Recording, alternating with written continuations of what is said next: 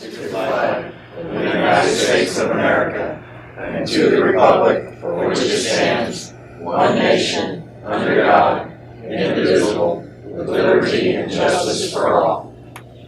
Thank you. I'd like to ask committee member Mr. E-Reg to now lead us in the pledge to the Texas flag. Mr. Moulton.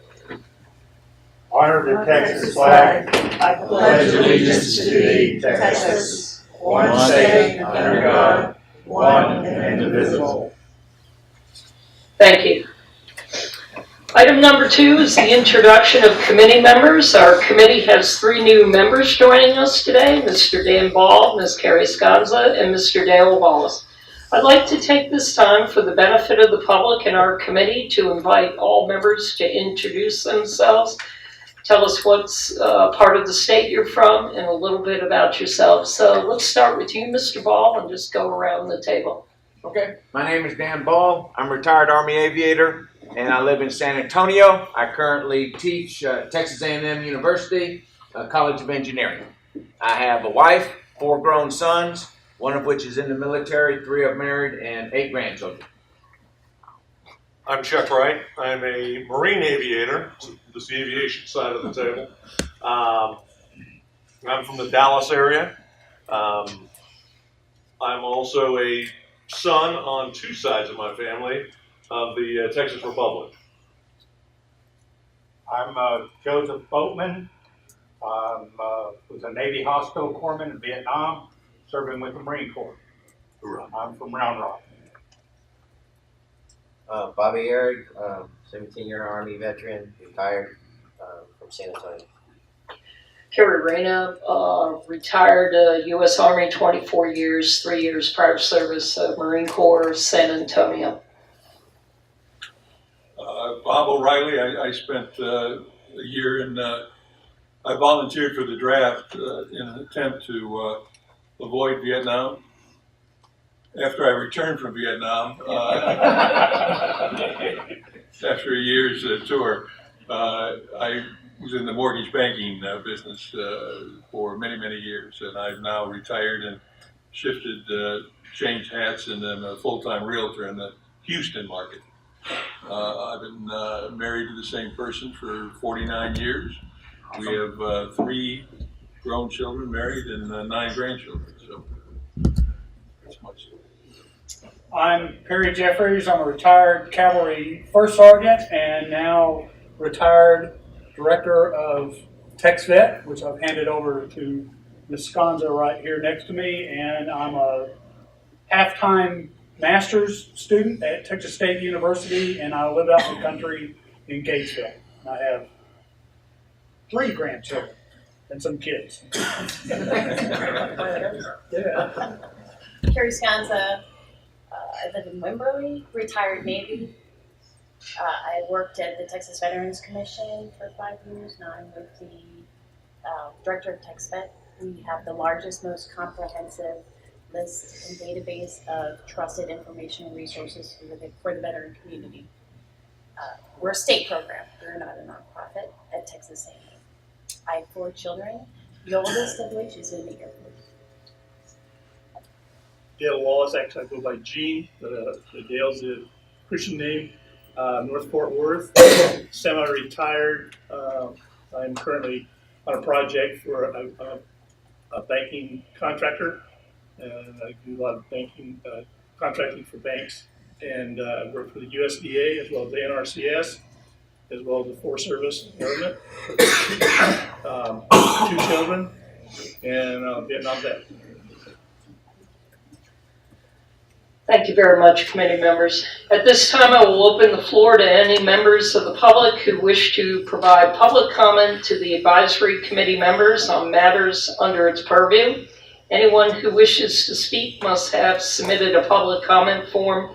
Please note that the agenda items 8 through 12 are reserved for all grant application presentations, which is separate from this public comment opportunity. Please limit your comments to no more than 5 minutes. Please remember that this is time for the advisory committee to consider any public comments, but any discussion or deliberation by the advisory committee members for matters not posted on the agenda must be limited to placing the item on the next meeting agenda. At this time, are there any speakers? Okay, nothing heard.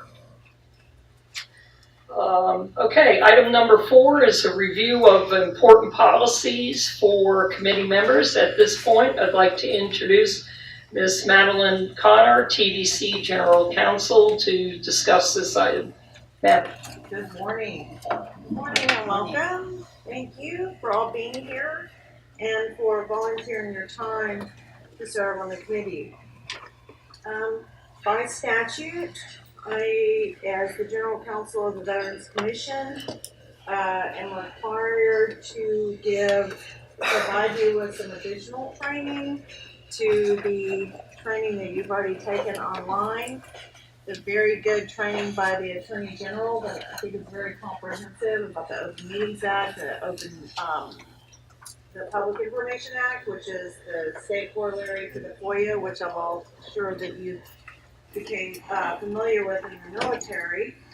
So I have taken upon myself to recreate the document that was already sent to you, and I put it in front of you, and it has, it's exactly what you received before, so you do not need to fill out these forms again. It's just for purposes of this meeting, so that you have something to go along with, and I will recycle the folders that I gave you today if you don't care to have another duplicate copy. So having said that, the statute requires that I go over a few things again. But first I wanted to just kind of point something out to you if you didn't mind.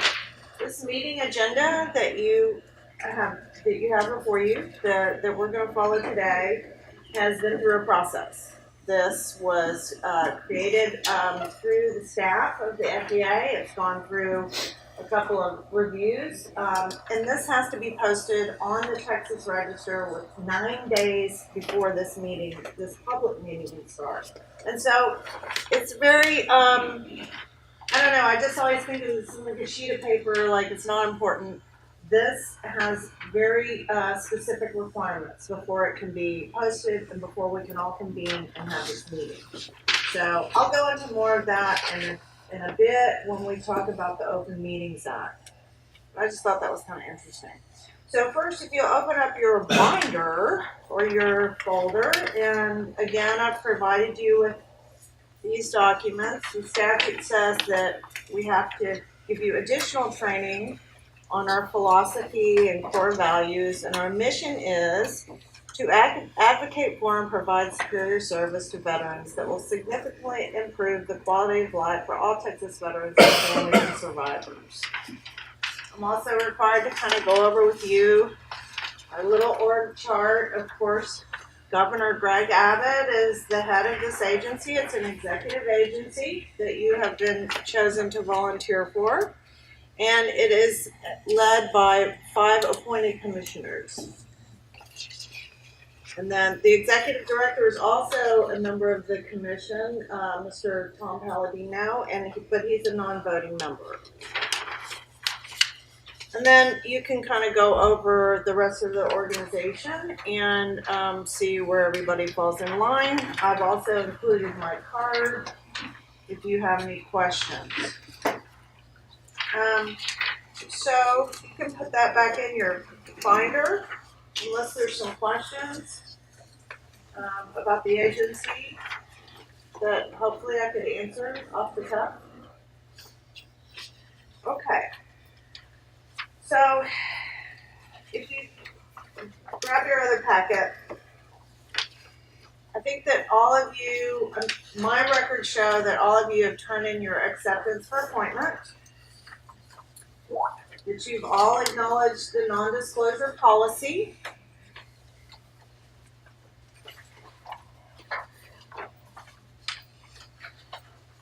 And that you've acknowledged the conflict of interest policy. And we're going to go over all this again. I'm sure you're thrilled about that, but we will. And let's see. you can put those back in. So, the TAC requires that, let's see if I can find that. The Texas Administrative Code. This is kind of like the CFRs on the federal side, since y'all are all with the feds for a while, right? And this requires that this body be open to the public, and that it be subject to the Open Meetings Act. And in the TAC, it says the purpose of the Fund for Veterans Assistance Advisory Committee is to evaluate grant applications and make recommendations to the Commission. So I think everybody understands our role. I mean, if you have any question about that, please ask me or Charlie if you don't want to do it now. So, which kind of brings up, what we can and cannot do behind the scenes.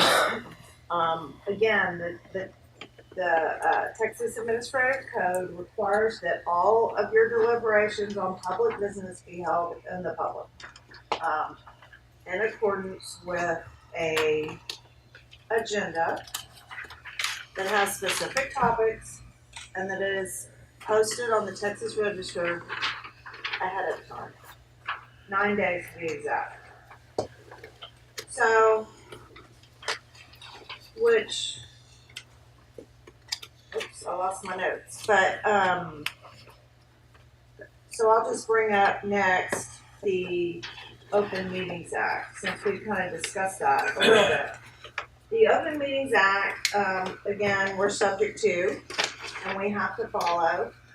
One piece of that being the agenda. The public has a right to know about everything, that you're gonna deliberate on, and which kind of means, and this is not a comprehensive review. You've taken the training on the OAG's website, the Office of Attorney General's website, and it explains in a lot of detail about how we can start to run afoul of the act.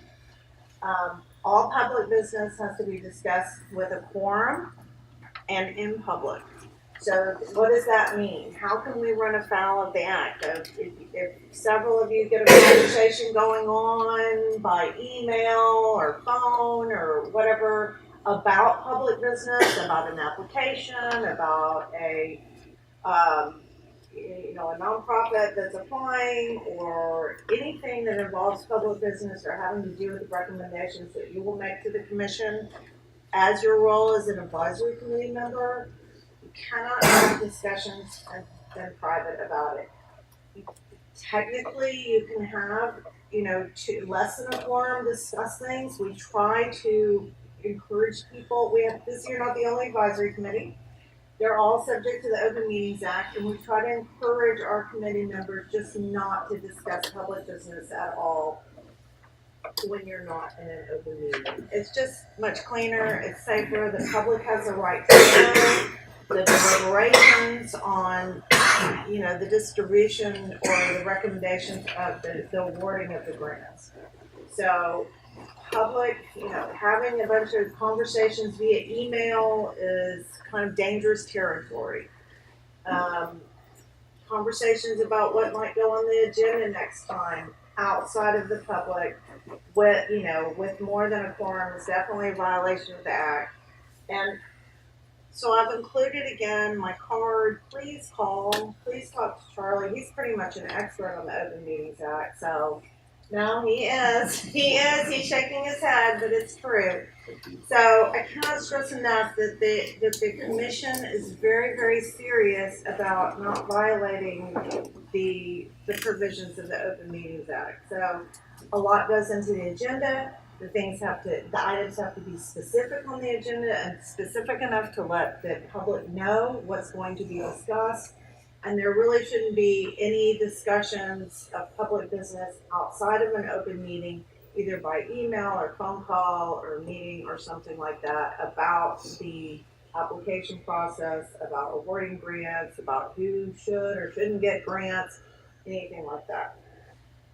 It's better in the meeting. Just do it all in the meeting. So we want to comply with the act, which is part of the Texas Government Code. Also part of the Texas Government Code, and which you've also been training on, is the Public Information Act. Now, the Public Information Act, like I said, is just like the FOIA, the Freedom of Information Act. I mean, its provisions are pretty much the same, at least for the meaning. And of course, that means that, you know, the member of the public may ask you, as members of this committee, for certain documents. And when that happens, please contact me and or Charlie or both of us and say, hey, I have a request from the public for documents. We have to respond to that person. The act says that we don't have to respond to oral requests for documents, but as committee members, you are, as far as the Public Information Act is concerned, you're just like regular employees from the top of the chain to the very bottom of the chain. Anybody could approach one of you and ask for documents. All document requests need to be filtered through Charlie or myself, as I'm the public information officer for the agency. It's not like a control thing. It's like we want to comply with the act, and at the same time, we don't want to turn over confidential information. So as the public information officer, everything gets routed through the general counsel's office. So, and then we will, at that point, once we get a request, we are going to review it for whether there's confidential information involved, or whether that this is super public or public information, or there's some kind of exception under the law that we can assert that would expose the agency to liability. Good example is DD-214s. We get those all the time. Sometimes people's lawyers send them to me, and I'm like, yeah, you just created a public document, you know, I have to retain or whatever. So, but we have a special exception under the Public Information Act for DD-214s, which if we were to disclose them, we could be held liable. And as the agency, public information officer, and general counsel, we don't want to create, I mean, that's what our whole job is, right? Is to reduce liability for the agency. And so we don't want to get in a situation where anytime anybody has asked you for documents, that you would be the one to decide whether this document should be turned over or not, right? You need to ask Charlie, who will get it to me, or I have provided my card, Siobhan has provided her card. Please use us as a resource. I cannot express enough how important this is, because you don't want to expose yourself to liability either. And so just a few things, I know you did take the training on it. Any written request is a viable request under the Public Information Act. The classic example is a cocktail napkin. They can scratch out on a cocktail napkin, please give me XYZ documents. Thank you. And, you know, their name and their contact. We have a very short amount of time to assert any exceptions with the Texas Attorney General's office should that request have confidential information or information that we have to retain or not disclose by law. So we have 10 10 business days, and you know, and all that you don't really need to worry about. It's just that anytime you get a request for a document, it needs to go to Charlie or to me or both of us. Then you don't have to worry about it, right? That's the other cool thing. We'll worry about it. We'll make sure we're in compliance with the law. We will contact the Attorney General if necessary. And we also take it very, very seriously that whatever is open and public information, that the public is entitled to it. So we will get those requests out very promptly. Last year, I think we had a record number of public information requests, and it was 53. So as far as agencies go, we're not huge. Like, we're not just buried in PIAs and have, 10 full-time employees on staff doing this. It's me and our one legal assistant. So, but we are very happy to help. We need to know, we have deadlines, and so if you do get a request, even if it's an oral request, even though we're not technically required to respond to oral requests, we want to know who the person is. We want their contact information. I will contact that person and say, I understand you have an oral request. Could you please put it in writing and send it to the Public Information Act inbox? We will work with the public to get their request in writing so that we can act upon it for them. It's a very important thing. So now we've gone through that, and so kind of related to that, I know you've already signed off on the non-disclosure policy. The non-disclosure policy is kind of related in a way, right? You're going to receive documents as your role as committee members, which you cannot give over to the public. Of course, we are, a friend or whatever, whoever, right? There's a lot of these things that you receive, the applications are competitive documents that are protected by law. We're not supposed to be giving it out to people and sharing that information with anybody outside of the committee or a valid request by somebody that works at TVC. So these are confidential. We can't give them out. Of course, we wouldn't, because after everything we know about the Public Information Act, we're not supposed to give documents out to, people of the public without first going through all the proper channels to make sure that the public information, whatever has been requested of you, has been properly handled, and the public is going to get everything that they're entitled to.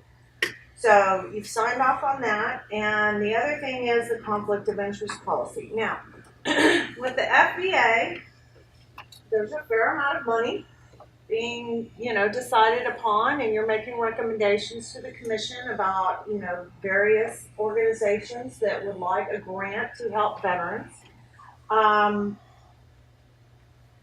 A lot of this is going to be, fairly obvious or maybe not, but anytime you have a question, say an application, let's say involves, this is my wife's, my current wife's business, her nonprofit. Can you vote about whether that organization should get a grant? No. Of course not, right? We all know that. I don't mean to be, overly, simplistic about it, but, if you are very close to one of the applicants, you need to talk to Charlie, he'll talk to me, you may have to recuse yourself from the entire category. So if you know somebody that's applying, if you're intimately connected with this person, or let's say you served on the board or something, you may not have to recuse yourself. That would be something that Charlie and I look at the law and we decide. The most important thing for y'all to know is if you know an applicant, or you worked for an applicant before, or the owner is a close relative or friend, you probably need to let the chair know and Charlie know so that we can take a look at it and we'll let you know, right? I always think, if you run something past me and I'm wrong, guess who gets in trouble, right? If I'm wrong. It's me. It's not you. So that's the beauty of it. Call us. Talk to Charlie. Talk to the chair. We will give you an answer as to whether you can vote on a particular recommendation.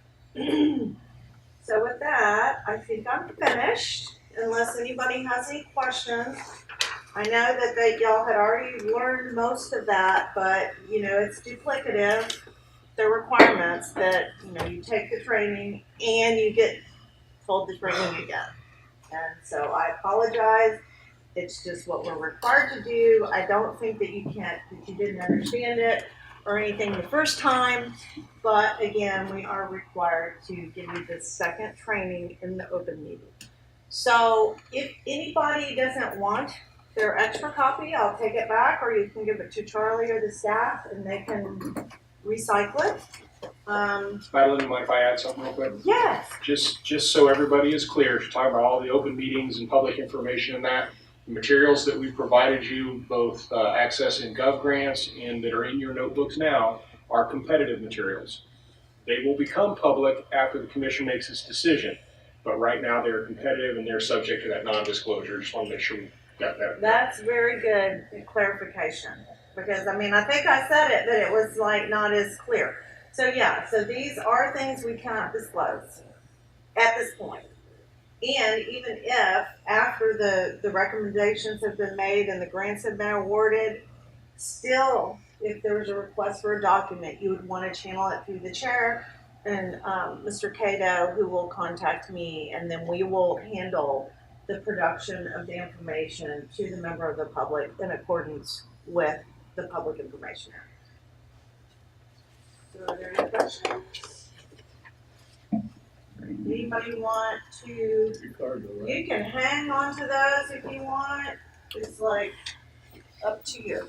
I hate burdening people with a bunch of paper. And we can reuse things too. That's okay, that's okay. We are happy. And thank you again for all of y'all's service. I know this is a big, especially this committee, there's a lot of work. And you're all volunteers, and the people of Texas and certainly the Veterans Commission very much appreciate all your hard work. So, when in doubt, call me. That's the thing to take away. So, thank you. Thank you, Ms. Khan. All right, now we'll go on to item number 5, the annual election of the chair of the FVA Advisory Committee. Is there a motion to nominate and elect a chair for the FVA Advisory Committee for the 2019 calendar year? Mr. Jeffries. Do I need to, do we need to do the mic thing here? Yes, please. Hi, it would be my privilege to nominate again Ms. Carrie Reyna to be the president of the committee. Second. Or chairman, the chairwoman of it. Okay, Mr. Jeffries made the motion and Mr. Wright seconded the motion. Any discussion? Nothing heard? All those in favor? Aye. Okay, we have 9 in favor. All those opposed? 0. Okay, motion passes with 9 yeas and 0 nays. Item number 6 is the annual election of the vice chair for the FVA Advisory Committee. Is there a motion to nominate and elect the vice chair for the FVA Advisory Committee for the 2019 calendar year? I nominate Mr. Chuck Wright. Carrie? Is there a second? I'll second that. Okay, seconded by Mr. Perez. Is there a correction, Mr. Jeffries? Any discussion? Okay, all those in favor? Aye. 9. All those opposed? Motion passes with 9 yeas and 0 nays. All right, the next item on the agenda is the approval of our past meeting minutes. You should have received copies of these minutes via email to review them in advance of the meeting today. Is there a motion to approve the minutes of the March 28, 2018 FVA Advisory Committee meeting as presented? I'll make a motion. All right, Mr. Boatman makes the motion. Is there a second? I'll second. Seconded by Mr. Wright. Any discussion? Yes, Mr. Wright. At the end of the meeting, and my apologies to Mr. O'Reilly because I voted against a motion that he made, but I don't see it listed. I don't think it's incredibly important. Other than that, we had left money on the table for organizations. Was that from that meeting? Do you remember that? I didn't know if we needed listed. The motion failed, and I thought long and hard about it driving back. And All the motions, we went through the videotape numerous times, and all the motions that were made, even those ones that were defeated, are on the minutes. So Okay. I think we caught it. There's one in there, I'm sure. all right, that's fine. Okay, any further discussion? All right, all those in favor? Aye. Any opposed? Motion passes with 9 yeas and 0 nays. Okay, our next agenda item is the application presentations made by eligible applicants for the 2019-2020 General Assistance Grant Program and the Veteran County Service Officer funding applications. At this time, I would like to ask Mr. Cato, Director of the Fund for Veterans Assistance, to review how the presentations will proceed. Mr. Cato. Thank you, Chair Reyna, and congratulations on your reelection. As you noted, today we'll hear from the eligible organizations that have applied for grant funds under the 2019-2020 General Assistance Grant Program, and we'll catch the Veteran County Service Officer funding applications as well. We'll hear from applicants for the other grant programs tomorrow. Miss Elizabeth Webster, who's sitting in front there, raise your hand, Elizabeth, is our FVA Communications Coordinator, and she'll act as our moderator with the list of presenters from each grant series, and she'll call up the organizations in the order we've worked out from your RSVPs and your requested signings. I'll pass it off to Elizabeth right now for some of the ground rules. All right, thank you, Mr. Cato. Each organization will have 3 minutes to speak to the committee. Ms. Julie Dillard over here will be assisting with timekeeping so that our presenters are aware of their time remaining. With the number of organizations we expect to hear from today, it is critical that presenters keep to the allotted 3 minutes. Committee members will have the opportunity to ask questions after each presentation, and that time is not included in the 3-minute presentation. Please keep any answers as brief and to the point so we can give everyone the opportunity to present their projects today.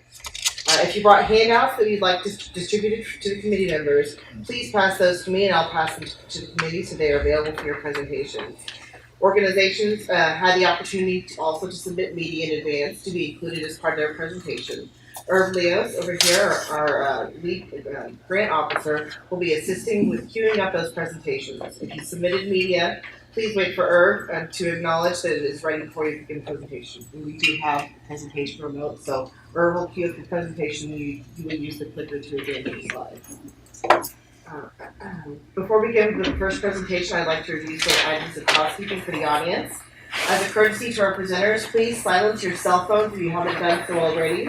If you need to take a phone call, please do so in the hallway outside the meeting room. For the benefit of those presenting, please do not conduct conversations during presentations. Restrooms are located on this floor to the right as you move towards the atrium. We have scheduled in breaks and time for lunch. I will keep an eye on the clock as well and recommend to the chair if a break might be appropriate to keep us on time. And one final reminder, the FVA staff and advisory committee members are not able to discuss your presentation or application per agency policy. Are there any questions regarding the process for the applicant presentations? No questions? Excellent. And also, once you're done with your presentation, we do have Julia Connor out here in the hallway. She's conducting interviews for our radio show, so if you have some time, we'd love to speak with you after your presentation. All right, so thank you, and I will now pass the meeting back to Chairman Reyna. Thank you, ma'am. I would like to call up the first organization to present in the 2019-2020 General Assistance Grants, Easter Seals of Greater Houston, Miss Elise Hawk.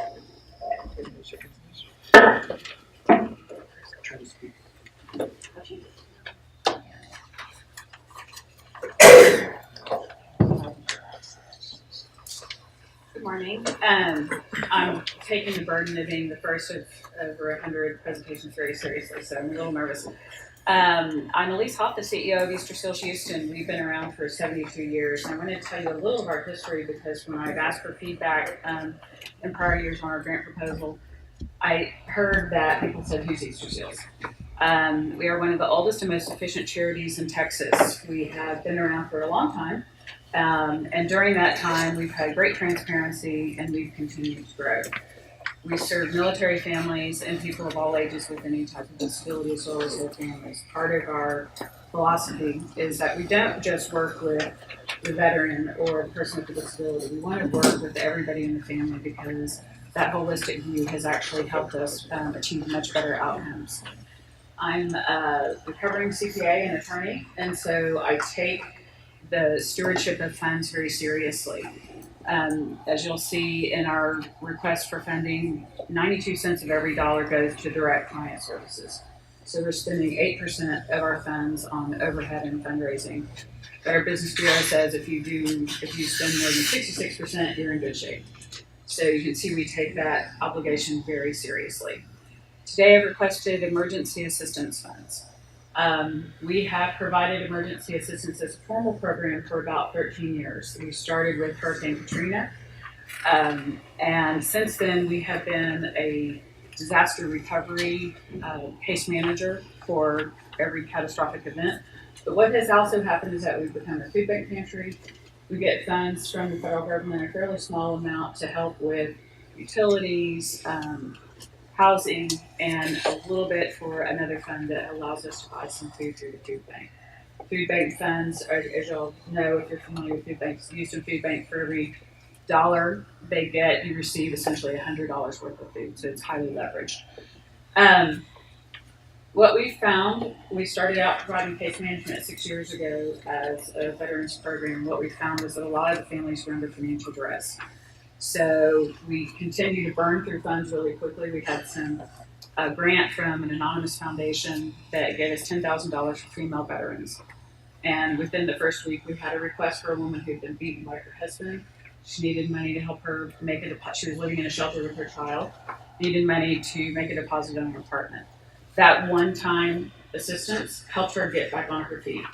One of the other things that we require for our folks is that when we do an intake on somebody requesting financial assistance, we offer them case management and financial coaching, so that this isn't just a one-time help. This actually helps people if they're willing.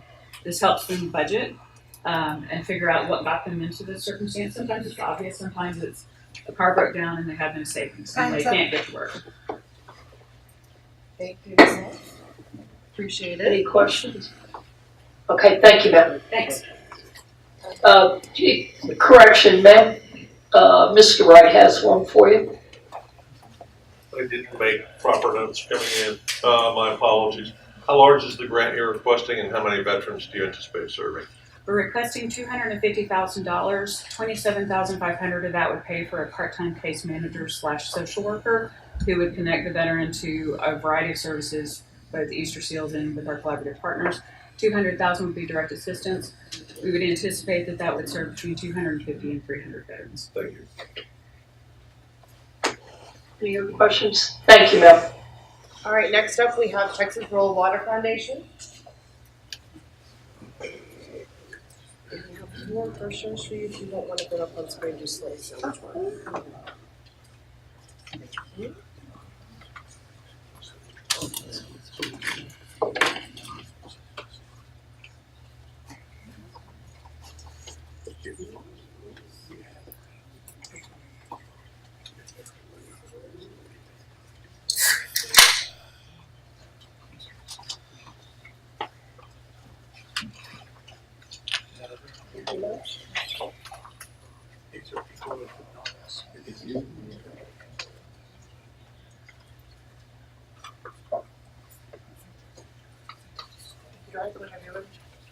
Hello, we're with the Texas Rural Water Foundation. Our mission is to strengthen and advance the water and wastewater industry and to support and expand on the work of our parent company, the Texas Rural Water Association.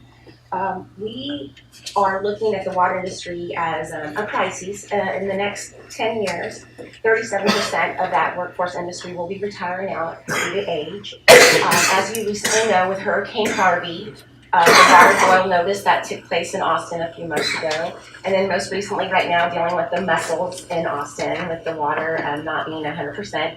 This just shows the importance of the water and the wastewater operator position. So what we're trying to do is take a workforce that's declining and then taking veterans who are retiring or coming out of the military and trying to match them with this workforce. My job, I travel Texas, visiting with different military installations to try to match veterans with positions. I've been on the job for 2 years now and I've helped over 35 veterans. The grant that y'all funded us a few years ago tasked us to help 10 veterans. So if I'm one person who can do this, I'm hoping with the support of the Texas Veterans Commission, this grant that I'm hoping to receive from you will help me to reach more veterans out in Texas, and not just Texas, but the United States in general. I've been able to bring 2 veterans from out of the state to Texas for jobs. again, the crises that we're facing, people don't understand the importance of water, but if you live here and you didn't have water for that week when you were boiling it, think about the water operator who was up for 24 hours, 7 days a week fixing that. Well, the crisis is that nobody really wants to work in wastewater. So we really have to try to match those who are looking for work and bring them to this industry because there's a dire need. If the world comes to an end, it's not the internet or the broadband or gas and oil that's going to keep us alive. It's water. We need water, and we need clean water. And there are veterans out there looking for work who have worked in wastewater and in the water industry for their jobs. And I'm just trying my best to reach them and to bring them to Texas so we can help fill this void that we're facing regarding water and wastewater. The funds will be used again to assist in training these veterans. Once we bring them on board, we have a training and professional development program. And with your on-the-job training program, we partner with you. We train the veteran. We assist them to get their license, their basic water license. And then from there, we hope that they take the career onto water. And I support them through their jobs and try to help them to reach their next level of licensing. So that's pretty much it. There's not much to say about water and wastewater. It's not a fun industry. It's not a very smelly, nice industry, but it's a need that we have throughout the world. We need clean water, and we need those people out there helping us to clean it and to make it potable so we can resurface it and reserve it out there to the people. Thank you. I have a question. So you said you had a goal of 10 veterans when we funded. When you first funded us. And what's your goal this time? I think we put 25. 25? Yes, ma'am. Okay. And I'm sorry, I didn't introduce our intern, Fiona Burke from Texas State University. Are you a veteran? I'm not a veteran. Okay. No, ma'am, I'm a military brat. My dad served 30 years in the Army. Okay. And So- I'm a member of our auxiliary. We like brats. Yeah, we do.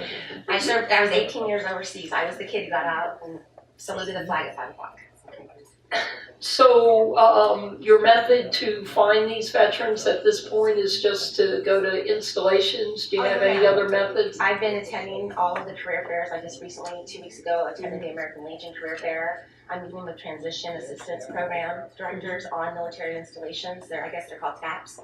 So you met your 10-person goal? Oh, yes, I exceeded Okay, it. yeah, perfect. And I'm one person, that's why I need your help, because we can expand Okay. and go reach more veterans. Thank you, ma'am. Any other questions from you? Yes, Ms. How Collins? much was your grant last So session? you've funded us a few times. The first couple of times, I believe before my time, you granted us 5,000. Okay. And then you gave us a big one and gave us 50,000. And that's when they hired me. They had volunteers running this program before me. So was your goal 10, last year 10 people and you spent $50,000? No, well, when they got that, they didn't expect to get the funding like that much. And they had volunteers, so when they hired me, it was already halfway through the grant. I tried to spend as much. I think I spent 30,000 of it, but I tried desperately to spend it all. And I can. And you're asking for how much? This time, I believe we asked for 50,000. 50. Yes. Till 25? Yes, we applied for, I believe, 150 last year because we were trying to grow the program and actually hire a veteran to come on board. Thank you. You're very welcome. Any other questions? Yeah, do you have applications now? Applications out? Yeah, Oh, For every the vets? Oh, yes, sir. We're working with the Texas Vet. We're working with Terry, Mr. Chateau, Tim Chateau's department. We're working with the Workforce Commission. We're working with Nelson Touche. We're working with every military workforce out there. We just recently reached out to one in Fredericksburg that focuses only on military officers. In the wastewater industry, we need engineers, we need accountants, we need office managers, general managers. There's all jobs. It's not just operators. It's all jobs in the water industry. Okay, thank you, ma'am. Any other questions from the members? Just a quick note to my distinguished committee members. Because this is a public meeting and it's being videotaped, if you would kindly speak into the microphone, okay? Yeah, I'm sorry. No, you're fine. We're all fine. All right, thank you, ma'am. Thank you. Have a good day. Thank you, ladies. Next up, we have Community Services of Northeast Texas, Dan Boyd, Executive Director. Not here. All right. Moving on to the next one, we're going to CLC Incorporated, Mandy Livingston, and Program Operations Director, Angela Tricors.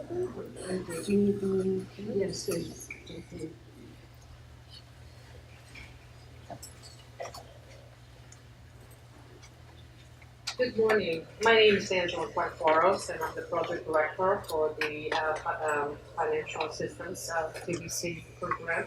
This is Mary Livingston. She's the project manager. And I would like to thank the members of the committee for affording us the opportunity to come and present our application. COC Inc. is a private nonprofit technical school licensed by the state of Texas and has been around since 2000. We provide skills training and employment services to our participants with emphasis on our veterans.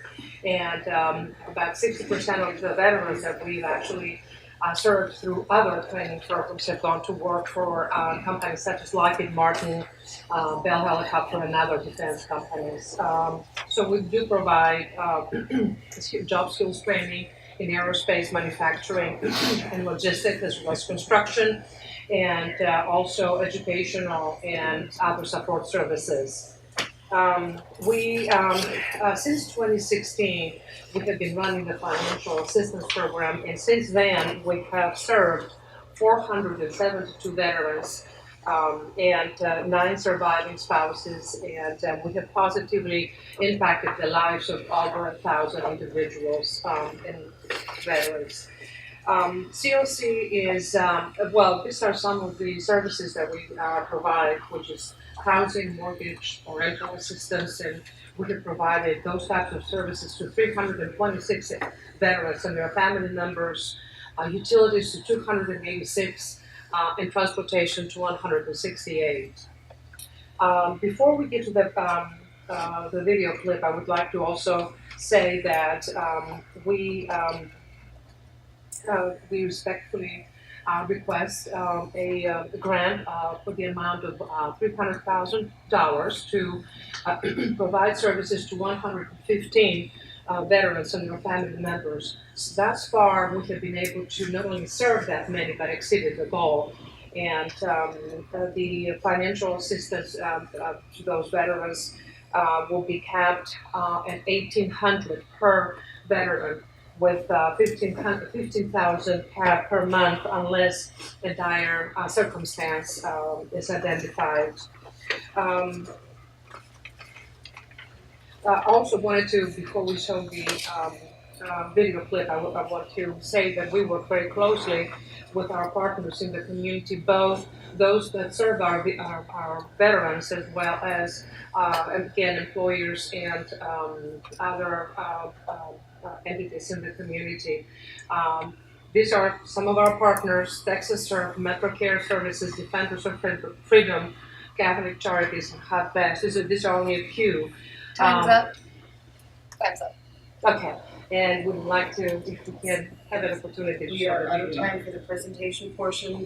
Committee members, if you have any questions. Yes, Mr. Wright. Ma'am, just to be clear, you provide tech training, but this is a financial assistance grant? Correct. Okay, thank you. Yeah, and if I may say that those who provide financial assistance are also referred to our training and employment services, so they are benefiting in more than one ways. Okay, any other questions from the members? Thank you, ma'am, appreciate it. Thank you, ladies. Next up, we have Salvation Army, Grayson County. Good morning. I'm Betty K. Lord Schlesinger, best known as SBK, with the Salvation Army of Grayson County. We serve veterans in Grayson, Cook, and Fannin County. This morning, I'd like to tell you about Justin. His name has been changed to protect his identity, but Justin was referred to us by the VA Medical Center in Bonham. He had not been taking his medication, and they really weren't sure what his problem was, but he was not communicating well. They sent him over to see us. He came in and we found out what the problem was. His utilities, all of his utilities, had been off in his house from anywhere from 5 to 7 months. His auto deposits were being stolen out of his bank account by a former roommate who was supposed to help provide him with services, and the former roommate had changed all of the utilities into his name and not paid bills on it. I spent some time with him, and long story short, at the end of 4 hours, we had all of his utilities turned on. He was enrolled in our financial management classes. He was enrolled in one of our other consumer classes. He had food stamps applied for, police reports had been filed, his bank account was closed, and a new bank account had been opened. None of that would have been possible with him had we not had funding from the Texas Veterans Commission. Your part in that might seem minor to some of you, but it is major to the veterans that we provide assistance to. We could not have gotten those utilities restarted without the emergency funding that is provided through the Texas Veterans Commission. Our hope is that you will once again fund the $75,000 that we have asked for in emergency assistance so that we can continue having that sort of impact on behalf of the Commission in Grayson, Fannin, and Cook County. Thank you. I don't entertain any questions you have at this time. Any questions from the members? So, ma'am, bottom line up front, you had a veteran come in 4 hours, you had him straightened out. Well, on his way to success. Yes, and that's possible because we have contacts within the county and the folks that we work with on a regular basis. Veterans are not the only ones that we serve in financial assistance. We probably do the bulk of the majority, and certainly have greater leeway with what we're able to do with them. Thank you, ma'am. It also got me coffee from my officer that came and did the police report. I'm always happy when they do that. Any other questions? All right, thank you, ma'am. Thank you. Thank you, ma'am. Next up, we have Burnett County. No Burnett County. All right, next up then, we have Big Brothers Big Sisters of Central Texas. Brent Fields.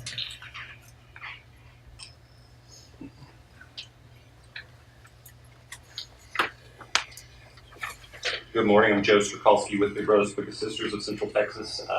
Brent Fields got caught out of a meeting this morning, I'm sorry. Big Brothers Big Sisters of Central Texas serves about 1,000 kids in one-to-one mentoring matches each year. We serve over 12 counties, and we have received funding from the Texas Veterans Commission for three years before a break in this past year. During that time, we've served about 2,000 children total in one-to-one mentoring matches, and about 10% of our services were to veterans as bigs or the dependents of veterans as littles in our program. Mentees in our program just received mentoring services from a caring, committed adult. Our bigs commit to at least a year of mentoring a child age 6 to 16 and up to 18 within a match.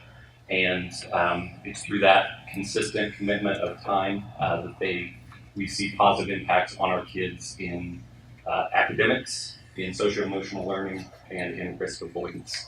Over 99% of our kids mentored avoid involvement with the juvenile justice system. Over 99% of the kids in our program avoid unplanned pregnancy. And over 97% of our kids move forward into the next grade in school each year and maintain or improve their grades each year.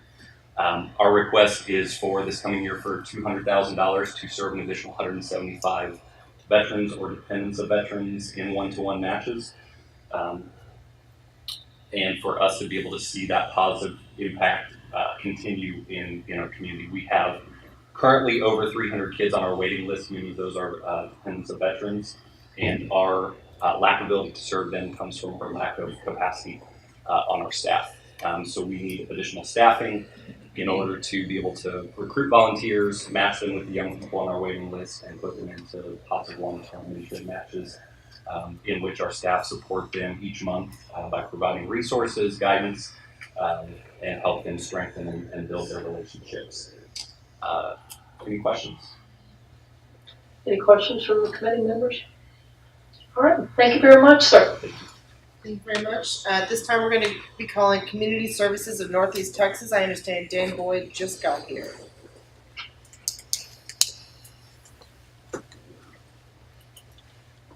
Good morning. There's an old Latin saying says, "Discere nobis et nobis et disceris." It means learn from us and we'll learn from you. This was our first year to do a general assistance grant for veterans in our area, and we were quite well received because there was really no one else doing this sort of work in Deep East Texas. There's an incredible learning curve when you've been operating certain programs for 25 years and then you operate one from this commission. I don't know in what a 9-month period of my life I learned more. Uncle Sam sure taught me a lot, but working with this commission taught me a lot more. One of the things that we learned is that hiring veterans is not as always as easy as you think, because you don't just put a label on someone and make them ready for everything that comes with working in this type of grant. One of the things that we learned is that we had to make an assumption, being our first year doing this, that all of our data and all of our research was going to be absolutely accurate. So all the things that we tried to do this year brought us a couple of surprises. One of the things that we did do this year was our Veterans Taxi. We had a person and a vehicle available all the time, and all you had to do was be a veteran or a dependent of a veteran, and if you need to go somewhere, we'd take you. We took people to doctor's appointments in Oklahoma, Louisiana, and all over Northeast Texas. And if we get an opportunity to do this again, I think we're going to expand on that, because it was really the most popular thing that we did. We had trouble with a couple of benchmarks, but we found sustainability for all the rest of our general service categories, and so I think we're going to focus on the transportation, which is a good opportunity to do this again. Question? Any questions from a committee? What did you mean by trouble with some benchmarks? What did you clarify that? Well, we didn't get a contract until August 1st, so we didn't hire anybody until August. So we were already a month behind in spending before we even got started. Then came the way that the reporting is done. I've never seen the reporting done the way we have to do it here. It takes 300 pages worth of reporting to get $10,000 reimbursed. So I've never, in my agency, the 3 highest paid employees in my agency spend 10 to 15 hours a month each working on just getting reports done. And so it's costly in that regard. And our veterans deserve us to go out there and do the best we can within the parameters that we're given. A lot of it was new to me, and so we've gotten better every single month. But it takes a year to learn how to do this. Any other questions? Okay, thank you very much, sir. Thank you very much. Next up, we'll go back to Burnett County, if we haven't anyone from Burnett County in yet. Burnett County?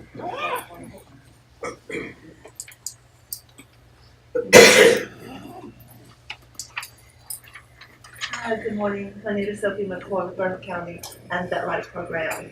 So Vet Ride provides transportation to the veterans, their spouse, and widows who reside in the 3 counties of Burnett, Manassas, and Llano. Most of our trips are to the VA locations that's going to be in Austin, Cedar Park, in San Antonio, in Kerrville, Temple, and Waco. Other trips are going to go to our local medical facilities and other clinics in Austin, in Round Rock, Killeen, Temple, Kerrville. And so we have seen an increase in not only the need for transportation to their appointments, but a need for transportation to their various surgeries. We've also seen a greater need for taking them to their cancer treatments or radiation and chemo. So we have 7 vans, 3 of which are wheelchair accessible. We've seen a greater need of the wheelchair accessible vans, and so it's been a big thing for us to be able to provide that to them. We have actually one of our vans that will accommodate 2 wheelchairs. some of the veterans will meet us at our van parking lot or a local location, central location. But 98% of the time, we're picking them up at their homes. This is true for all of our vans. To give you a few numbers, let's see, we get about 250 to 300 calls per month, over 3,000 a year. We take over 850 round trips. It's 1,000, over 1,000 seat capacity because of the many appointments they have throughout the year. And we provide over 5,000 driver hours. So in summary, Vet Ride has wheelchair accessible vans, and we offer door-to-door. That's what we do, door-to-door service. And the driver waits for them, takes them to the clinic, waits for them there on site, whether that's one veteran or several, and then we gather up everyone and take them home. I want to thank you all so much for the opportunity to come today. I want to thank you for all you've done for us these years. We've been doing this since 2010, and we're asking for your help again. Any questions from the members? Okay, I've got a question. Mr. Bowden? In my notes, I show that 100% of the funds that you've requested is going to client services. Is that correct? Absolutely. Yes, it is. All of it. Was there a question on this side? Yeah. Mr. Walls? Yeah, the transportation that you're using and stuff like that, are all your vans being leased, or do you own your vans? We are blessed that Burnett County owns all 7 vans. Actually, those vans were donated to us. At one case, most of them were donated to us. We also did put in for Capital Metro when they were doing, they were going to release some of their vans out for need, and we put in an application and received 3 vans. So that's Excellent, thank you.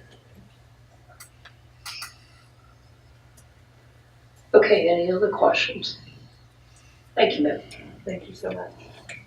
Thank you very much. Next up, we have Alamo Area Council of Governments, Philip Jones.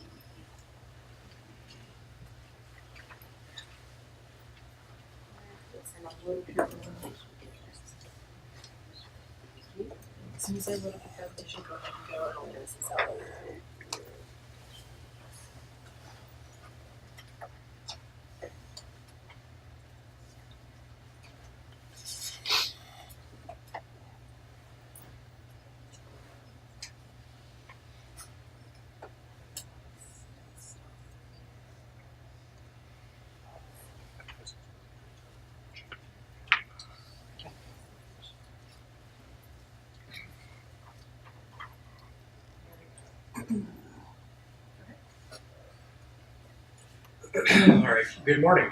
My name is Derek Clark. I'm here with Gary Timpson and Phil Jones of the San Antonio, Texas SERVE program. We operate out of the Alamo Area Council of Governments. Each of us are a veteran. We're here today to present $300,000 proposal for the 2019-2020 General Assistance Grant. The 13-county ACOG region is home to more than 200,000 veterans and 280,000 of their family members. This population is challenged with navigating scattered information about which services are available to them. Those who provide these services face a challenge as well. They have a limited means to coordinate services beyond their own organizations. Texas SERVE San Antonio is uniquely positioned to help them both. Through a systematic platform, Texas SERVE San Antonio staff coordinate and identify service providers and match them with the veteran service requests. Our goal is to assess and intake 1,350 veterans who have requested services and make qualified referrals for them to receive those services from the providers. Call a Ride for Vets, or CARV, will also provide 222 rides to veterans for medical and social needs. ACOG has partnered with TVC since 2012 to help veterans in our region with successful outcomes each year. This includes home modification projects, transportation options, and now a referral platform.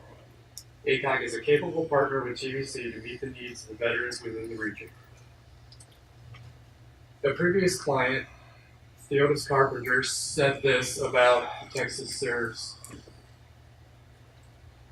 program. This blew my mind regarding how quickly the providers reached out. I did not expect the help be provided in such a timely manner. Before Texas Serves, I was not sure what to do or who to ask. The Serves coordinated services were the key to my success. All the assistance I needed was under one roof. One phone call did it all, and I will forever be grateful. Success stories like this are why the governor has recently instituted more investigation into why Texas Serves should be committed statewide. ACOG celebrated 50 years of service last year. It's proud to be headquartered in Military City, USA. As part of the America Serves Network and the lead coordination center in the country, Texas Serves San Antonio is continually increasing our capacity to reach out and serve veterans within the region. Thank you for everything that you do as a committee. I hope that you respond favorably to our request and your investment would be secure with us. Any questions from the committee? Yes, Mr. Jeffers. I have questions. So where is the data kept that Texas Serves collects? It is in an online software platform called Unite Us. They are based out of New York. Basically, HIPAA compliant. It's a case management system. So you collect data, but then it goes out of state to New York City. Do you provide the data on the veterans you help back to TVC? We can if requested, yes. But you haven't so far? No, we haven't as of this particular moment, but again, if it's requested, we can provide that information.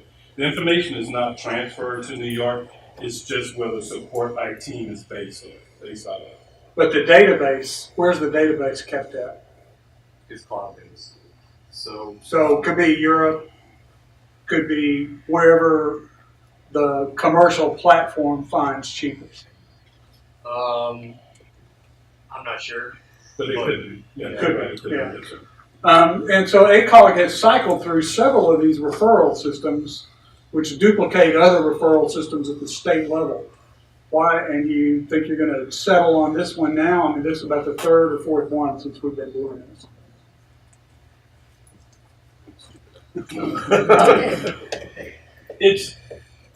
I'm not aware of the other particular system, but this is the first of its kind throughout the nation. There are 16 organizations similar to what we have in San Antonio.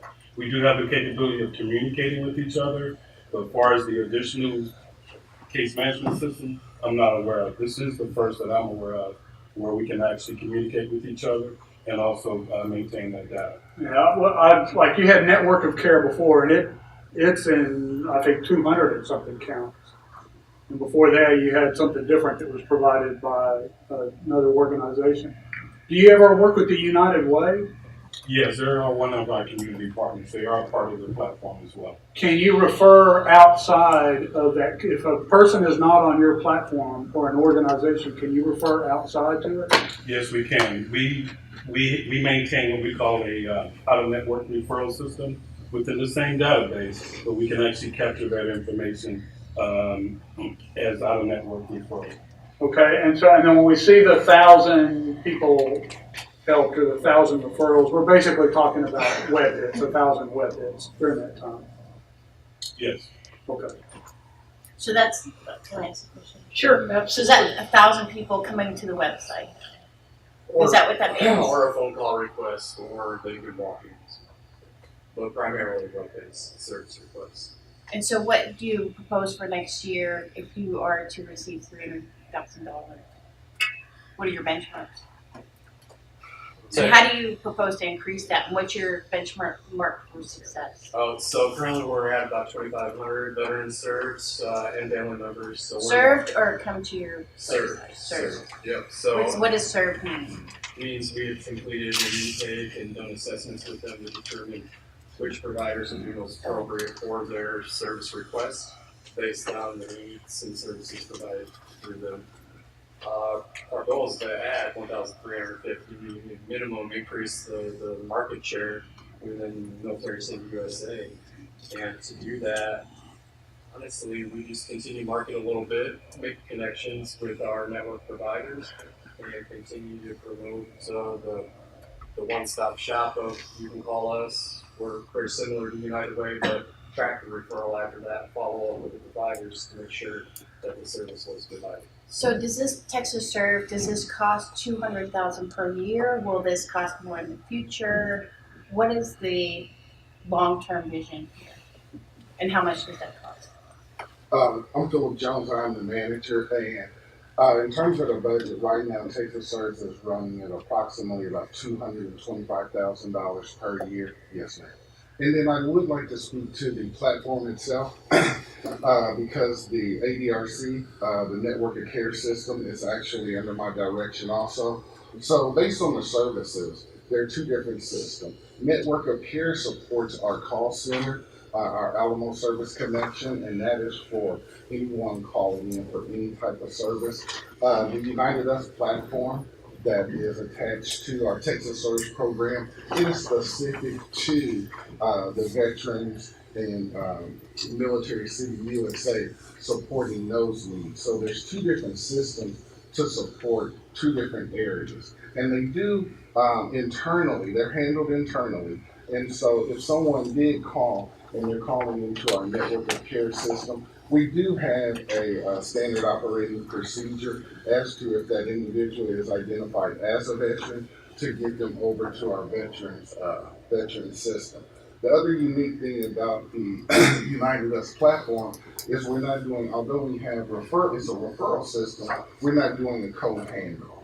What the system allows us to do is it does allow us to make that referral, and when we're dealing with our network providers, those organizations, it allows us to also track and see after we made the referral where that organization is with matching that veteran to the service. So it's not just a code handoff when we refer and we say. But that VSO would have to actually put the information into the system to make it work. Yes, ma'am. Okay. And how much per veteran do you allocate How much per veteran? from the grant? Goes strictly to the veteran. I don't know that we have it broken down in that manner. Our 6-month average for volume of requests right now, though, is 420. It's been as high as 560. So we serve that many veterans or family members per month. Daily is between 20 and 35. One of the top two within the nation as far as the service coordination centers are concerned. And Texas has been growing with coordination centers this year already up to 5. So to break it down, so each veteran may have 2 or 3 service needs that we're addressing as well. So it would be really difficult. We'd have to do about service needs if we broke it down. So my real concern is, I call you up, and I don't really know how many of these people in distress really have the internet, but I think we heard a presentation that within 4 hours, someone was taken care of. How fast are you taking care of that catastrophic situation? Besides, they punch it in and it looks like, I guess it goes somewhere. Yes, that's a great question. Thank you. So the platform works 2 ways. We have 90 network providers, and they can send a referral to us. So they don't have to always have internet connection, and some don't. And in some cases, we will go meet them if needed to get them to sign off on a consent form and do the intake and do all that. Right now, our turnaround time is 24 hours for a coordination center specialist to get a hold of that veteran, conduct the intake, get the consent form taken care of, and then we are just under 4 days for getting them connected with the appropriate provider, and that's the time that it takes for the provider to reach back out to them once they receive that referral. So at that point, they're dealing with the provider side. Okay, thank you. Any other questions for these gentlemen? Thank you. Thank you. Thank you, gentlemen. At this time, we're calling San Antonio Metropolitan Ministry, or SAM Ministries. Give me handouts. Go ahead and pass it out.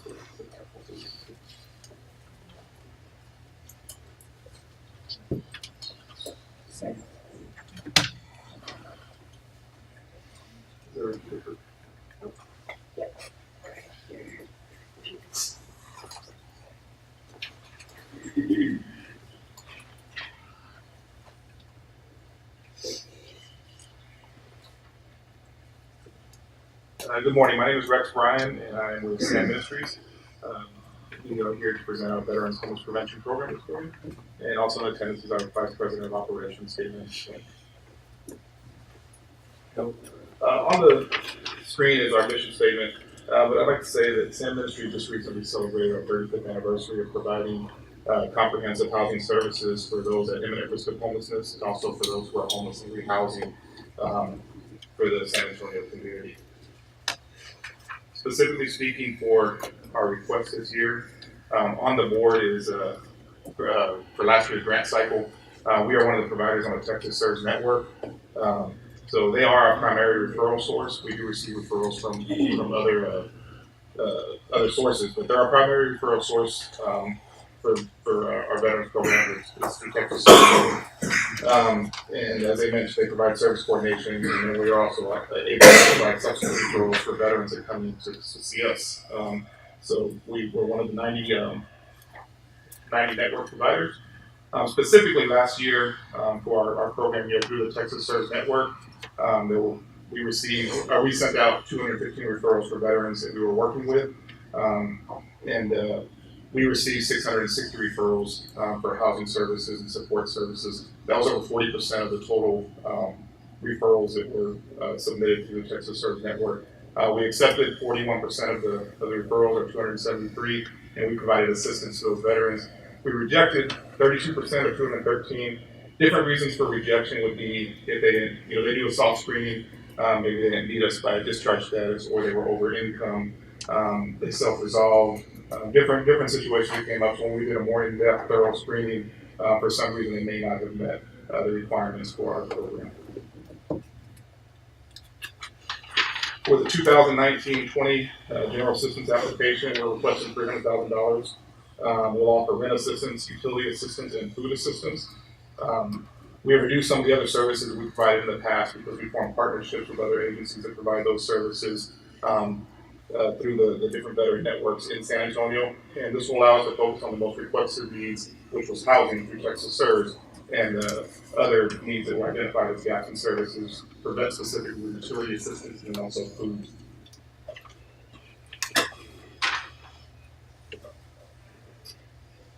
Additional wraparound services that we offer through our program are case management services, in which we work with the veteran through client-centered service planning. We identify needs in their home and provide referrals to appropriate service providers within our network. Those do go back through the Texas Serves network as well. We offer in-house financial literacy classes. Frost Bank comes to our location twice a month, and offers in-house financial literacy. We also have support groups for veteran clients that are currently enrolled in our program and alumni. Thank you, sir. Any questions? So, I do have a question. So, what was it, 23% rejection rate, or? 32%.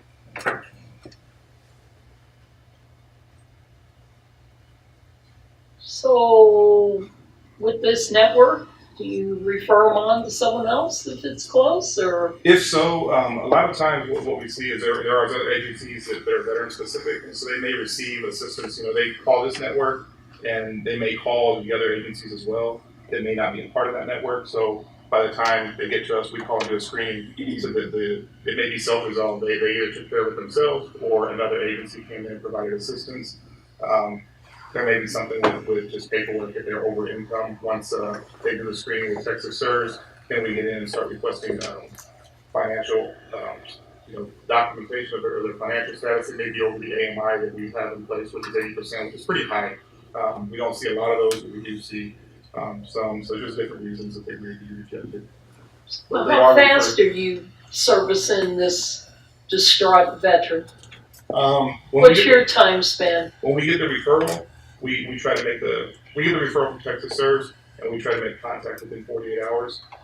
We do have only one staff in place right now, and so the way it is usually Friday and Monday. He's just filling up this week, and we're seeing people on a weekly basis. Okay, you said Friday, Monday. What's going on Saturday, Sunday? That's usually when it happens.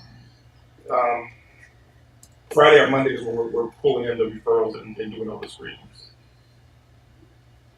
and then they're being scheduled through the week. So we see anywhere It could be anywhere from 4, depending on the need. Rapid rehousing when veterans are homeless. That process takes a little bit longer as far as helping them locate housing, secure housing.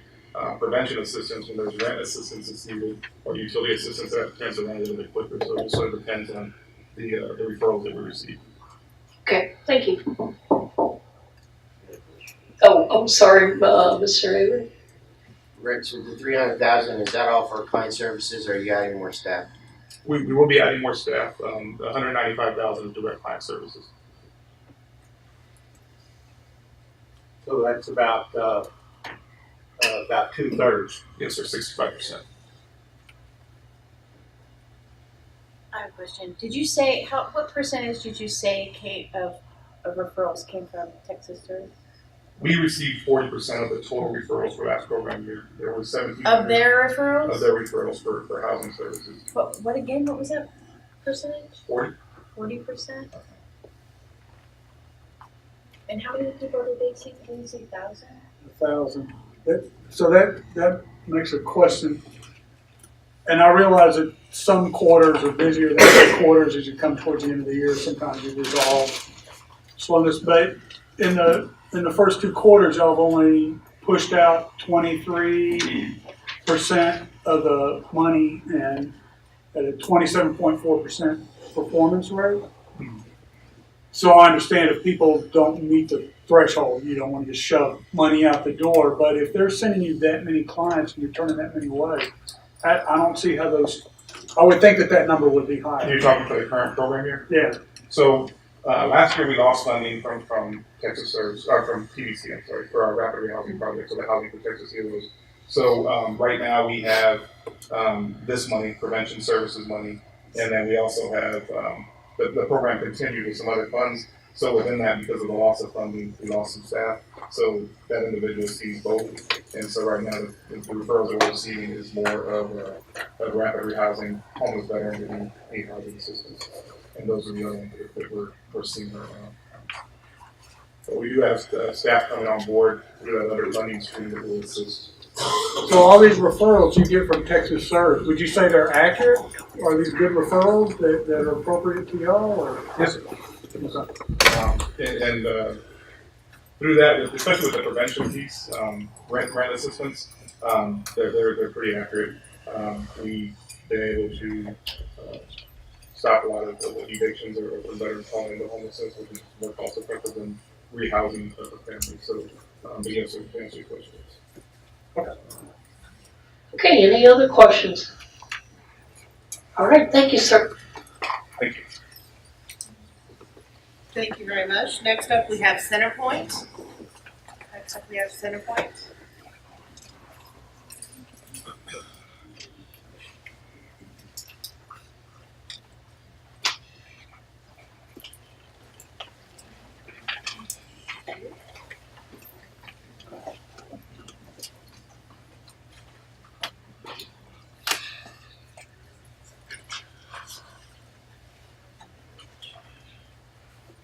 Go ahead, when you're ready.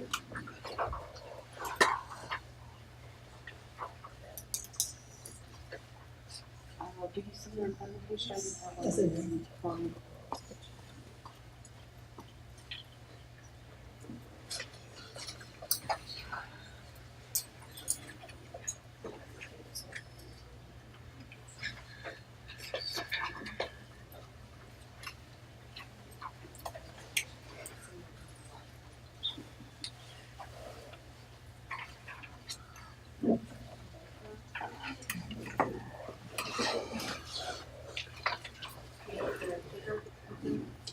Go ahead and ready.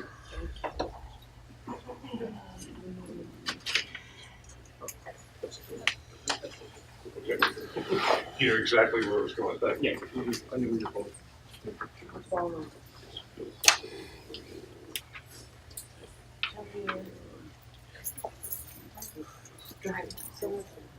Good morning, everyone. I'm Pia Bureau, the Program Manager for Texas Centerpoint. I'm joined by Anthony Punch, one of our case manager, also an Air Force veteran. And we also have Jennifer Scott here, one of our TBC General Assistance recipients. At Texas Centerpoint, we take a holistic approach, or a person and environment method that identifies each individual is unique, and that we have the understanding that the environment, the mental health, the spiritual and physical being of an individual actually plays a role of helping them with their situation.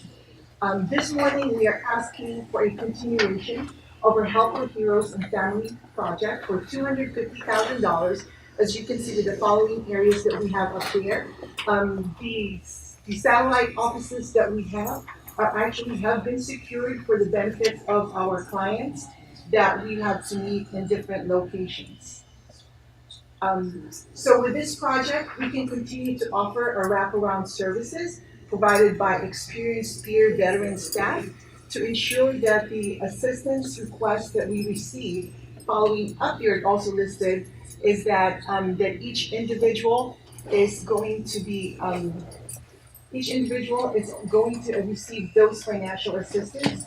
And finally, with our wraparound services, our staff are compassionate.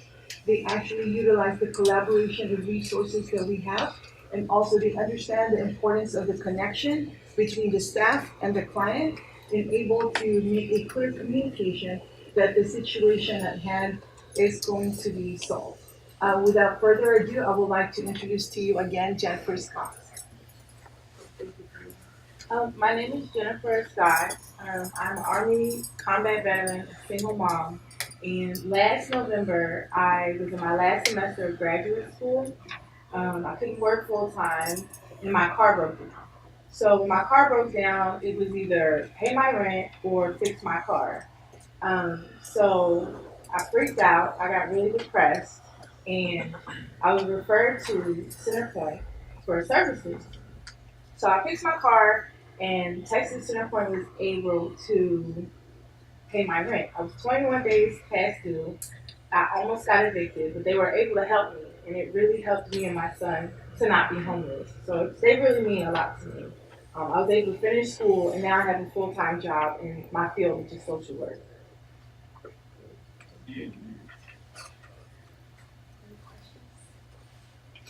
Mr. Wright. I actually have two, but I think one's more for Mr. Cato. How are they listed? Is it Centerpoint or is it Help for Heroes? Centerpoint. Centerpoint is the name of the organization. Help for Heroes and Families is the name of the project. Okay. What area do you serve, and approximately how many veterans will this support? This year's grant. So this year's grant, it is a continuation, so we will continue to help out 145 veterans, dependents, and surviving spouses. And we will continue to cover the 6 different counties from Bell, Coryell, Bastrop, Central Texas. I have a question for the veteran. So, so mine's a 2-part question. Question number 1, how did you figure out that Centerpoint was there for you? And then number 2, how fast were they able to help out your situation?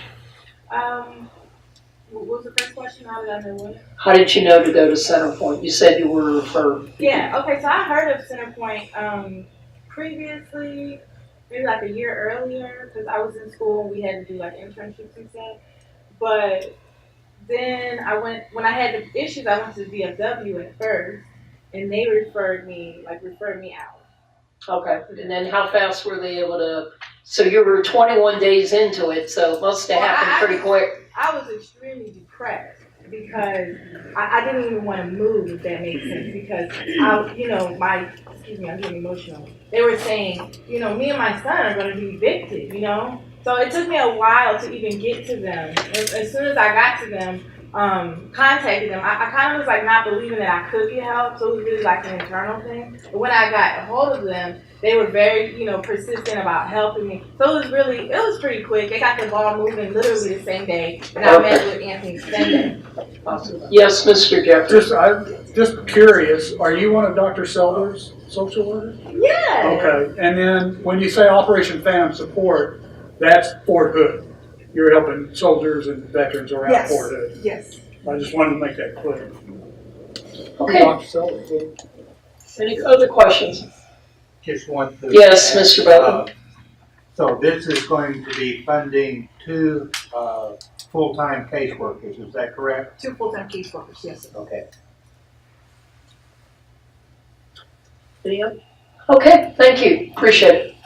Thank you very much. Next up, we have Disabled American Veterans Auxiliary.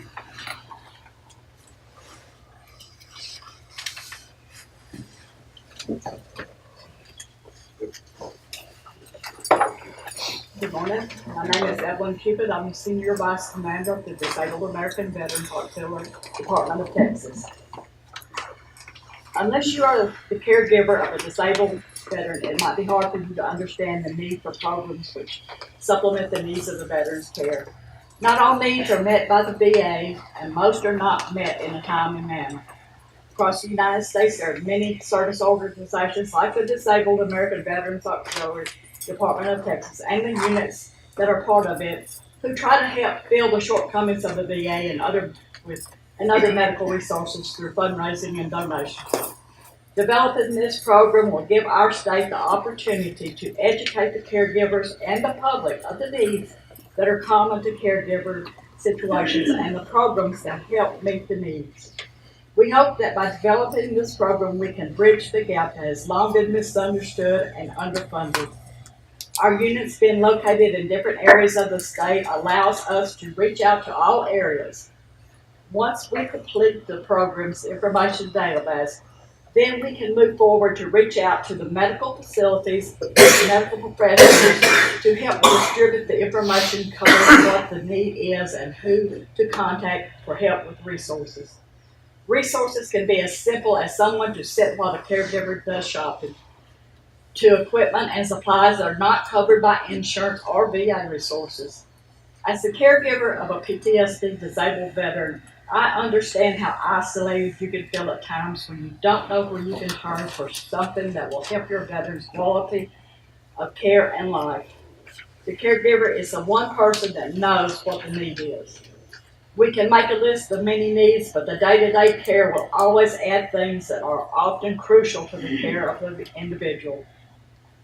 Often family and friends do not understand the environment that surrounds a disabled veteran. It's not that they don't care, but it often scares them and it can make them feel helpless because they don't understand. So they don't come around. They don't offer to help because they feel like they don't know how, and this leads to isolation for the veteran and the household. You sometimes lose friends of a lifetime, especially due to PTSD, because they aren't mentally equipped to cope with what the caregiver must on a daily basis. Building a resource base with understanding volunteers or stipend centers will not only help the veteran, but it will relieve the mental stress that the caregiver is under. Having the grant resources to buy equipment that makes the lifting, moving, bathing, feeding, or transportation of the disabled veteran easier will provide life-changing experiences in the life of the veteran and their caregiver. We hope you will find favor in our grant application and allow us to develop a sort of program that is designed to provide support for our veterans who have given of themselves to provide us. Thank you, ma'am. Any questions? Yes, Mr. Walls. How many people are you serving? Uh, How many did you serve last year? And We are just starting this program. oh, just starting the program? Right. I anticipate that possibly a 20 to 250 help with what we asked for in this $30,000 I was grant. going to say you're only requesting 30,000. Right. Our budget, I have to stay within a budget to know that I can meet y'all's benchmarks. Got it. I've managed one of your grants before in a different organization, so I understand the meaning of benchmarks. Okay. So, this program will grow. Okay. I hope the next time I come before y'all, I will be asking for 100,000 There you go. times that, because it's a need, it's a great need in our country. And we have the ability to touch the whole state because we have units everywhere. Can you give us an example of some of the things you do for caregivers? Just having maybe one of our volunteers come in and sit while the caregiver can go and do their shopping or go have their hair done or go do something just for themselves to get a break. Because if you're sitting 7 days a week, 24 hours a day, it's impossible to comprehend the emotional drain that it places on the individual. Also, there's often smaller items of equipment and stuff like that, that the VA that actually doesn't cover. A lot of that has to do with what percentage the veteran is.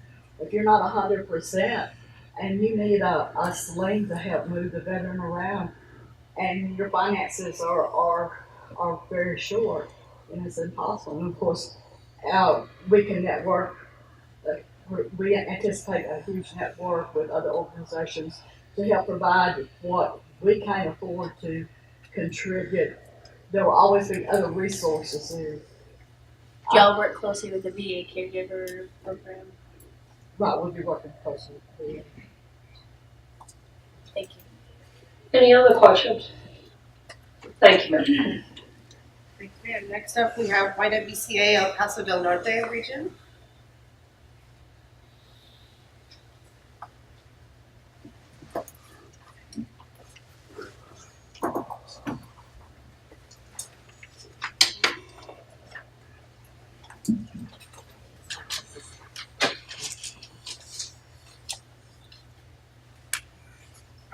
Go ahead, whenever you're Hi, ready. thank you very much for allowing us to be here. My name is Dr. Silvia Acosta. I am the CEO of the YWCA El Paso.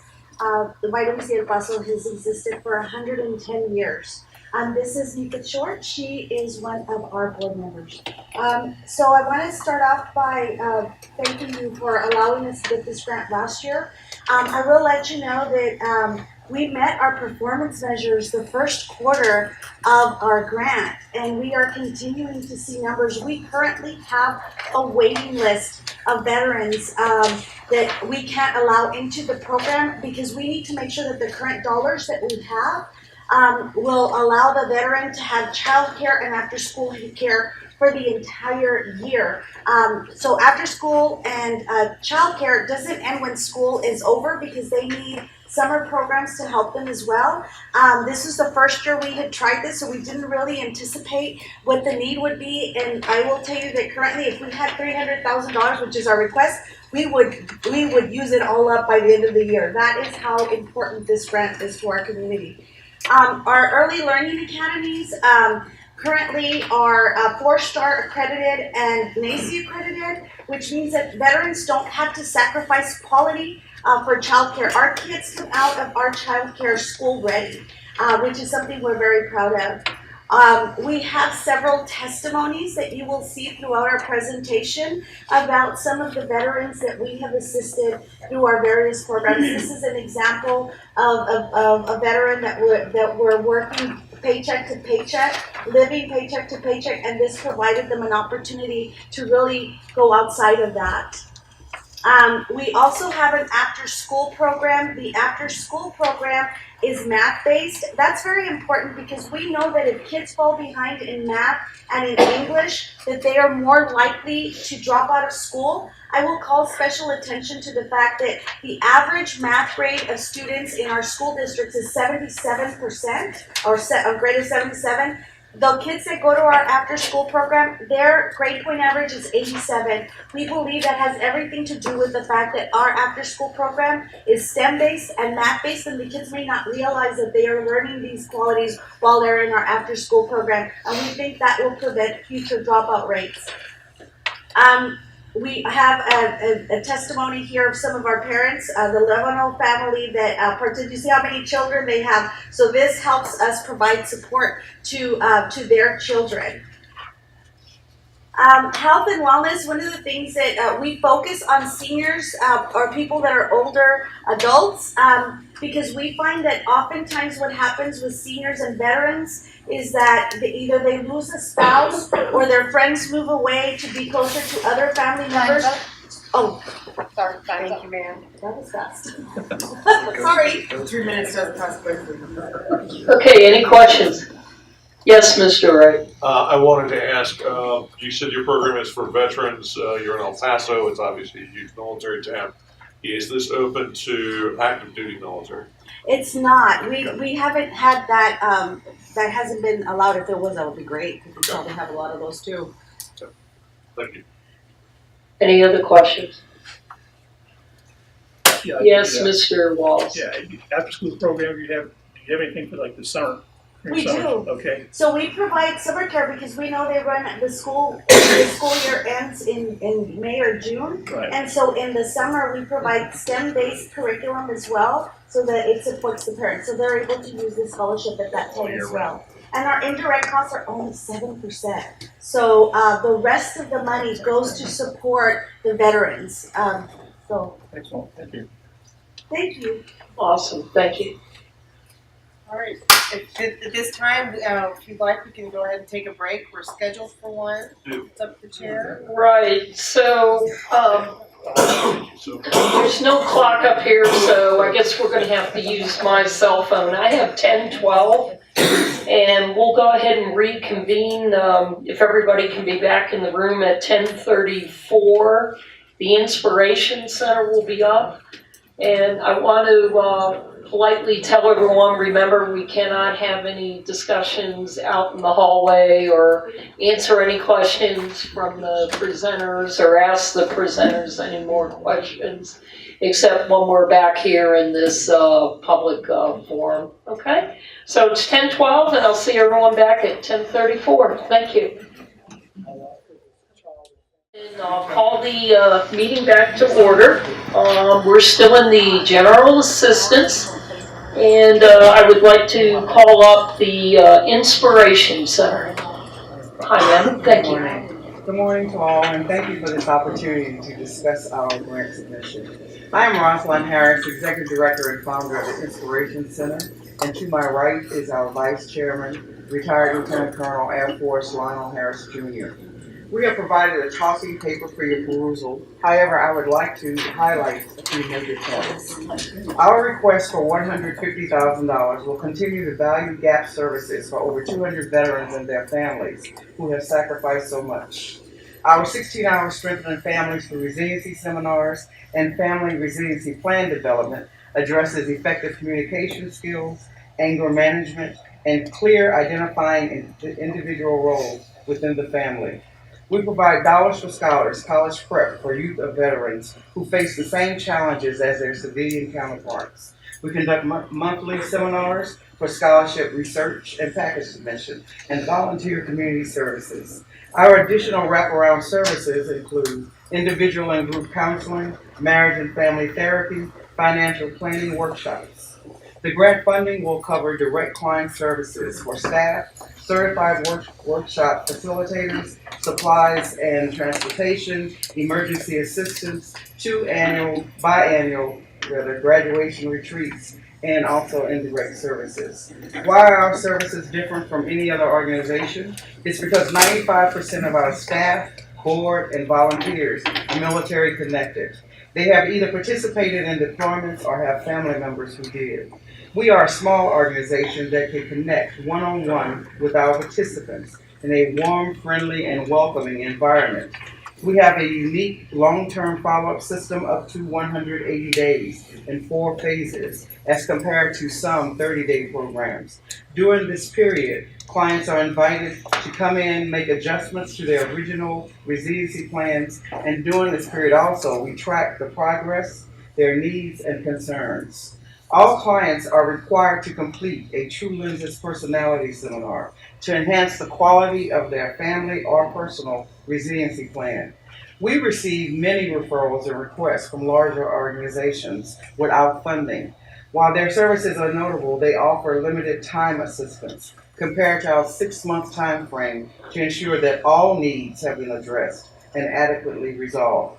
We are not a revolving door, nor are we enablers. Our limited scope of services ensure veterans and their families can create an attainable action plan that will benefit all parties in years to come and resolve their challenges to establish a new normal. Your favorable approval of our grant request will continue our commitment to serve. Thank you and be blessed. And since I have another second, I'd like to also say in the past we have served 325 veterans and their families and Strengthening Families Through Resiliency. Thank you, ma'am. Sorry. Okay, so what's your target this year? Our target? Well, we submitted, I think, for 200. However, we will exceed that because 3 years ago, when we received the TDC grants, our target was 150 veterans. We did 330. Any other questions from the Yeah, committee? what was it? Yes, Mr. Waltz. What was your target for this year? 200. 200. It's actually 300. Well, it is, but that's also with family members. The 300 would include family. Any other questions? All right, thank you, appreciate it. Thank you very much. Next up, we have Citizens Development Center, DDA Achieve.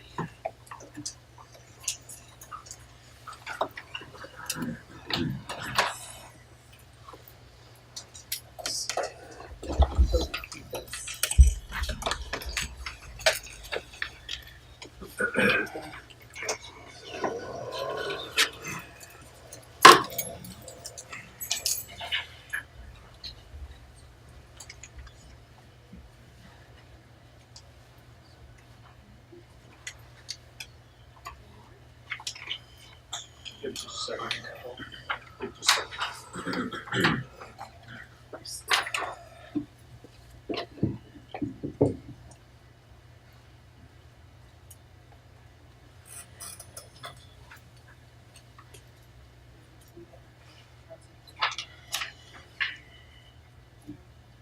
We don't have a presentation on file for you, so go ahead and start whenever you're ready. I didn't receive the file. Sure.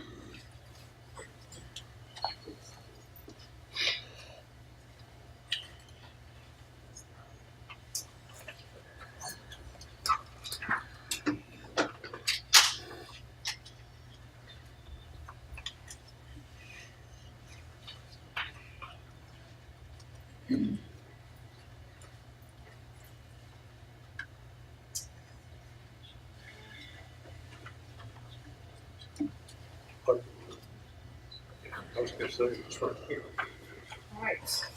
Go ahead when you're ready. Thank you, Texas Veterans Commission, for allowing us to come. I'm Tim Allen. I'm with the Citizen Development Center. DDA is Achieve. We're going for general assistance grant. Our grant request is for $200,000. We're going to serve 275 veterans with disability up in the Dallas-Fort Worth area. That'll provide us 3 full-time employees, maybe client services and job-related travel. We have a comprehensive program up there in Dallas. We do job readiness, training, job placement, ongoing job support, case management, and we do transportation. We also do have a computer lab. We do weekly support groups to go out where the vets are and meet with them and encourage them, try to get them to get a job. We do monthly bus passes, forklift training, and work equipment, which usually means boots. The community need in Dallas, there's 91,000 veterans in our service area with disabilities. Only 32% of those veterans have jobs. There's local veterans groups there that are unable to meet the need. The chief has the experience, the resources, and the reputation. Our veteran profile last 6 months, as you can see up there, 66% PTSD, substance abuse 58%, criminal history 52%. Many of them are homeless. They have poor work history, limited resources, poor interview skills, limited computer skills, and access. So we try to help them find those. How do we do that? With partnerships and collaboration. You can see we work with all the shelters in Dallas, work with the Texas workforce, Veterans Resource Center is a great referral. Impact for present grant we're in with you guys, 181 veterans we've served so far. That's within the first 6 months of the grant. We're definitely going to exceed our 225 target. We're 66 already employed full-time. We're proud of this next 2 numbers, 98% 3 months retention. So we're having a good match at finding a job and the right veteran. 2.6 months from intake to placement. And this one we're proud of, that's up from last year's $13.32 average wage per hour. Our last impact grant numbers you see far left there, you have them in front of you, 267 vets served the prior year, 254 the prior year before that, and then 107.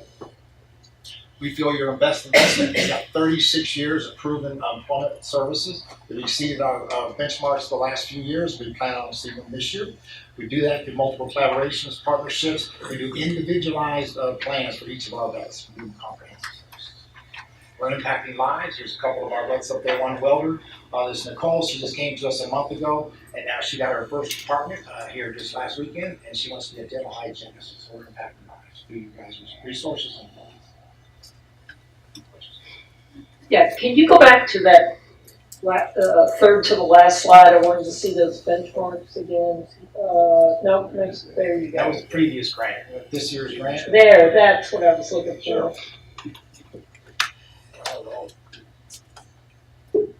Okay. Any questions from the, yes, Mr. Wright? I noticed that year over year, your monthly income is going up rather nicely. What do you attribute that to? Our monthly income? I'm sorry, the hourly wages are going up very nicely. We're trying to, we take a lot more time now. We've got better partnersps in the companies we're working with. We have a goal. We're pushing for our vets to get better pay. We also have forklift training, and we try to get them as much what's called job skills and readiness. So we have a good match. A lot of it's just good partnerships. Okay. And of course, Dallas has got a great economy. And then a follow-up question to that. I know I've seen several presentations from restaurants, restaurant groups, the hotel industry. Are you partnering with them? We just brought in a PR firm, and that's what she does. She does the marketing for all the restaurant associations. So she and I are in collaboration right now. Okay. Thank you very much. Any other questions? Thank you, sir. Thank you, sir. Next up, we have Bring Everyone in the Zone.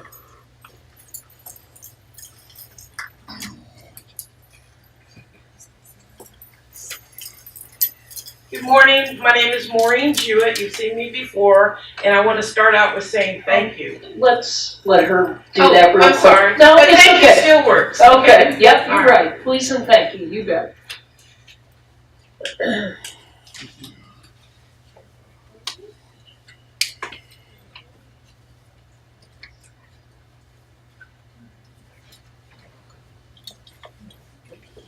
Okay, so I'd like to bring your attention to the inside flyer where it says the annual report in the middle where it has caring, and it shows that we partner with you guys, with the City of Killeen, Bell County, Hill Country Community Action. We were able to help 653 veterans, dependents, and surviving spouses with over 97,000 in basic needs assistance and a myriad of other types. Now, you gave us in that year a little over $30,000 for assistance, so we matched it 3 times.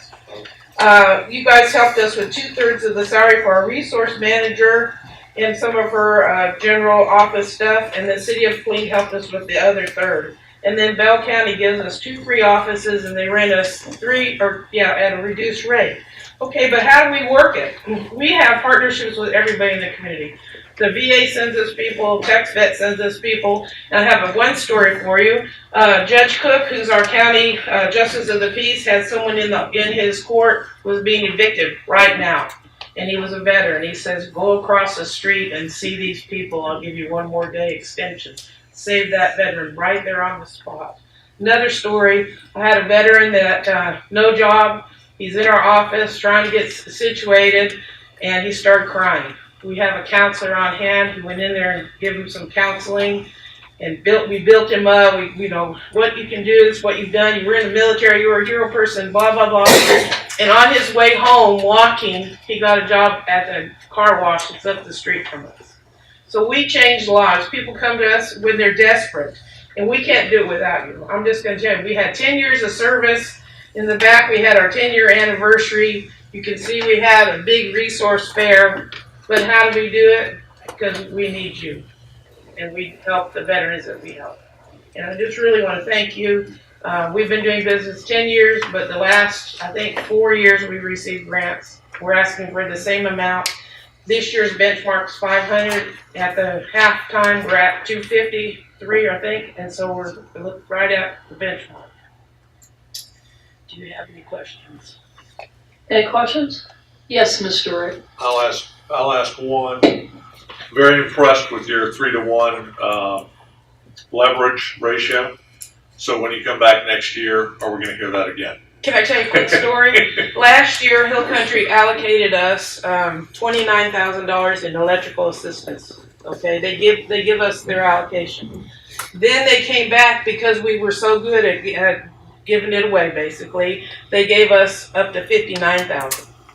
And then in December, they gave us $3,000 at the beginning of December, and at the end of December, they gave us another $3,000. We only were able to spend $2,700 because it's 2 days. So think about that big match. So this year, They, in January, instead of giving us 29,000, they gave us 50,000 off the bat. So we're already at a position of 50,000 in match just from one resource. So yes, I expect to do it, okay? Thanks for asking that question, I love you. Any other questions? Awesome, thanks, Smith. Thank you so much, God bless and take care. Thank you very much. Next up, we have Project Mend.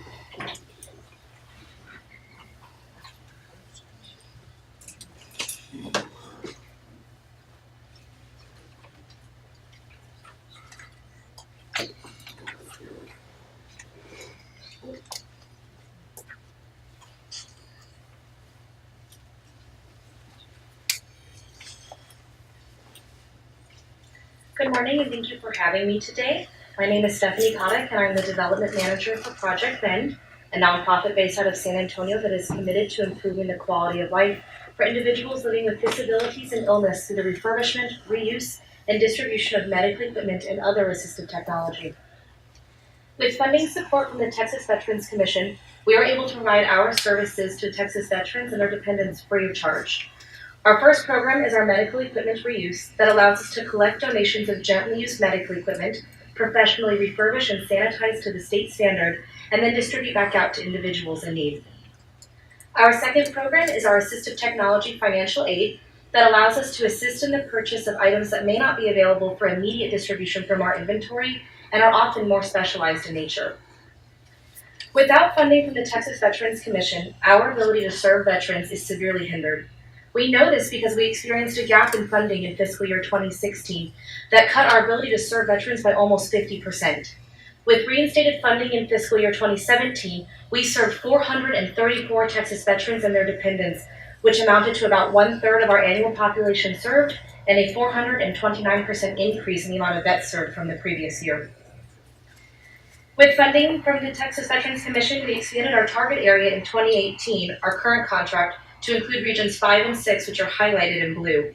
We intend to continue building strong relationships with our partner agencies in these regions to fully saturate South Texas with our services as we have with our immediate area.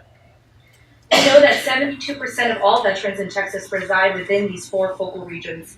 This area includes Bexar County, which houses the Department of Defense's largest hospital and only level 1 trauma center, providing healthcare support to more than 250,000 veterans.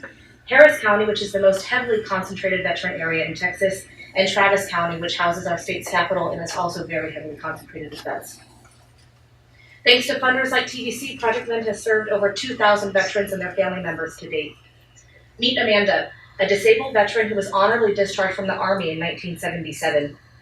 In 2018, Amanda underwent a hip replacement surgery that left her with limited mobility. After multiple attempts to obtain medical equipment were denied, Amanda reached out to Project Mend. Because of our partnership with the TVC, we were able to provide Amanda with every piece of medical equipment she needed. Amanda believes that this equipment will help her tremendously, encouraging her to be more self-sufficient and independent in her home. Project Mend is committed to improving the quality of life for individuals living with disabilities and illness through the refurbishment, reuse, and distribution of medical equipment and other assistive technology. But we can only do this with support from our partner agencies and funders like the Texas Veterans Commission. Today, I am humbly asking that you consider our request for $300,000 to invest in mobility for all veterans in need. Thank you. Any questions? Yes, Mr. Jeffers. And I guess I'm asking you to do the research, but do you know of any other nonprofit in Texas that distributes medical equipment? Distributes medical equipment. There are agencies in Texas that distribute medical equipment, but they're not licensed by the state to refurbish it in the manner that we are. So we've been around for 25 years and we are the only agency in Texas refurbishing medical equipment for distribution to the public. Okay, any other questions? Thanks, Smith. Thank you. Thank you very much. Next up, we have Hidalgo County Community Service Agency.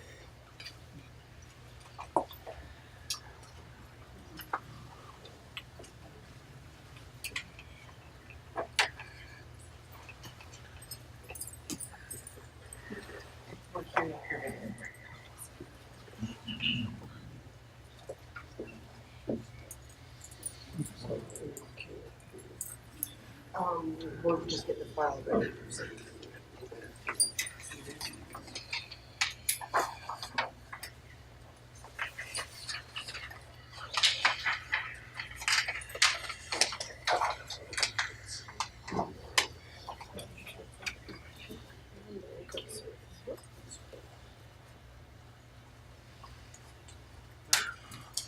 I'm going to start off and then go ahead. I'll cue you in just a second. Since 2016. All right. Good morning. My name is Jaime Longoria. I'm the Executive Director of the Hidalgo County Community Service Agency. Operation Bravo Zulu is our way of saying thank you for a job well done to veterans living in Hidalgo County that are living in poverty. And what we've done, we use this utility assistance money to get veterans in the door. Once we get them in the door, we visit with them about what other possible needs they have, and then we connect them to other services. I'm going to have a short video. Since 2016, Hidalgo County's Community Service Agency has assisted more than 900 veterans through their Operation Bravo Zulu program. There is video of this. There's a technical error right now. There are more than 22,000 veterans.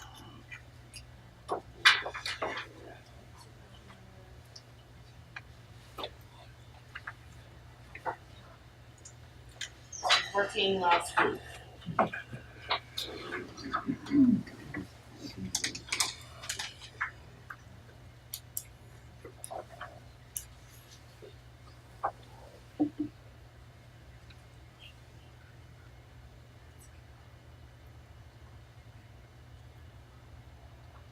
Sorry for the technical difficulties here.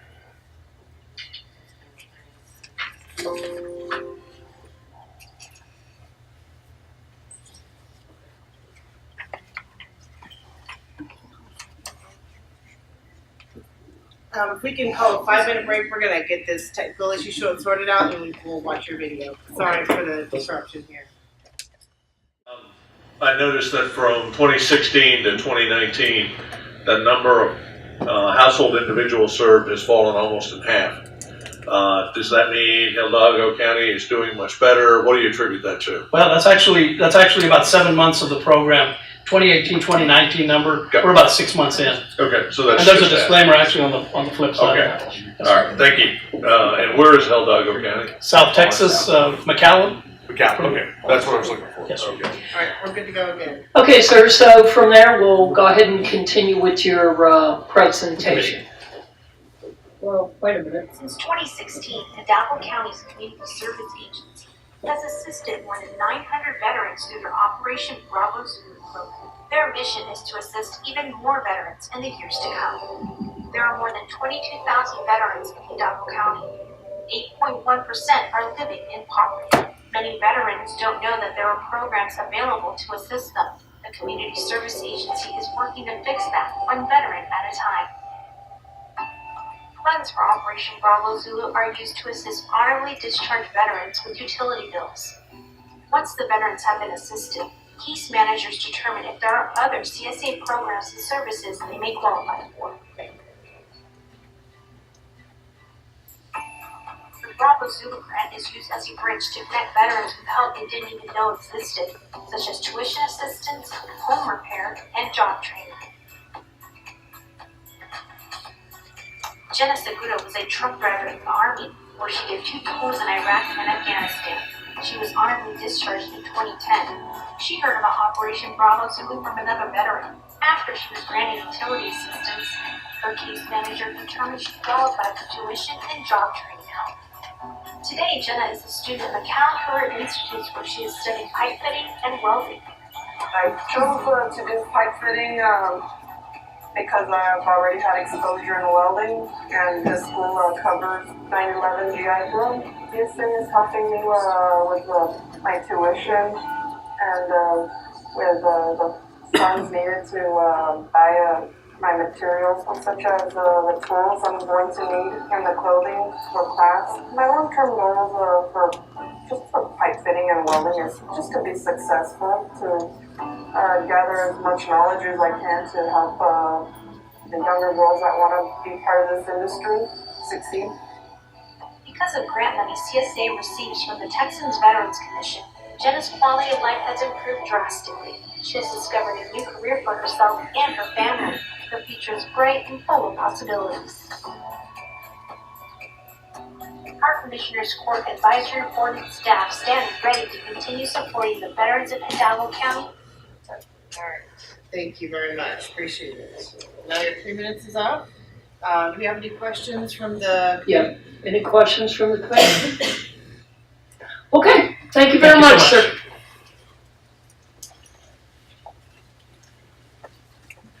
All right, next up, we have Meals on Wheels Montgomery County.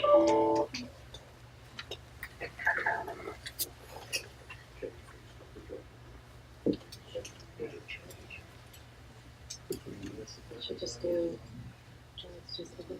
Okay, sure.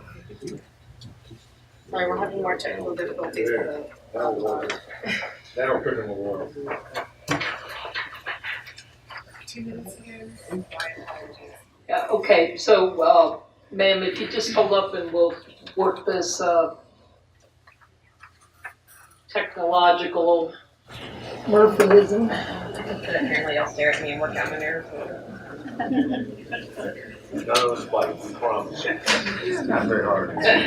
Well, I'm not so sure about Perry. Zebra toes.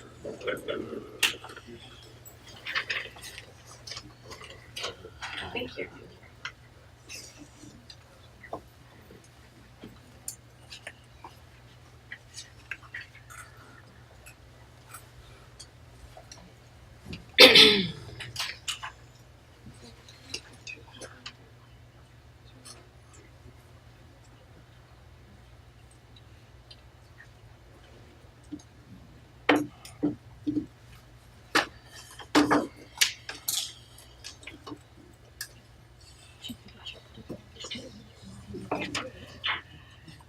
Sorry, y'all, this is again working the other day. I can always hold it up.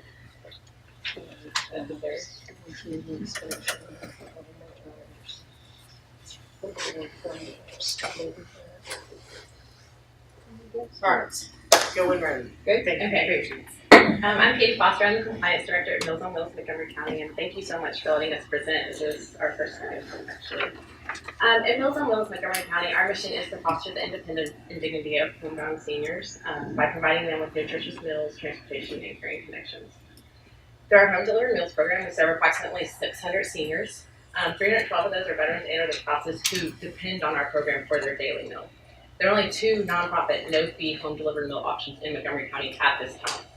Most of our seniors are below or around the poverty level, although our program is not income-based, and they just cannot afford the for-fee options in Montgomery County. Fred and Lois are on our home delivered meal program. They've been married for 67 years. Both are homebound, and he is her full-time caregiver. He was a U.S. Marine. He enlisted in 1949, and each of them receive a hot meal each weekday. And here's what Fred had to say about the program. My wife slipped and fell and broke her hip in 2 places last year. After her hospital stay, miraculously, meals started to be delivered and have been a tremendous help. The volunteers are always cheerful. We love the friendships and conversation, and of course, the freshly prepared food. The smiles and fresh faces cheer us up daily, and we are thankful for Meals on Wheels in Montgomery County.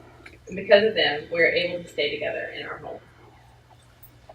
Our Senior Rise program is a no-fee, curb-to-curb transportation program that uses ADA-compliant buses and paid drivers to reach urban and rural seniors and disabled in areas where they either cannot get to a bus stop or they just have no means of transportation.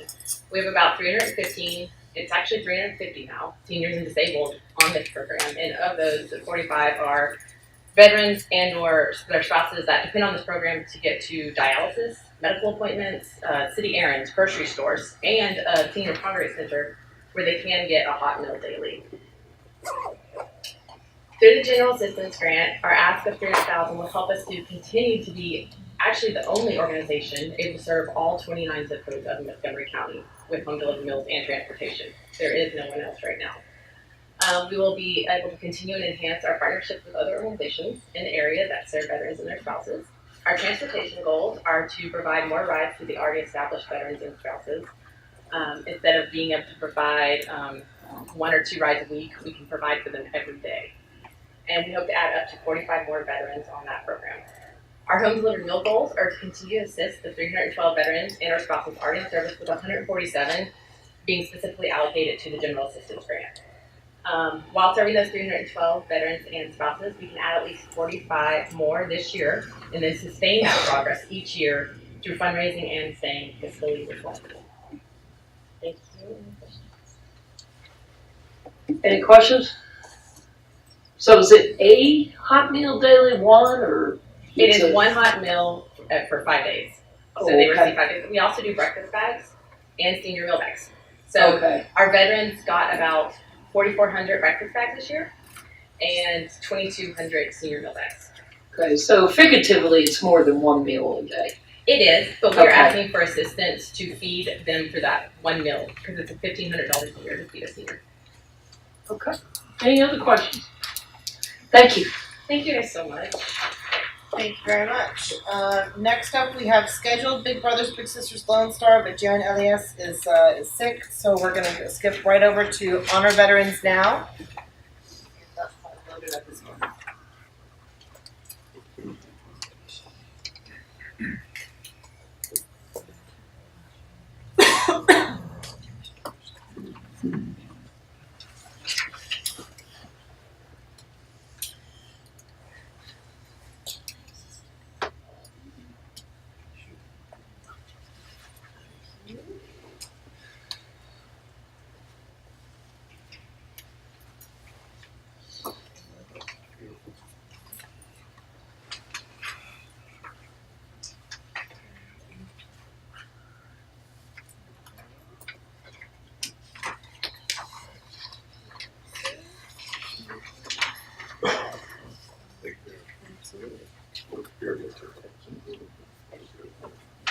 Go ahead when you're ready. Okay, good morning and thank you for having us present. I'm Melanie Yonke and this is Mike Hagel. We're with Honor Veterans Now, Meals for Vets program.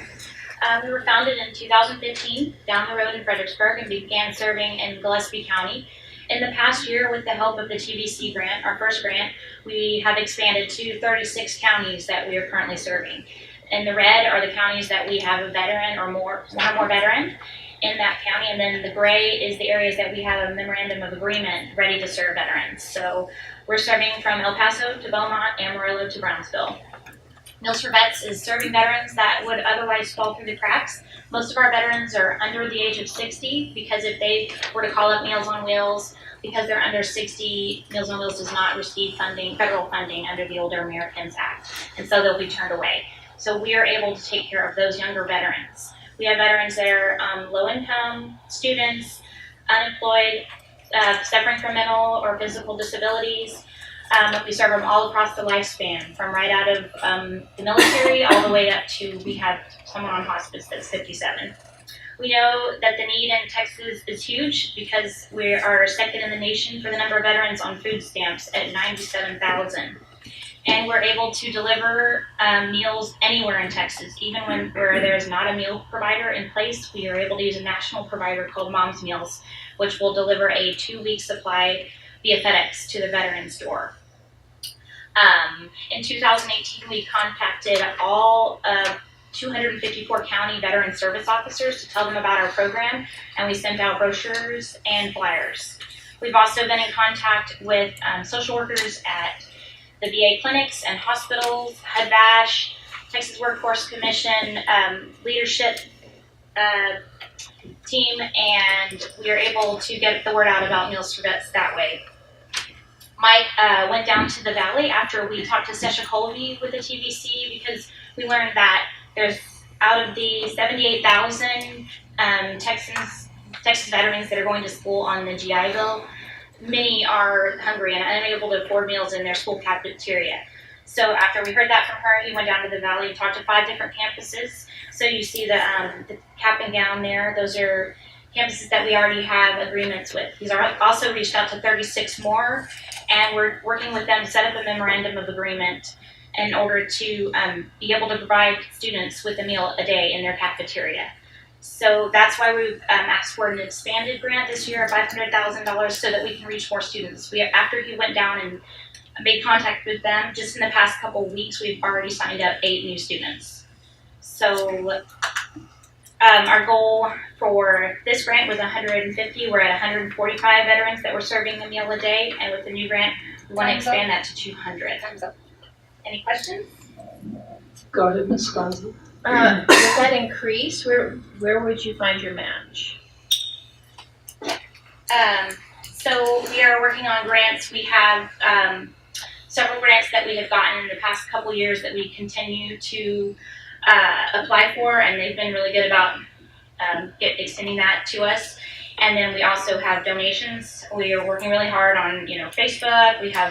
We're at the Big Give. We're reaching out through several different ways locally and researching more grant opportunities. We feel like with the students as well, education is another opportunity, not just veterans. So that will help us get more money from foundations. So do you have the match now, or are you still working on the match? We're still working on that. So if I were to ask what you have now, what match would you have available now? So our founder has contributed most of the money that we have now.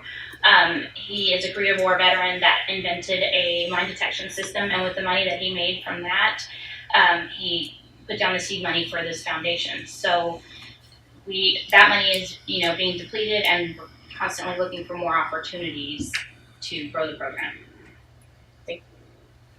Mr. Jeffers. I guess two related questions. Do you offer any other services?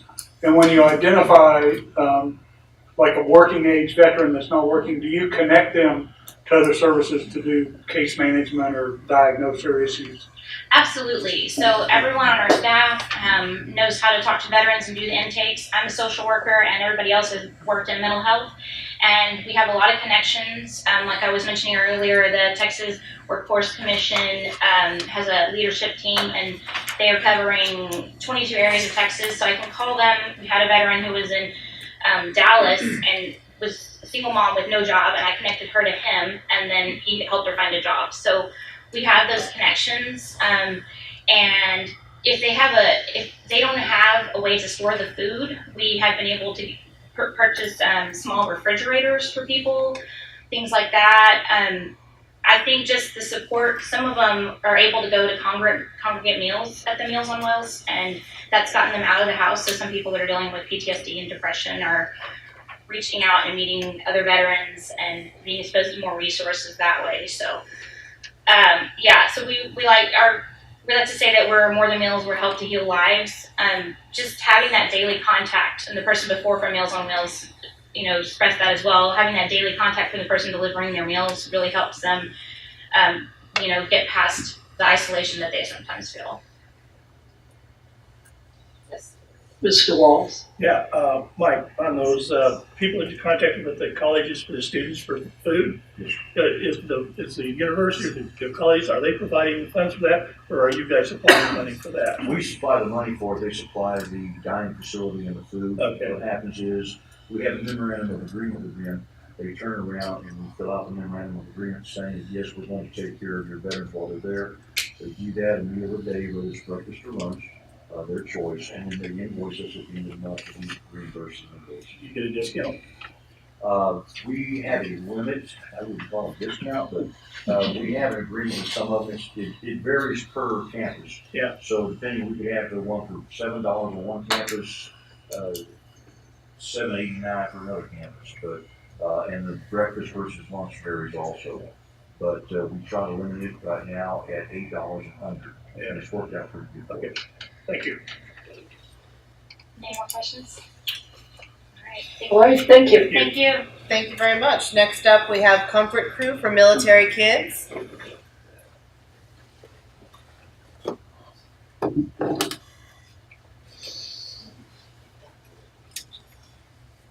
We've got your image that we're putting up.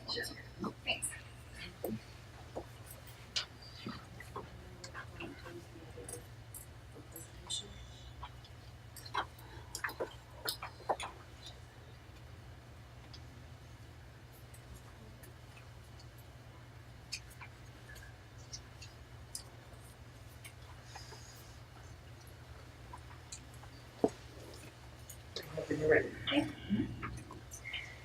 Hi, thank you for your time today. My name is Angela Sallier with Comfort Crew for Military Kids. And this is actually my first time in front of you, but it is the Comfort Crew's third time in asking for assistance. So the Comfort Crew is a 501c3 based here in Austin, Texas, and we create programs and resources to help military kids and their families with specific transitions. We've had a very unique opportunity the last 8 or 9 years with one of our programs that has sent us into schools on and off bases all over the world.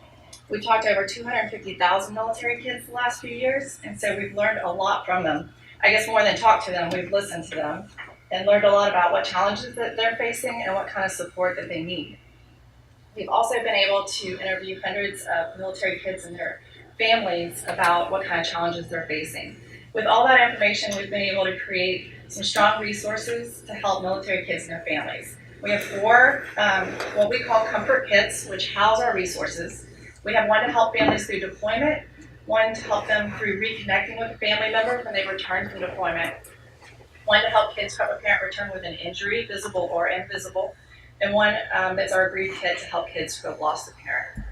All of these resources are really designed to help increase communication within the whole family, to be able to help military kids, just provide them with strategies on how to understand, manage, and express their feelings, and then really how to just ask for help when they need it.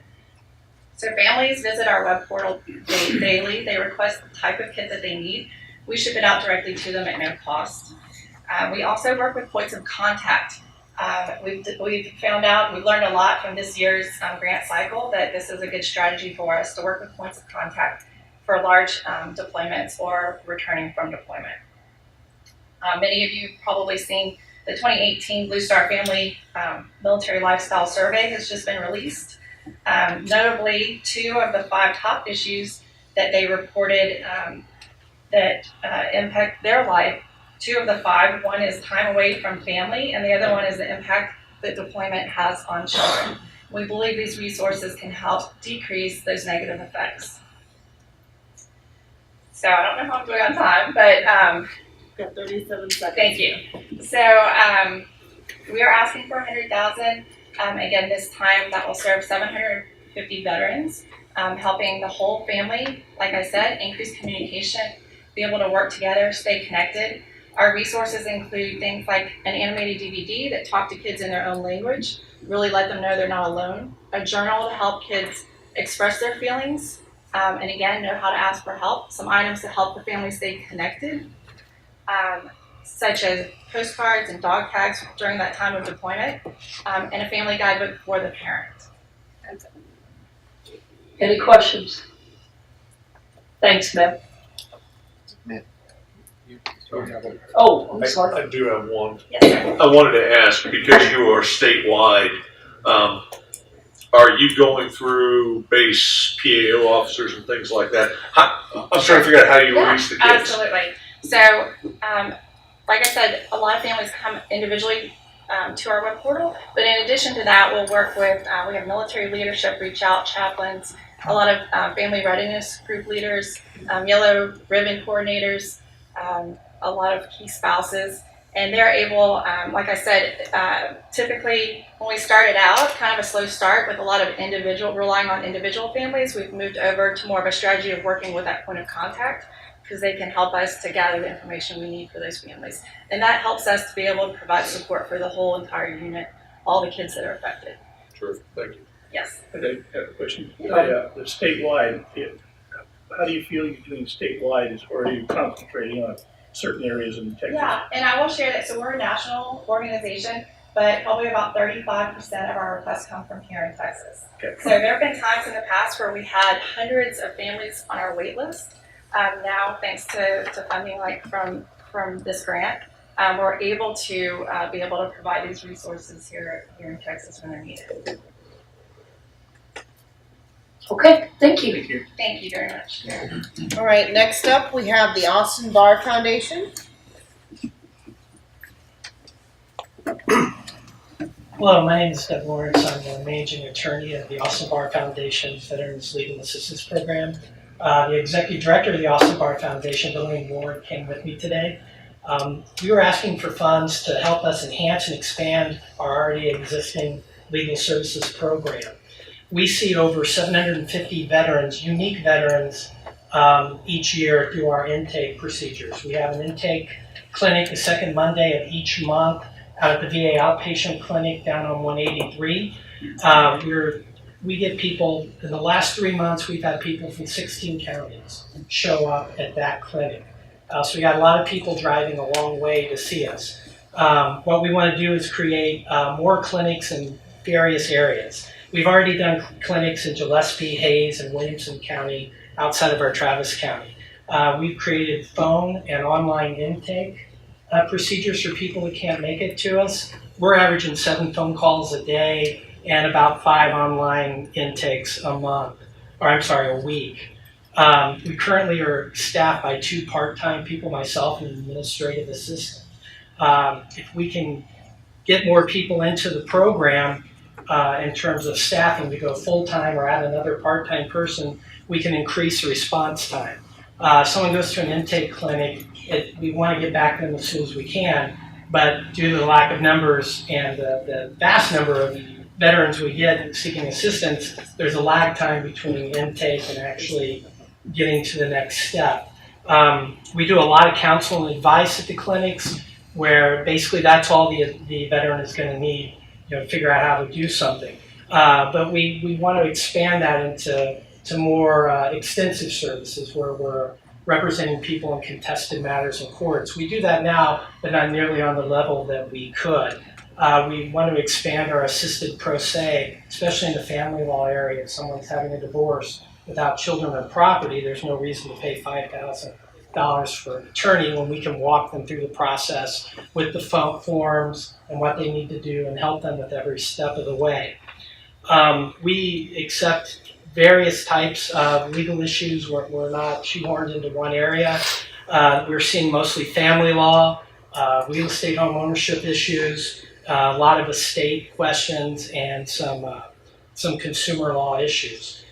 We've expanded our programs to give second line advice to people. Like they come to the clinic, they have an employment law issue. We have several employment law attorneys who have agreed to volunteer to do 30-minute free consults. Beyond that, several of those have turned into legal relationships where the attorney takes the case.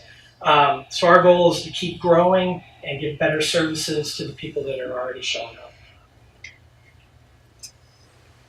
Any questions? Okay, thank you, sir. Thank you. Thank you very much. Next up, we have Communities and Schools of Greater Central Texas. And we're queuing up your video now as well. Wonderful, thank you. Do we start now or when we got a thumbs up on the video? If you, I'll say a few quick introductions. if you want to go ahead and start now, and then if we have to pause to get technical difficulty sorted out, over that then. Well, good morning, committee. I appreciate it very much, this opportunity. I'm Michael DeWeese, Director of Communities and Schools in Greater Central Texas. 2 gentlemen with me are 2 of my site coordinators, Mr. Kevin Moody, Mr. Harold Caldwell, both of them site coordinators funded through this grant. We have 11 other site coordinators funded through this grant as well. And I'll go ahead and let the video start.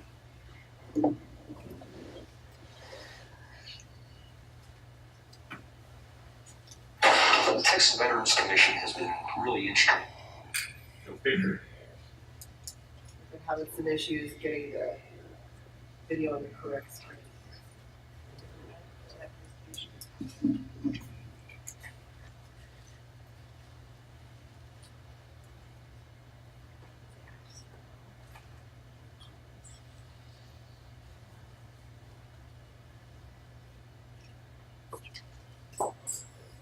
And supporting the community.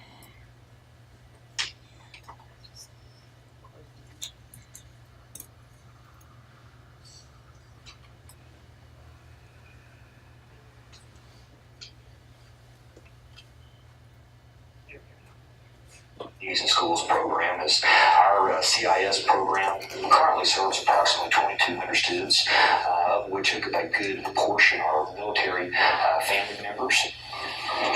If CIS weren't around, it would be a detriment to Montague as well as Clean ISD and all the schools that they service. It's very, very helpful for military families that move in and out of the district to get connected. It's a safe place to be. No trenches here. CIS was able to step in when my husband was deployed with my son because he's a very shy child. He doesn't really like talking a lot, and he's very closed in. So CIS helped my son tremendously open up as far as track goes. He was able to meet more friends and get a little open with the kids and the extra activities that CIS provides. Guys, makes a huge difference to us military folks. Just allowing us to be able to do our jobs and not worry about what's going on with our kids. Communities in Schools is a great resource for our campus. I see that they work not only with the students, they work with parents, they work with my faculty and my staff, but they provide this extra resource, this place for kids that they can go where they can receive extra support, whether it's academic, whether it's behavioral, whether it's just a place to hang out. Having an organization like CIS is critical for us because it gives us an option to go, okay, you're having a bad day, you're not going to function in class today, so, why don't you get out and talk to CIS and find out what's going on and see how they can help you and get you back ready to come back to class, because that's what we need.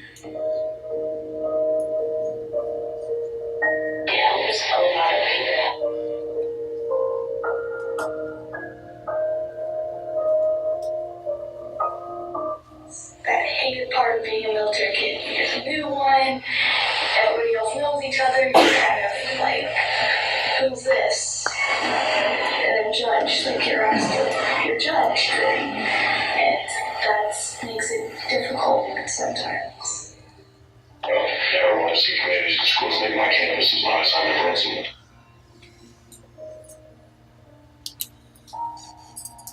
Okay. And again, we're asking, as in the past, $300,000 to help fund 13 site coordinators on 12 campuses to provide those dropout prevention services to at-risk military youth. Time's up. Any questions? Any questions from the committee?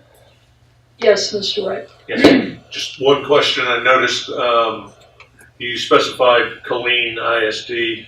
Do you work exclusively there or work with other school districts? Well, with regard to this grant, which we call Project MAP, Military Assistance Program, we have 10 staff in Killeen, 3 in neighboring Coppers Cove.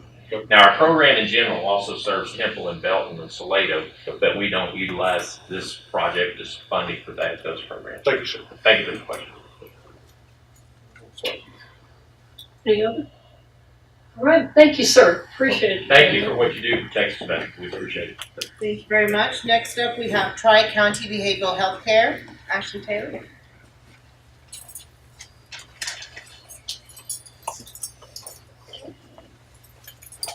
We are getting, do you have a presentation, I believe? Yes, ma'am. Yes. Hello, good morning.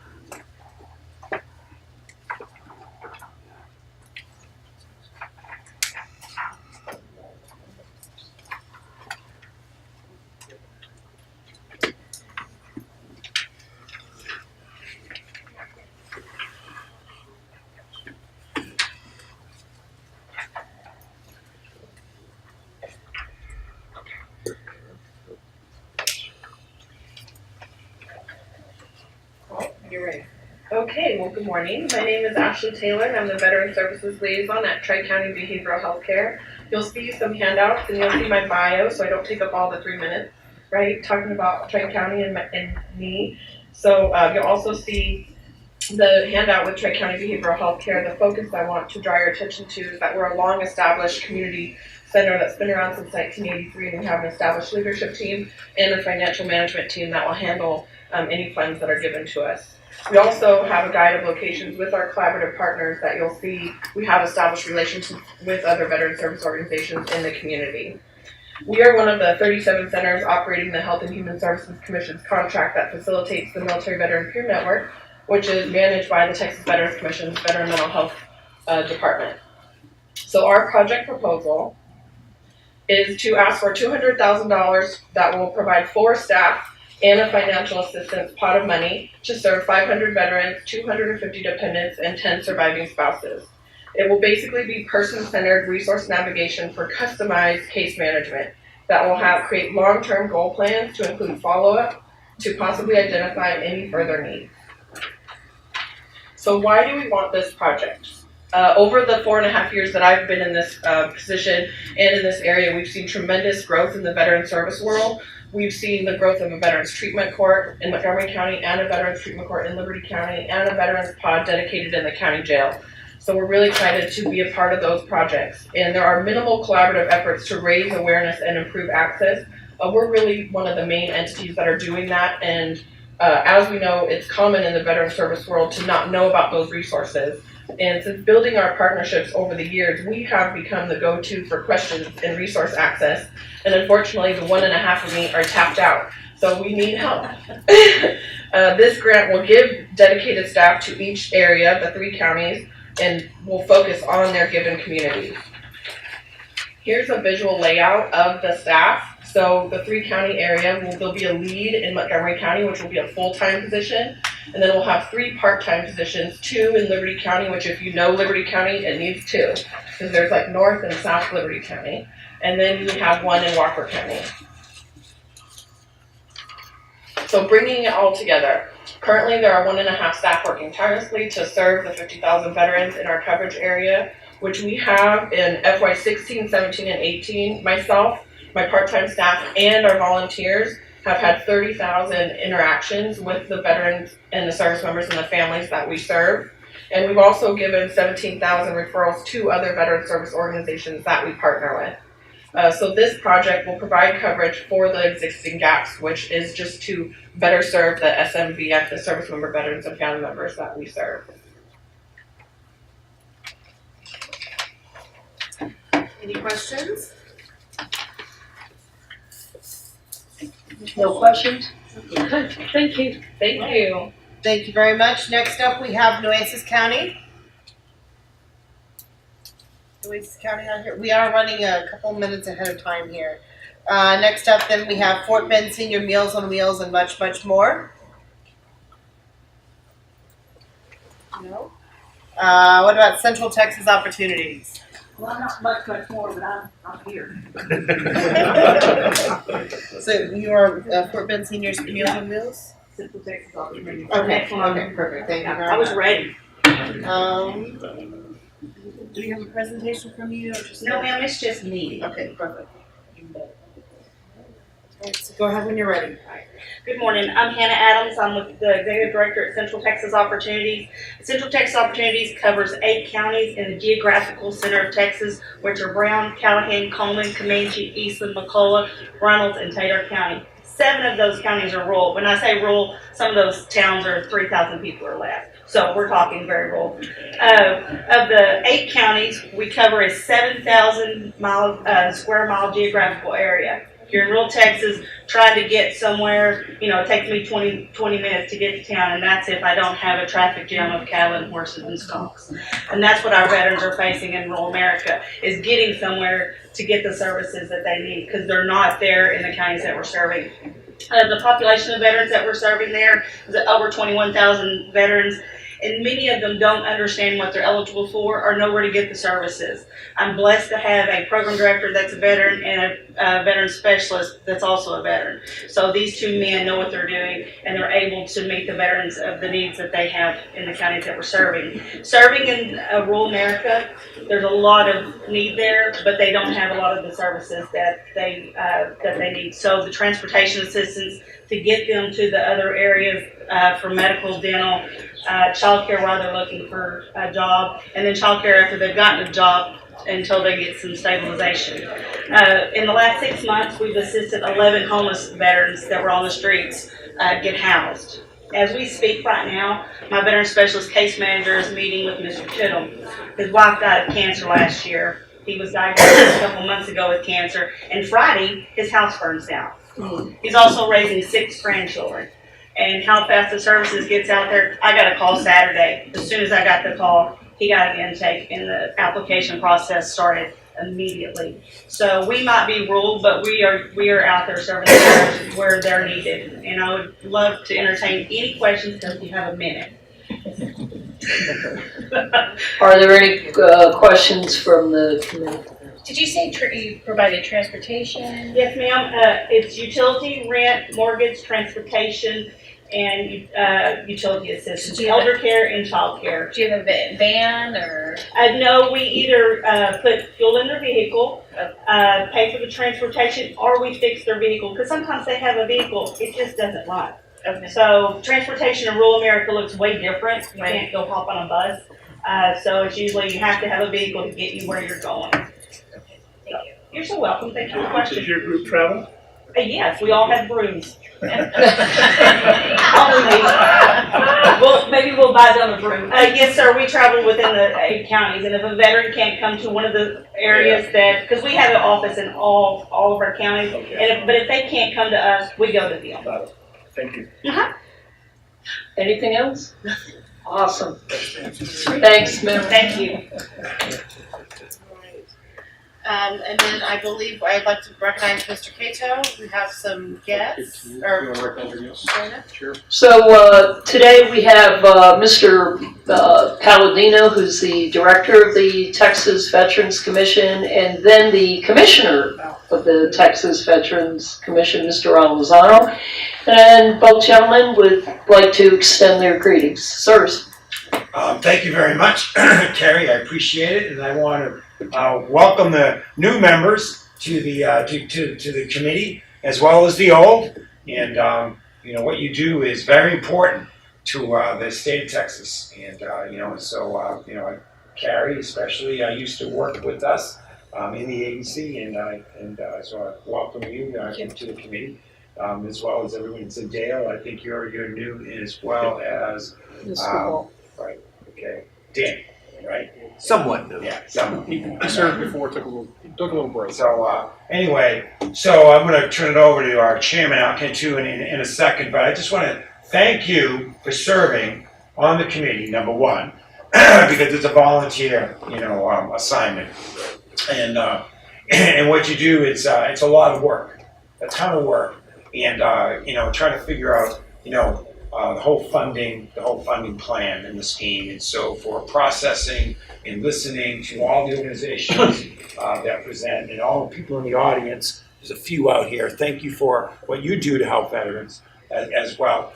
And so you know, it's a lot of work, and you know, you have to go through all the documentation, and it takes a long time, and you do the best you can in order to provide the best services or funding to the organizations who can provide services to the veterans and their families across Texas. And it isn't easy, because there's never enough money for all the applicants.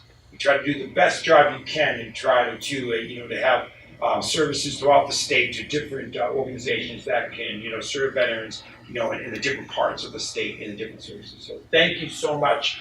And I would like to turn it over to our chairman of the commission, Al Cantu, who's been our commissioner for well over 10 years. Yep. They keep recycling music. Listen, Dito, hi, Terry. Dito on what Mr. Palladino said, and since 2009, November the 11th, we gave away the first grant for $1 million. And we had 6 or 7 applicants. One grant, $1 million. Texas VFW, Veterans Forum, got the very first grant. But now look how it's grown. Look how many applicants we get on an annual basis, you know. It's a tremendous number, which is good because it gets the money out into the community, and that's what we want. We don't want it in the bank. And we know that sometimes the pot goes high, sometimes goes low, depends on sales. And that's why we encourage everyone to please tell your friends and neighbors and others that, you know, they'll purchase veterans ticket, because it really helps our veterans. The words that we get out in the community when we travel is a tremendous impact that you've made on the quality of life of our veterans, their spouses, and survivors who have been able to receive grants. So that it makes a big difference to them. And the grant varies because whoever we visit, you know, they either limit their one-time grant to an individual by maybe $1,200, $1,500, $2,000. So we leave that up to them. But it really has made an impact. And I know it takes a lot of work, as Mr. Palladino said, coming up here and, you know, and doing this, and we appreciate that very much. And to the individuals that are in the audience, again, we thank you all, because people like you, that agencies like you, that come out and request a grant and, you know, use it to support our veterans and you know, their spouses and survivors, and that's very much appreciated, because sometimes that little transportation, that little amount to pay the light bill or to make a car payment or buy clothing for the children as they get ready to go back to school or college or whatever, really helps. It may some may say, well, it's a small amount, yeah, but sometimes a small amount comes in awful handy. So again, on behalf of the Texas Veterans Commission, the other commissioners, we'd like to thank all of you for what you do, and we ask that you keep doing it. And Carrie, thank you so very much, and Charles for allowing us the opportunity to come and say a few words. Thank you. Thank you very much. Thank you, gentlemen. All right, let's see if we've got our next two presenters here. Nueces County. Nueces County here? No? Fort Bend Seniors Meals on Wheels and much, much more? No? In that case, Texas National Guard Family Support Foundation, you are up next. Thank you. Well, good morning. My name is Ray Zender. I'm with the Texas National Guard Family Support Foundation. We serve the forgotten folks that often you don't get to talk about, and that's the Texas National Guard. When the Guard is mobilized, we're the ones that go out to meet all of the demands whenever there's a hurricane, whenever there are other natural disasters. Those folks are not on active duty. Those folks have to be under state control. And so your National Guard, unless it is mobilized for deployment overseas, never serves as, quote, active duty. So over the years, many of the programs that were offered by many of the people that are speaking to you, they limit their support to those who have served on active duty. And so we have probably 40% of the Guard, or more than that now, probably 55 to 60%, that has never served on active duty for the amount of time required to be noted as active duty. So we were fortunate this past year to receive the Housing for Texas Heroes grant, but in previous years we received up to $500,000 for this grant. We received nothing last year, and it hit us like a brick because many of the people are ineligible to go elsewhere to get funding. We're coming back to you this year and asking, could we please have $300,000? And we even are trying to reduce the amount that we're asking for in the Housing for Texas Heroes so that it's a balanced amount, and it's an amount that we feel that we can handle. Just a little bit on the Guard. With the grant that we've had now, over 25% are females. These are females that, and of those, 90% have a family. They're a single parent. So we've done a pretty good job of reaching in and touching the folks who are probably the neediest inside the Guard. The program that we do here is assisting primarily with housing, also with utilities, and also some with vehicle repair as may be needed. Again, it's a short-term assistance, it's not long-term, and we're able to, we actually have a panel of 3 people that vote. They all served in the Guard. 2 of them were colonels in the Guard. 1 of them was a senior warrant officer in the Guard. Time's up. So we think we do a good job to reach them. Okay, any questions? All right, thank you, sir. Thank you, and thank you for taking me early, and thank you for your service.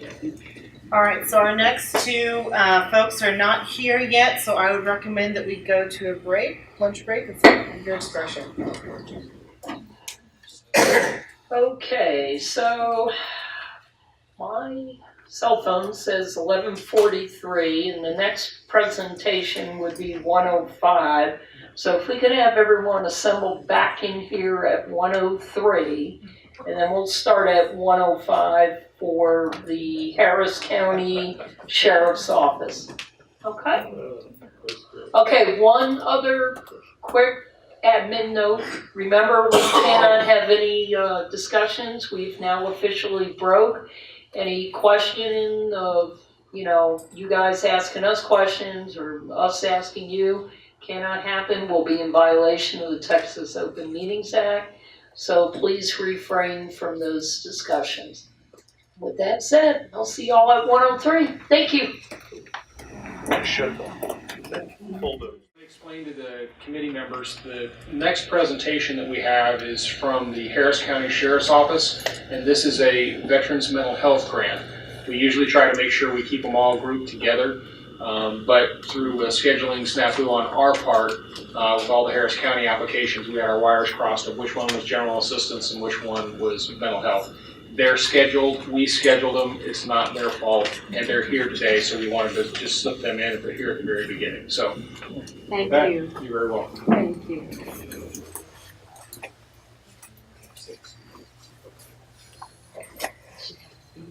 Good afternoon.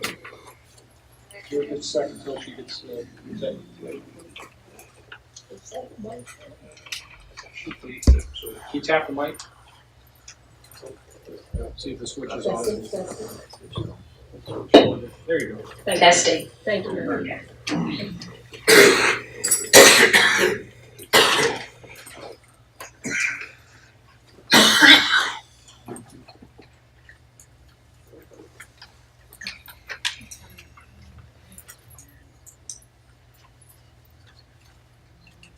It is queued up and should be in theory. There we go.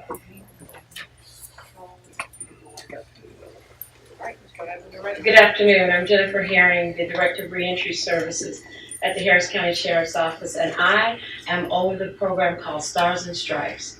And we're a reentry program that services male veterans inside the Harris County Jail. Our key is to connect, collaborate, and build a continuum with our community partners. We want to transition these veterans back into their community better than they were before. We provide a 90-day strength-based program designed to reduce recidivism. I have left our stats for you, should be on the first page to the left. Increased public safety. We have gotten many veterans off of the street and provided them housing, and assist inmates in becoming healthy, productive members of society using a holistic systems approach to transition. Stars and Stripes.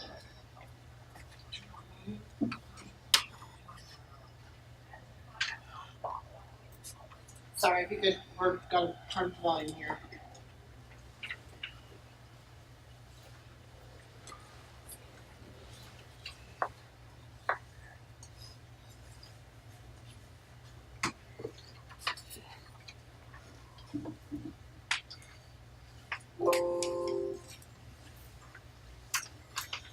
It's been set up to help veterans who are struggling with personal demons right here in our own community. Vets who find themselves locked up or even homeless because they aren't getting the help they need. Fox 26's Isaiah Carey is live in the newsroom tonight with a Factor Uncensored. That's Isaiah's unvarnished look at a hot topic in our community. Isaiah. Well, guys, we're quick to throw a parade and celebrate the returning troops, but once the parade is over, those veterans, in some cases, are totally forgotten about, left to suffer in a country that proclaims we don't leave one man or woman behind. But we're doing just that. We're leaving a part of them behind on the battlefields of Afghanistan and Iraq. And what returns? In some instances, we found that behind bars. These aren't your average inmates of the Harris County Jail. They could also be called American heroes doing time. The voices, the screams, it's hard to explain because at times I still hear them. Unfortunately, there were also body parts that we had to retrieve. Victor Hammonds and Brian Falk are U.S. veterans who found themselves struggling with nightmares and cold sweats.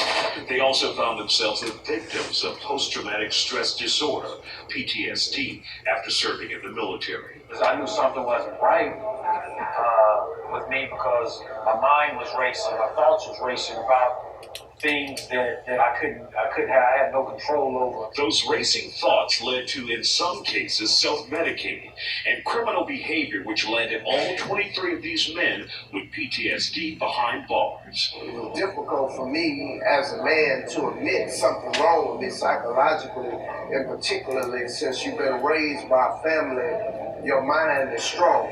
But these men, like so many men and women who fought for our country, were eventually dumped back into society without the tools they need to survive with PTSD, who eventually told them. Thank you very much. Thank you. Questions? Any questions? Okay, thank you. Go, I Mr. guess I do have one. I think this is the first time we've seen y'all. How do you work with your Harris County Veteran Service Office? Or do you work with them at all? We don't work directly with the Veteran Service Office. We work through specific agencies that actually come into the jail and assist the veterans through programming. Combined Arms happens to be probably our point of contact with most of our vet agencies. I don't know if you all are familiar in Houston with Combined Arms and how they work. So we work with the Mental Health Association through them. We work with Meadows through them. We also work with the VA as well through them, and US Vets. Thanks. Great, thank you very much. Okay, thank you. Thank you. Next up, we have Legal Aid of Northwest Texas. Put your handouts.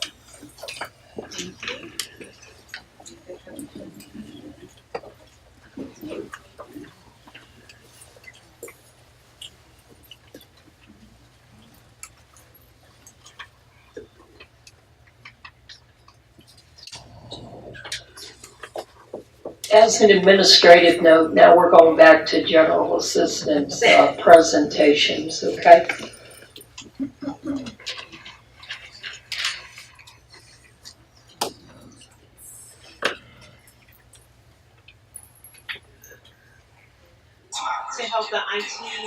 To help the IT person, as soon as I say I'll introduce Mr. Washington, then you can play the video. All right, so there you go. Go ahead. Sorry about that. Hi, my name is Maria Thomas Jones. I'm the CEO of Legal Aid of Northwest Texas, and with me is Sam Prince, our Director of Development. Legal Aid provides a broad range of civil legal services to veterans and their dependents, often with life-changing, life-altering, positive impact. And now you can show the video. I'll introduce you to Mr. Washington.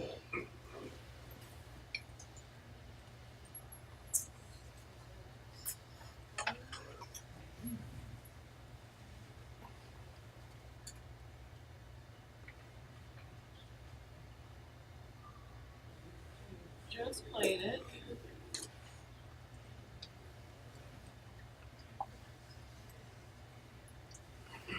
There is no sound. Had my mother's maiden name on it, and first name was misspelled, so I had to get everything renamed to the judge. And I wasn't able to hire an attorney just getting out of prison, and so that was a lot of help, to be able to find somebody that would do that for you, because I wasn't able to afford it. I had been trying to get it changed for so many years, and when I went to Legal Aid, they said that they could help me, and they did, and everything was successful, and I really appreciate everything that they did for me, because without them, I wouldn't have been able to get it done. And able to get all of my benefits and everything, I had to have it go through Legal Aid and everything to get that. That was really helpful for me.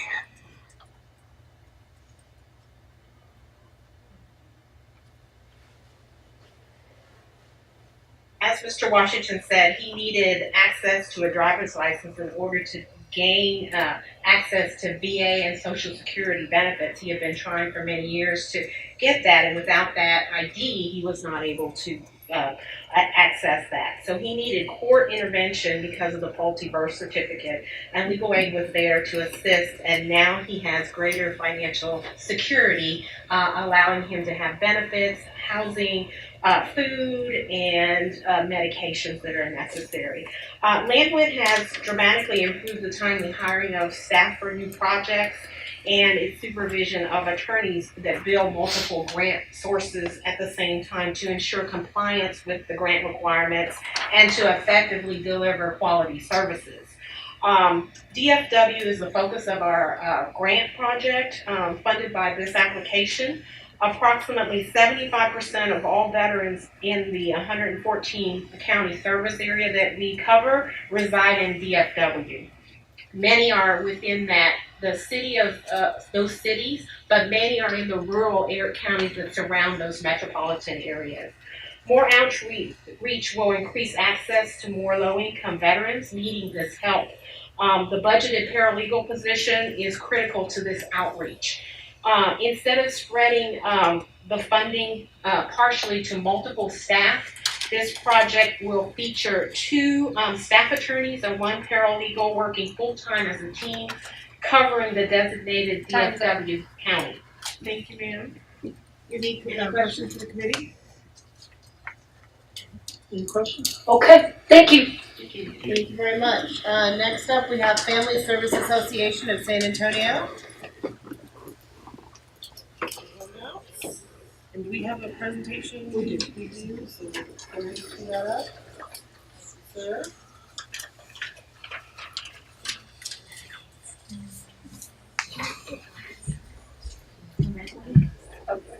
Thank you.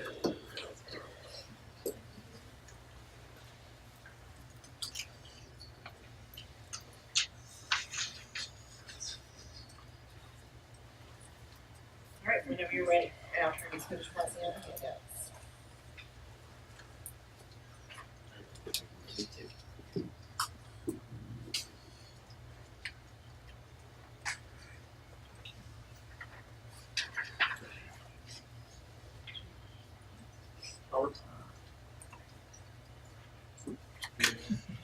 It's okay.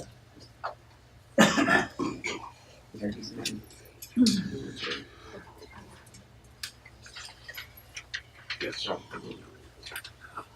Yes, sir. I'm a bad person.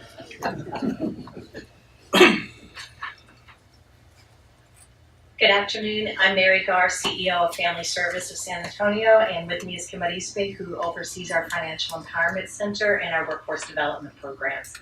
Our mission is to empower individuals, transform families in Bexar County and 12 other counties around Texas. We've been in place since 1903, providing services to address the social determinants of health, but through a trauma-informed care lens.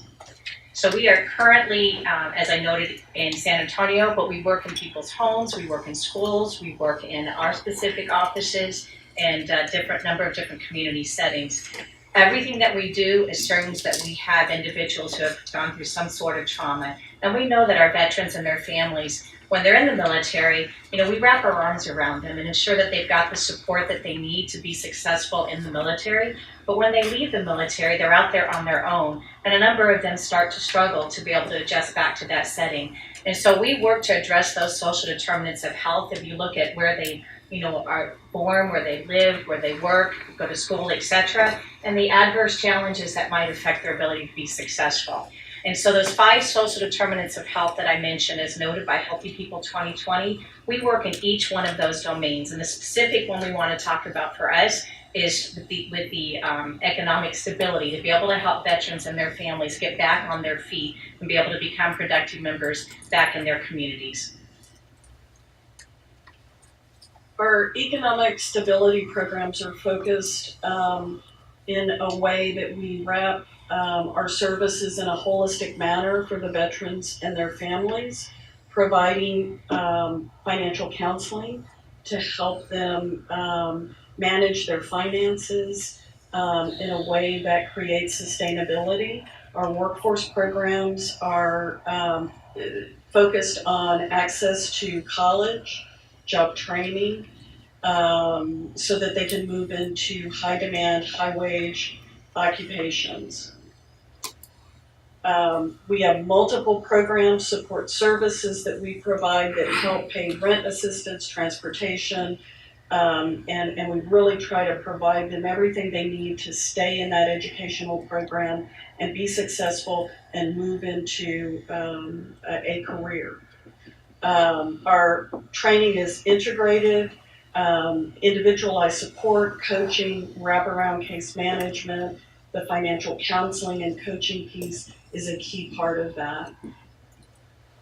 These are all of the services that are under the umbrella of Family Service. So you can see we connect our families in multiple ways, including the economic development focus, behavioral health, parent engagement, lots of different ways. Time's up. Any questions? Yes, Mr. White? Would like to ask, in the numbers that you've shown us, how many veterans have you served? In our economic stability program, we currently have some difficulty tracking that piece. In our military veterans program, we're working with about 150, providing them respite and other supportive services. But in addition to that, as Kim noted, that we provide services. When a client comes in for one service, we know they have multiple challenges. So we can wrap them into any of our other programs. So we can support, we have supported and do support a number of veterans. We're working to do a better job of collecting it, but it could be with our Head Start for our families with young children. It could be financial services. It could be our behavioral counseling, etc. Any other questions? Thank you. All right, thank you very much. Next up, we have Goodwill Industries of South Texas. Do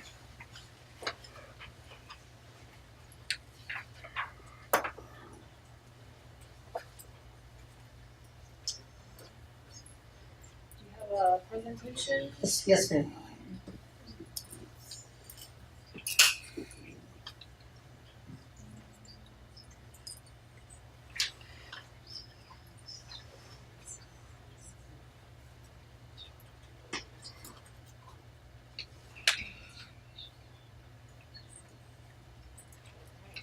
No handouts? No, ma'am. Go ahead when you're ready. Okay, good afternoon. My name is Rachel Loretta. I am the Vice President of Mission Services for Goodwill Industries in Corpus Christi. And we're on our third year of providing employment services to veterans in the Corpus Christi area funded through the Texas Veterans Commission. The goal is to serve 150 veterans, to place 65% into employment and 70% retain employment for up to 90 days. The services we provide are case management. We have a paid work experience program, which is ideal for veterans with multiple barriers. For example, we serve veterans who are ex-offenders, and they have the difficulty, of course, finding employment, not only because of the offense, but because there's a gap in work experience or work. So putting them through the work experience, they're able to put that as their last employment in a resume and enhances their opportunity to find a job.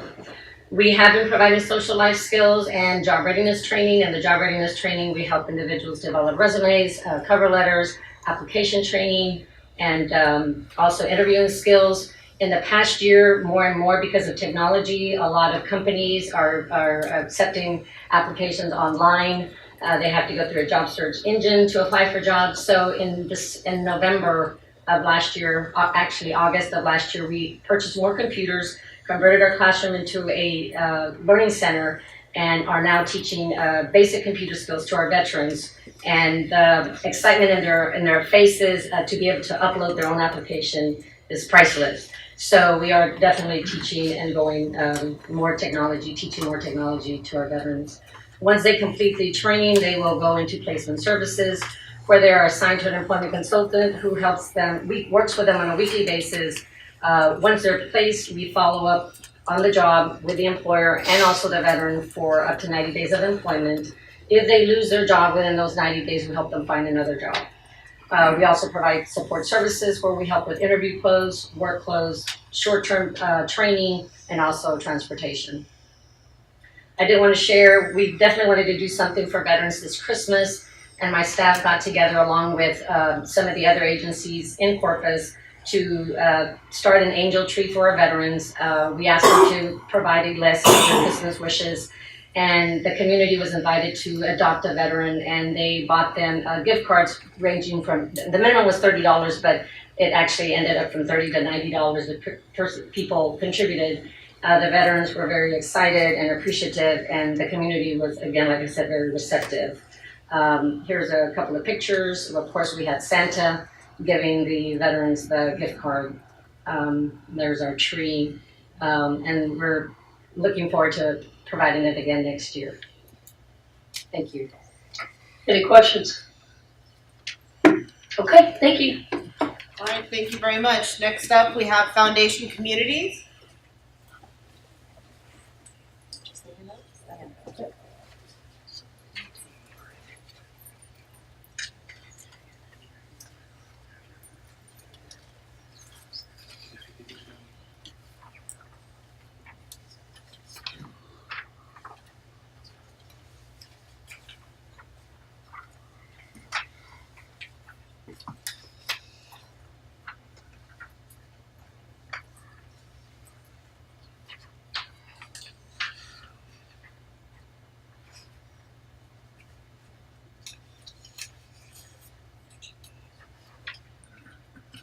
Once he's done, whenever you're ready to go. Good afternoon. I'm Rachel Wise, a grant writer for the nonprofit Foundation Communities, and with me is my colleague Lori Burnett, who is a licensed social worker, and she would be responsible for helping to deliver many of the services to our veterans that would be provided through this grant. At Foundation Communities, we've been housing single veterans for over 15 years, and we've learned a lot in the process. We have 727 permanent supportive housing units across 6 Central Texas properties, and 1/5 of our residents are veterans. Our rents are usually set at about 1/3 of a resident's income, and our properties are safe and beautiful. Foundation Communities, however, provides more than just a roof over your head. We provide free on-site services that help promote housing and financial stability to improve quality of life. 24 hours a day, we make sure that veterans receive the right help at the right time. This grant will enable our fantastic case managers to provide our veterans wraparound services, utilize partnerships with other agencies, and remove the barriers of transportation and cost. Financial instability, as we know, is one of the main reasons that veterans fail to attain or lose their housing. With this grant, we can provide short-term financial assistance, emergency rent, help with deposits, and application fees. Our trained case managers will then pair this assistance with really robust one-on-one budgeting help and financial coaching, making sure that veterans can set good financial goals for the future. We also know that the sooner our veterans get into housing and are engaged in case management, the better they become. Our housing is 99% occupied, so this grant will also then allow us to provide homeless veterans coming into our housing with some transitional housing for up to 4 months while they're waiting for one of our apartments to actually become available. As I've mentioned, our veterans are extremely low income or exiting homelessness, so our case managers will also ensure that veterans have food support, clothing for work and community living, basic household goods and supplies, and access to transportation opportunities through bus passes and ride shares. For veterans who are aging or have disabilities, we'll provide some light weekly housekeeping, deep cleans, and pest treatments when necessary because we want veterans to stay housed. And last but not least, most of our veterans are ineligible for dental services through the VA, so we have many who are struggling with years of pain. It's a significant expense, but this grant will allow us to provide dental services to veterans. We've seen the veterans make amazing progress with the right resources, and we're confident that the combination of our staff and services will keep 90% of those veterans stably housed for 12 months or longer. 75% will develop a budget and receive financial counseling, and 88% will report improved health and independence and receive food delivery services. Thank you. Any questions? Yeah, how many veterans are you dealing with now, or that you're supporting? Well, we have about 150 in our housing at various levels of engagement. We work to really comprehensively support about 40 through this grant program specifically. The reason I was asking is you said you have 727 permanent supported housing units over 6 properties? Correct. That's full? Our properties are full, yeah, full. The wait list, we have a wait list that is capped at 40 names, and those are all full as well, which is why that transitional housing is really important, because we don't want people to remain homeless while they're waiting. Oh, okay. Question. Did you say that 200K would go towards dental services? Dental services? All of it? Not all of it. Okay. Some of it. So Yeah. how do you propose to offer the dental services? Are you partnering with people in town? Yes, absolutely.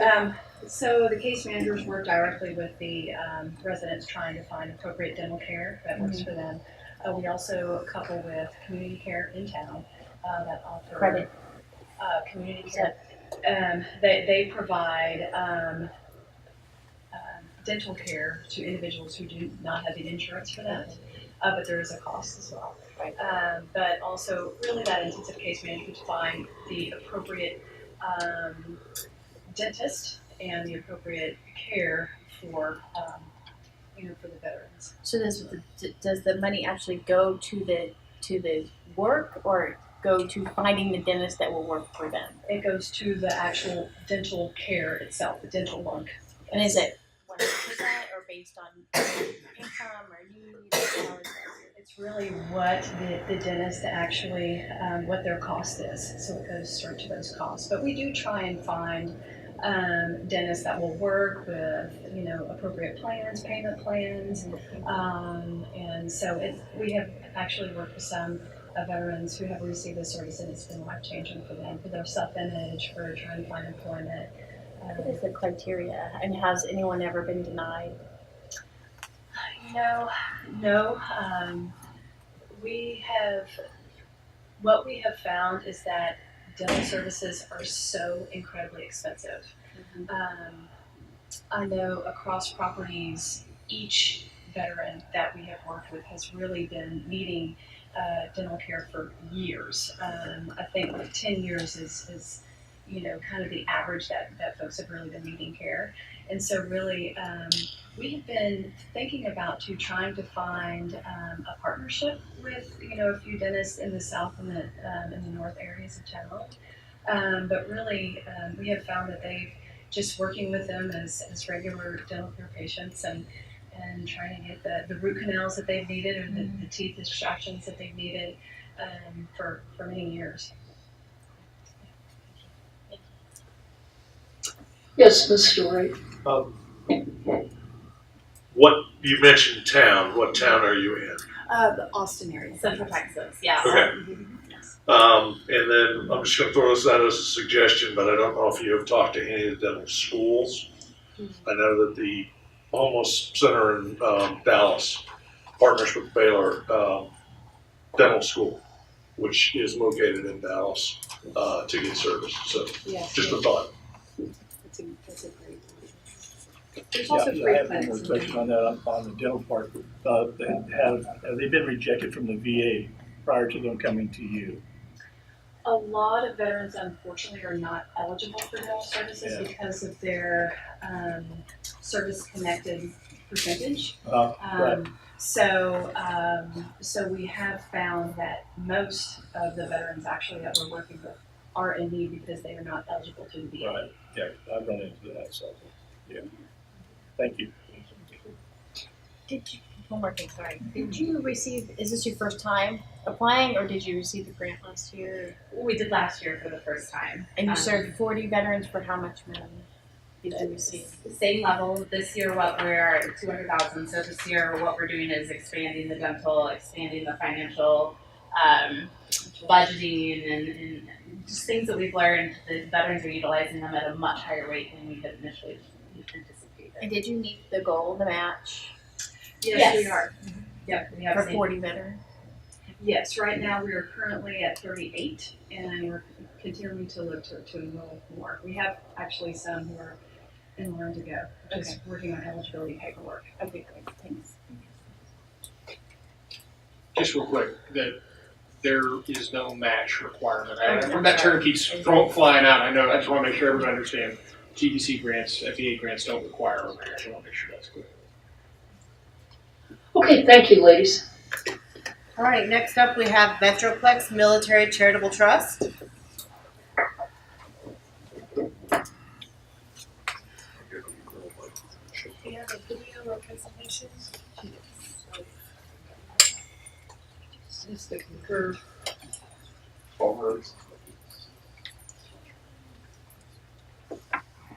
Once he's done passing out the handout, go ahead.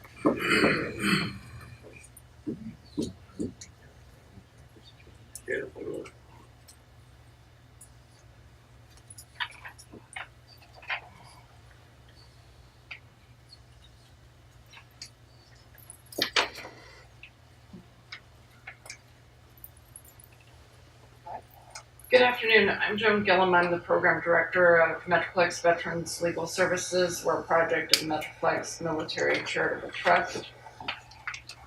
We provide single-issue legal clinics to veterans throughout the state of Texas.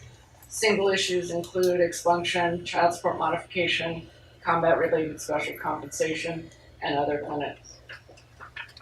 We provide unique legal clinics with innovation, technology, and mobility. We provide all legal clinics as pop-up mobile clinics held throughout the state of Texas. The legal clinics are innovative and different than all other legal service providers.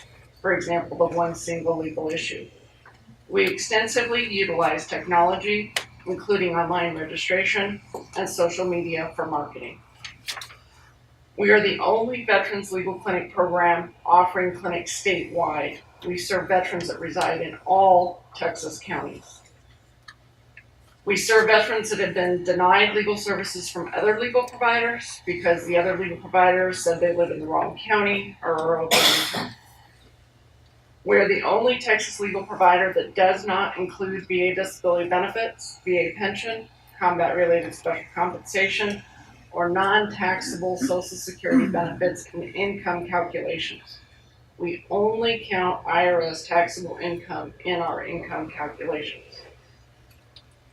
We are the only legal provider to have a partnership with the Texas Attorney General's HEROES Project, providing veterans child support modification legal clinics throughout the state of Texas. We serve the underserved and rural communities, including offering veterans legal clinics in Tyler, Midland, Corpus Christi, the Rio Grande Valley, and cities in North Texas. We provide actual legal consultations at the clinics with attorneys with expertise and training in that specific area of the law. Veterans are able to get their questions answered by these knowledgeable attorneys at the clinic. Legal advice and pro bono representation has resulted in self-sufficiency for veterans by removing the legal barriers to employment and housing. Veterans have obtained full-time employment, including as a firefighter, and permanent housing after receiving legal services through our program. The program has provided a permanent solution with the resolution of the legal problem. The final result has been eliminating the need for financial assistance and providing self-sufficiency for the veteran and their families. Thank you. Any questions?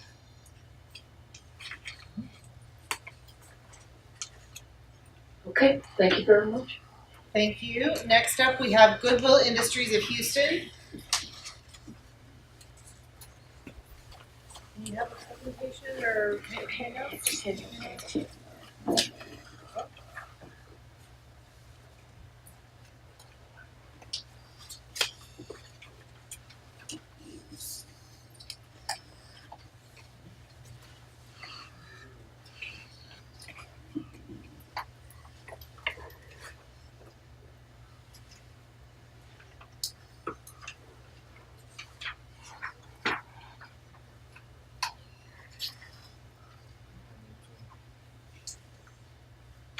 We have a slight technical issue.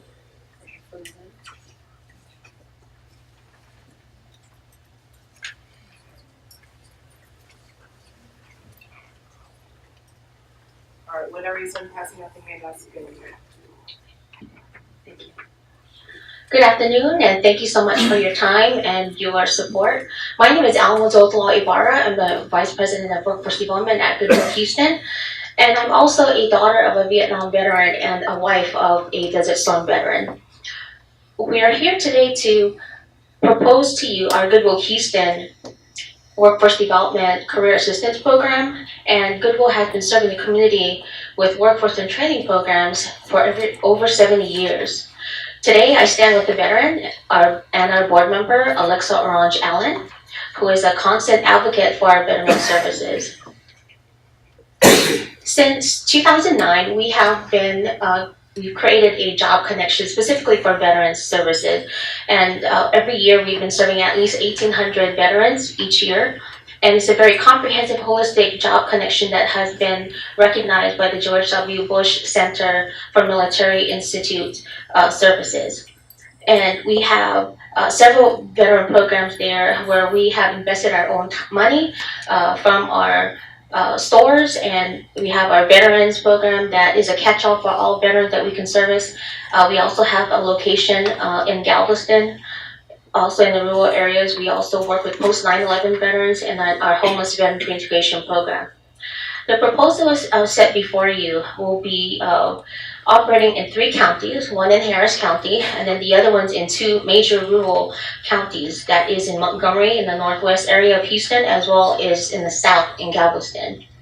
What we're proposing is that we will be serving 100 women enrolling 75 of them and placing 70% of them. We've had experience in this line of work where we work extensively with veterans. For this particular program, concentrating with our female veterans who have the largest unemployment rate, which is 4.3%. The other important thing to note is that they're currently rebuilding from Hurricane Harvey. There are many families, especially single-family households, that are still rebuilding from Hurricane Harvey. What we're proposing is to provide services to them that will include supportive services, childcare, transportation, other services deemed necessary during intake assessment and development of an individualized development plan. And we also do employment guidance and assistance that also gets into our job readiness training, our case management, as well as our short-term training. We also have a very unique infrastructure where we have a very safe place and point of entry for women coming into our Job Connection Center.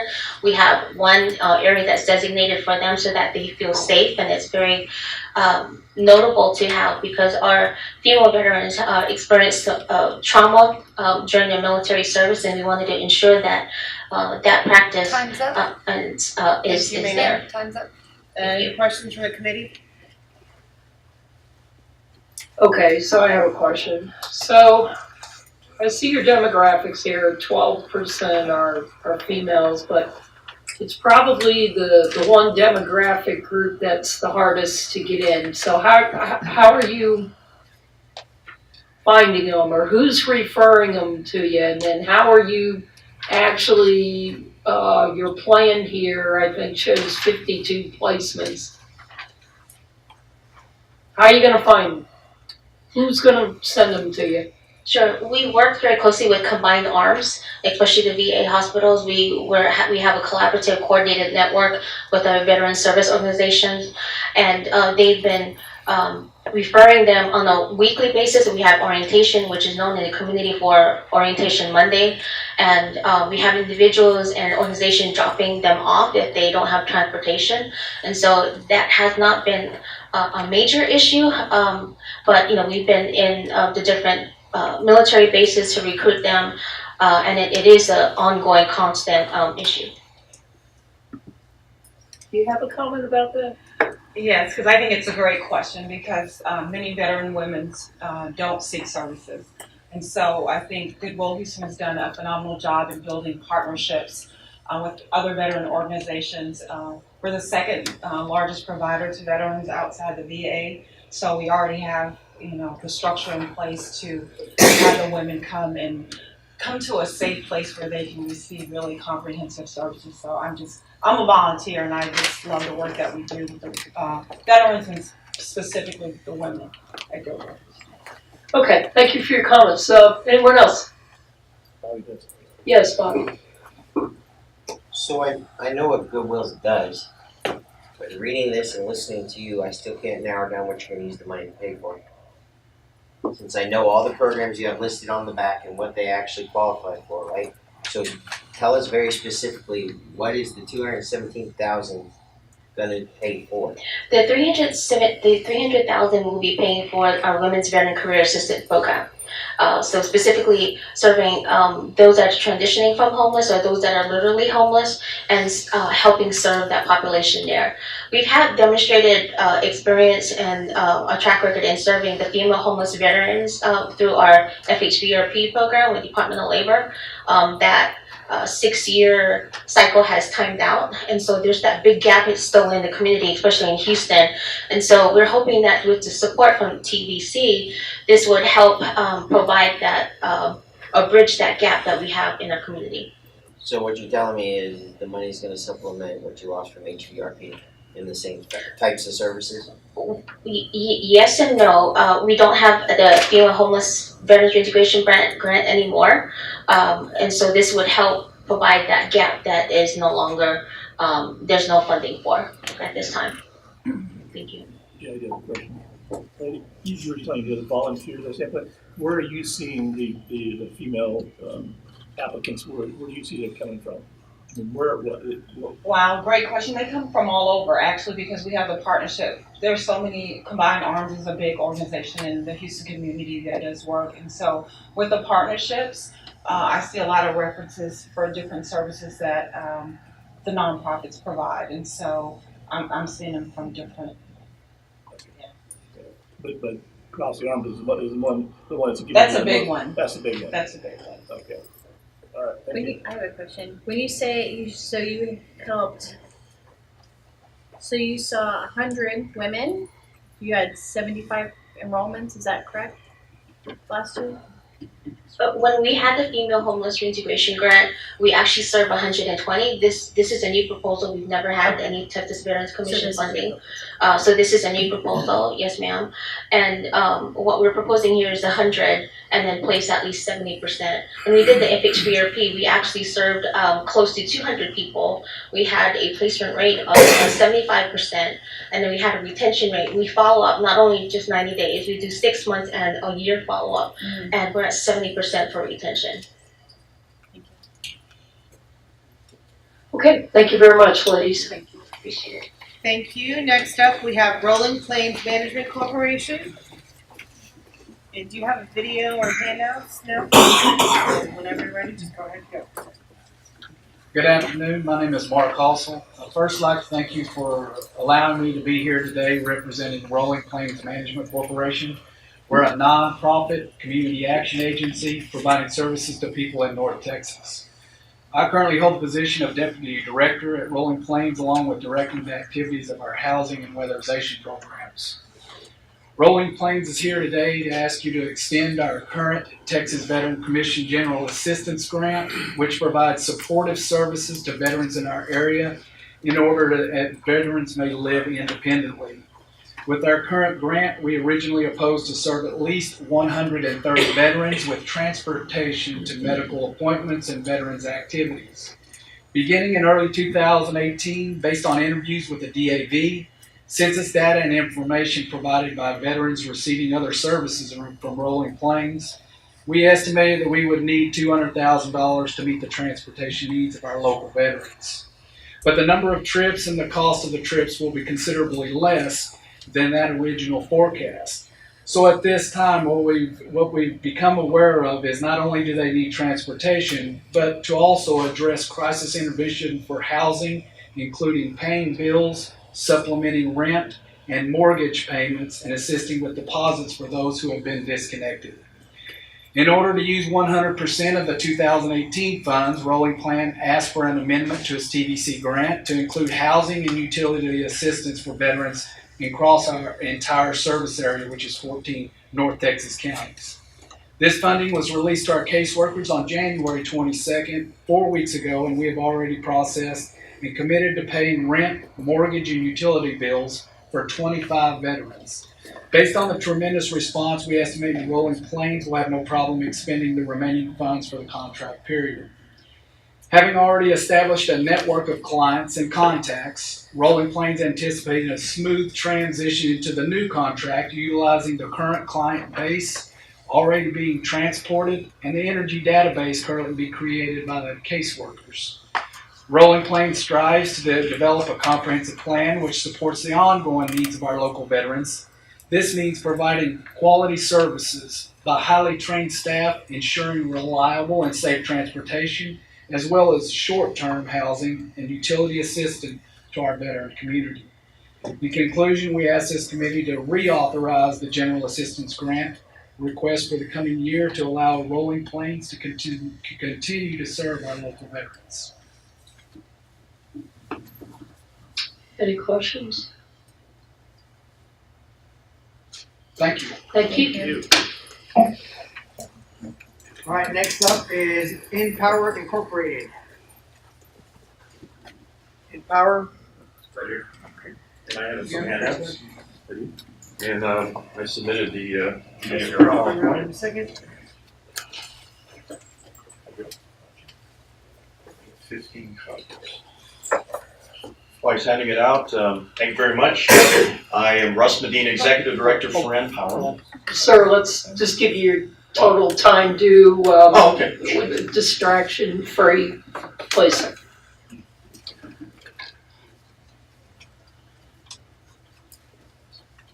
you know, 10 slides, so I figured it's 3 minutes. Yeah.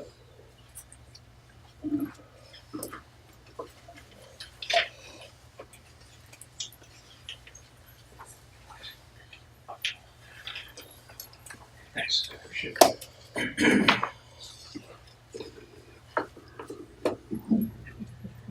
Okay, sir, thank you. Great. Russ Medina, Executive Director for Empower, Texas. We are a national nonprofit, but we focus on Texas. Our operations are currently headquartered out of North Texas, Dallas, on the campus of Dallas County Community College. We recruit, though, for veterans and their spouses from across the country. So it doesn't necessarily have to be in Texas. But we conduct our training and our operations in Dallas. So that's who we are. Our mission is to create pathways for prosperity by focusing on technology instruction, and technology jobs. Like I said, it's open to veterans from all eras and to include their spouses.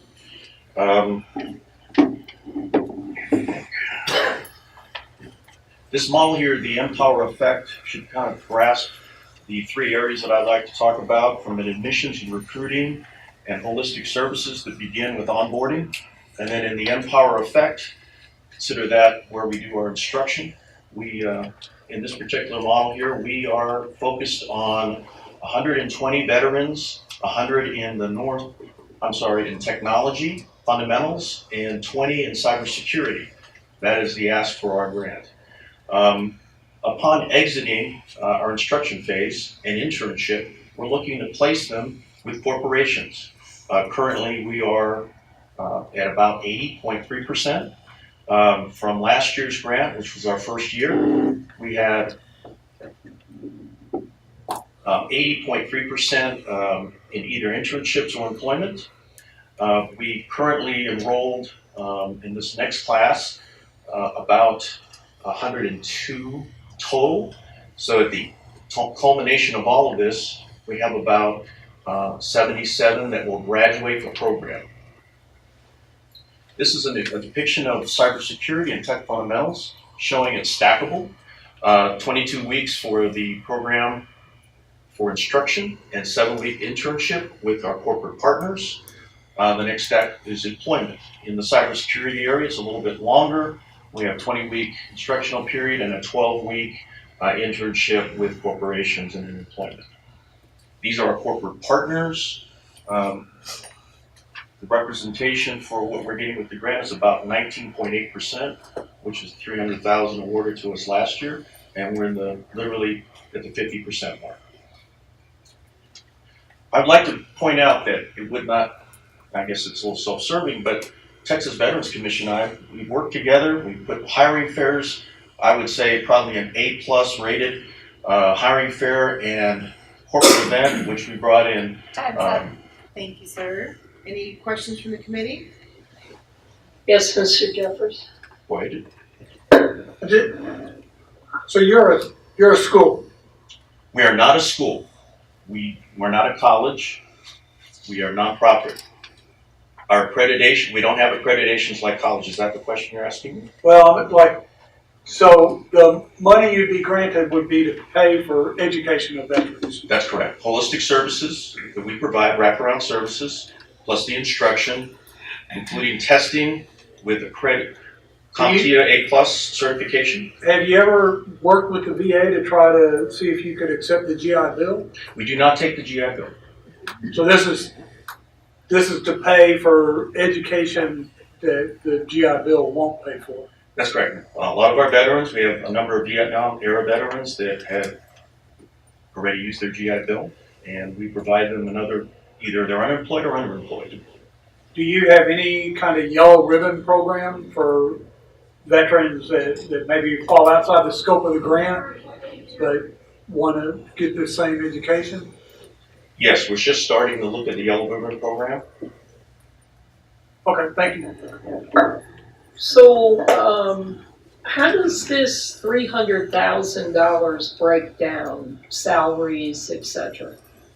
Well, right now, 10% of it is administrative or less. But we have. 30,000. Right, that's covered, actually, it's about 27 and a half. Okay. If you look at our numbers. The rest of it's related to our staff. We have instruction, we have wraparound services. So starting with recruiting, we have a recruiting effort. We have admissions and onboarding. We have social services, guidance counselors that help prepare the students for not only the class itself, in this case tech fundamentals, it's up there, but additionally for retention. Because a lot of our students hadn't been in the classroom in a while, and it helps them. We also help with transition. So we're also working with those that are transitioning out of the military, like transition assistance programs. Okay, so about how much do you think you're using in, I mean, that sounds kind of like a staff there. I'm not gonna throw out a number, but what's your staff you're employing and what do you think those salaries are in total? For Texas, Empower Texas, we have about 13 staff. Okay. With 2 more remaining. 3 are instructors, I have an open instructor slot. Uh-huh.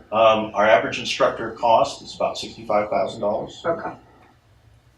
So one thing with cyber, you got to have a security clearance. So when and they're secret, top secret, and on. So when you're out recruiting this future veteran, are you screening them so that when they do go to wherever your job placement is, that they're at least security clearance eligible? So I'll give an example. Citigroup, we're very intentional with them. We have about 20 folks that go to that location for full employment a year. We ask that they general discharge, honorably discharge, right? They have upfront nothing that might, because we can't ask this question, but nothing that might prevent them from being hired, right? So if there's a security clearance requirement, should they be working with the government, like a SOC, SOC being a secure center, we leave that up to the corporation or the company that hires them. We did have one individual, actually 3, that went to the DA in DC, so Department of the Army, and worked, and they provided the security clearance. Okay, any other questions? All right, thank you, sir. Thank you. Thank you very much. Next up, we have Fort Bend County.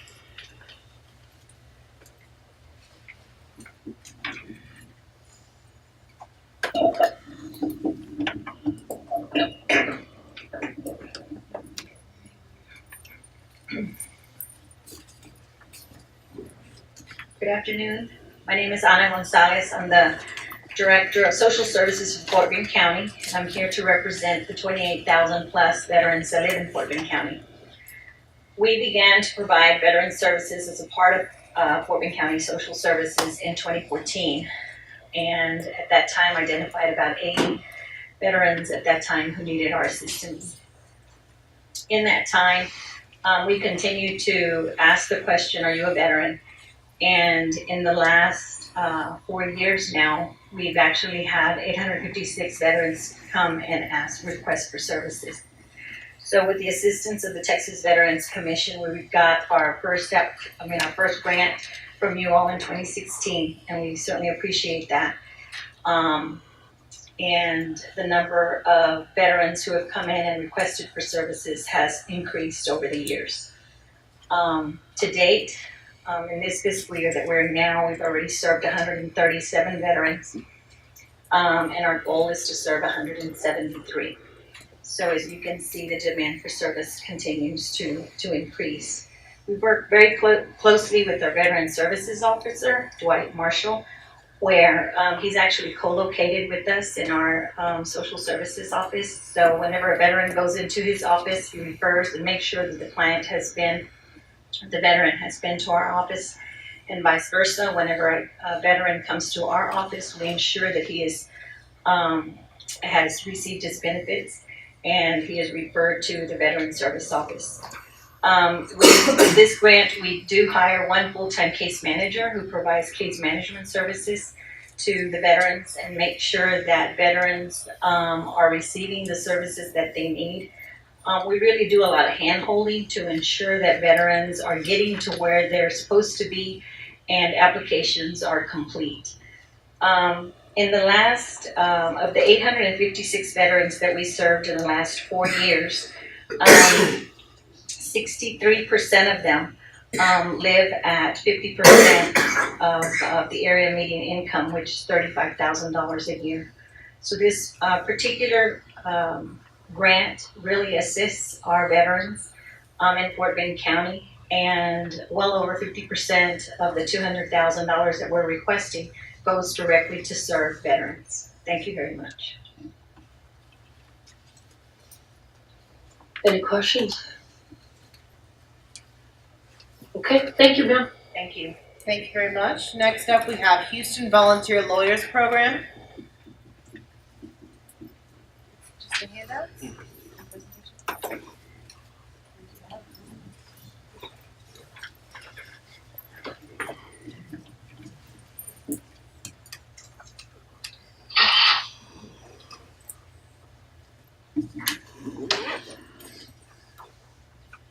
Whenever we're done here, the handout, we can go.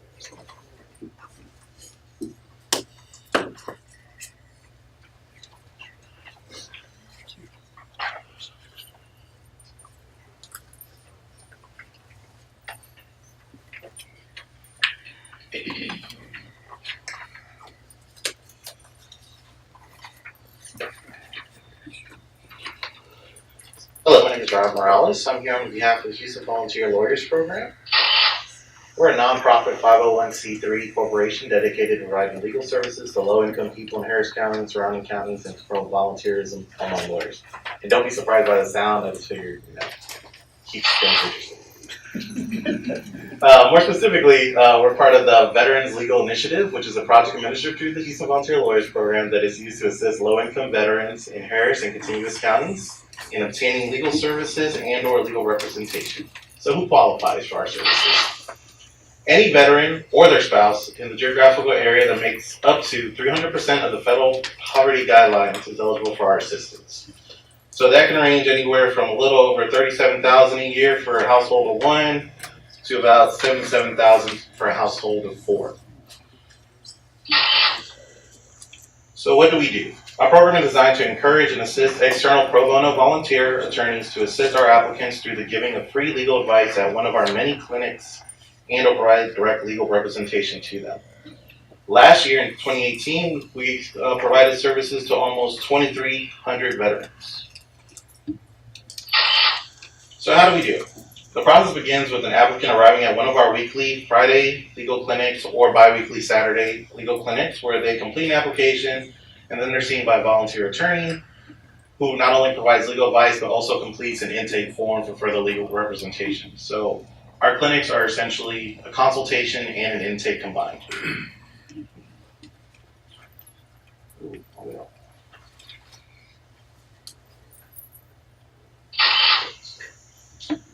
All applicants are then reviewed for eligibility, and qualifying cases are prepared and forwarded to volunteer attorneys to take on the case pro bono. A total of 935 new cases were opened in 2018 alone. So as I mentioned before, we provide legal clinics. That's how the process gets started. We have 47 legal clinics on Fridays at the Houston VA Hospital. And we also have 21 legal clinics on the outer parts of Harris County and the neighboring counties. On average, we see about 42.1 veterans on Fridays and 23.4 on Saturdays, and that's just our average. However, we also service veterans in the 17 following counties that you see on there, with Harris County being the one we're most focused on. You have any questions?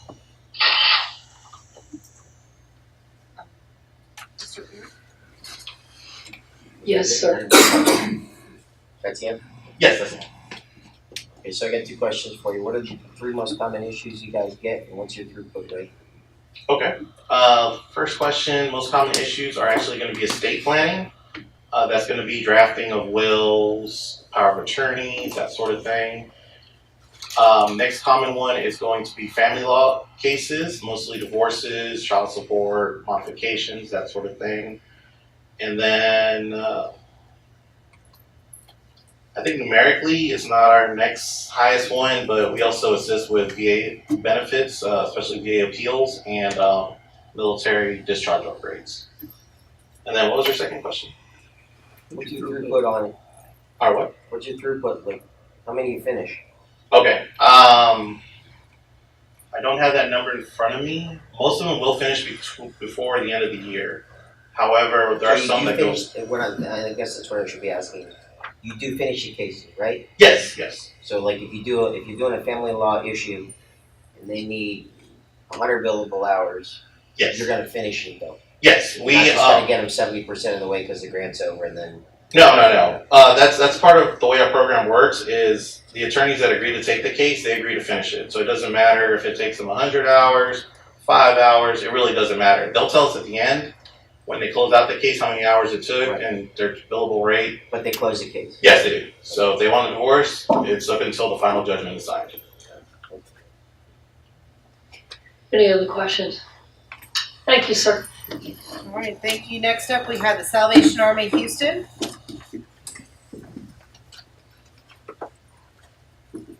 Do you have a presentation handouts? Just are you speaking?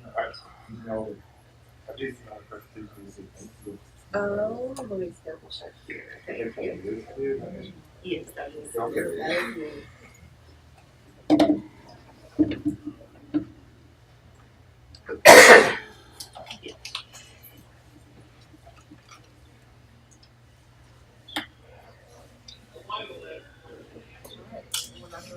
Good afternoon, my name is Ernest Dyer, and I'm the employment liaison for the Salvation of Houston HOPE program.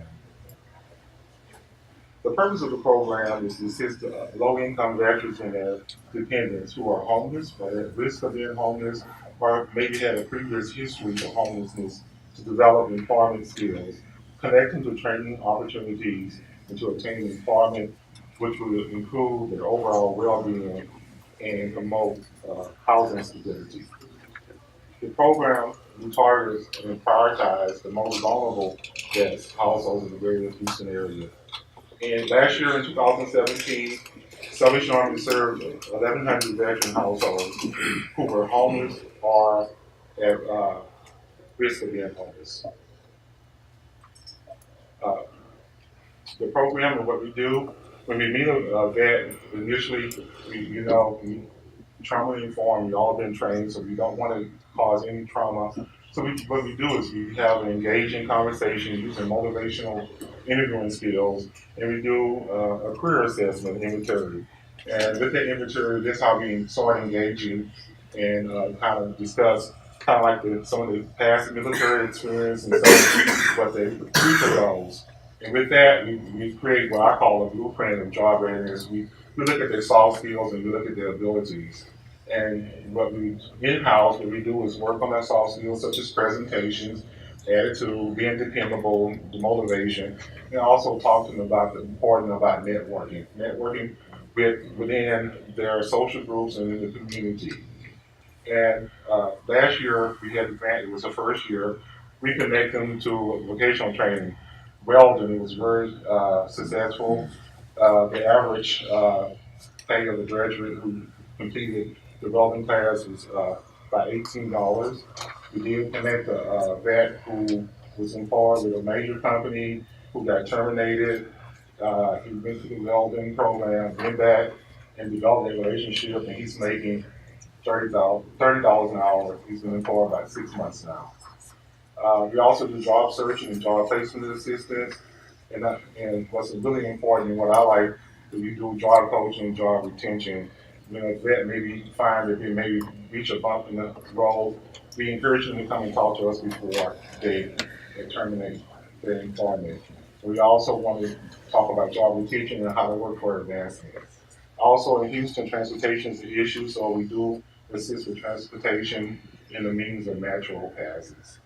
And also we connect them with interviewing gears, and once they employ, we do give them up to 5 days of work-related calls.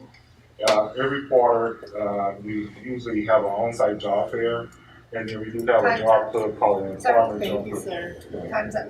Any questions from the committee? Any questions? Yes, sir.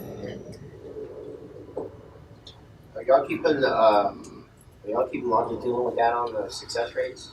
Say it again? Are y'all keeping longitudinal data on the success rates? Yeah, we use the HMIS success rate. So what's your 6 months average and success rate as far as the clients are concerned? 6 months of those being employed is about 86%. Yes, Mr. O'Reilly.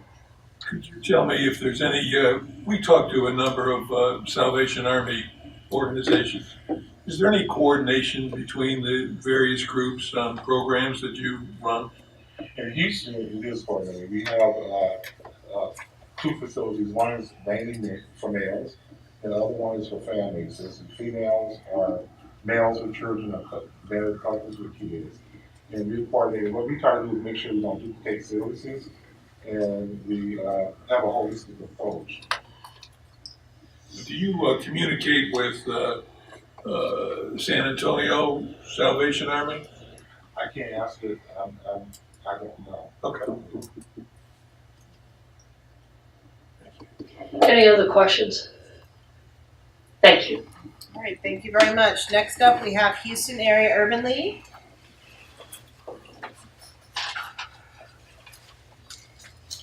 Did you have presentation handouts?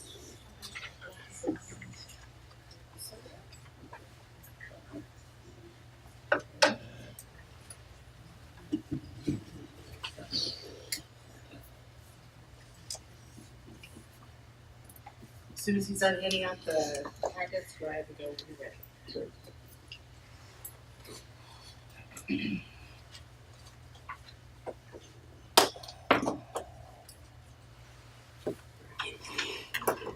Thank you. Good afternoon, committee, coast to coast. I'm Eric Goody with the Houston Area Urban League. I have with me here the program coordinator, Ms. Linda Kazee, and our outreach coordinator, Joel Benavidez, a military veteran. The Houston Area Urban League is celebrating over 50 years of providing service to the Harris County community, over 100 years of service to the national community. We provide a holistic set of services that focuses on education, housing, employment, health initiatives, and entrepreneurship. Our objective is to provide services that allow individuals and their families to be contributing members of the communities in which they reside. At the end of the day, this FVA funded program helps to provide acquisition and or retention to one of the most important assets a family can have, and that's housing. I'll turn it over to Linda for a programmatic presentation.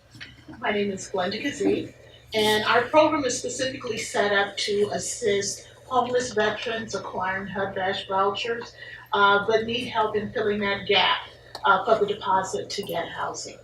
And then secondly, for the surviving spouses of veterans being able to maintain their homes.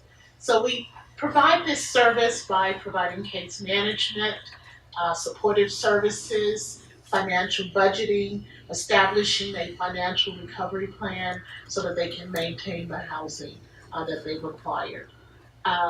Currently, we do have a TBC grant.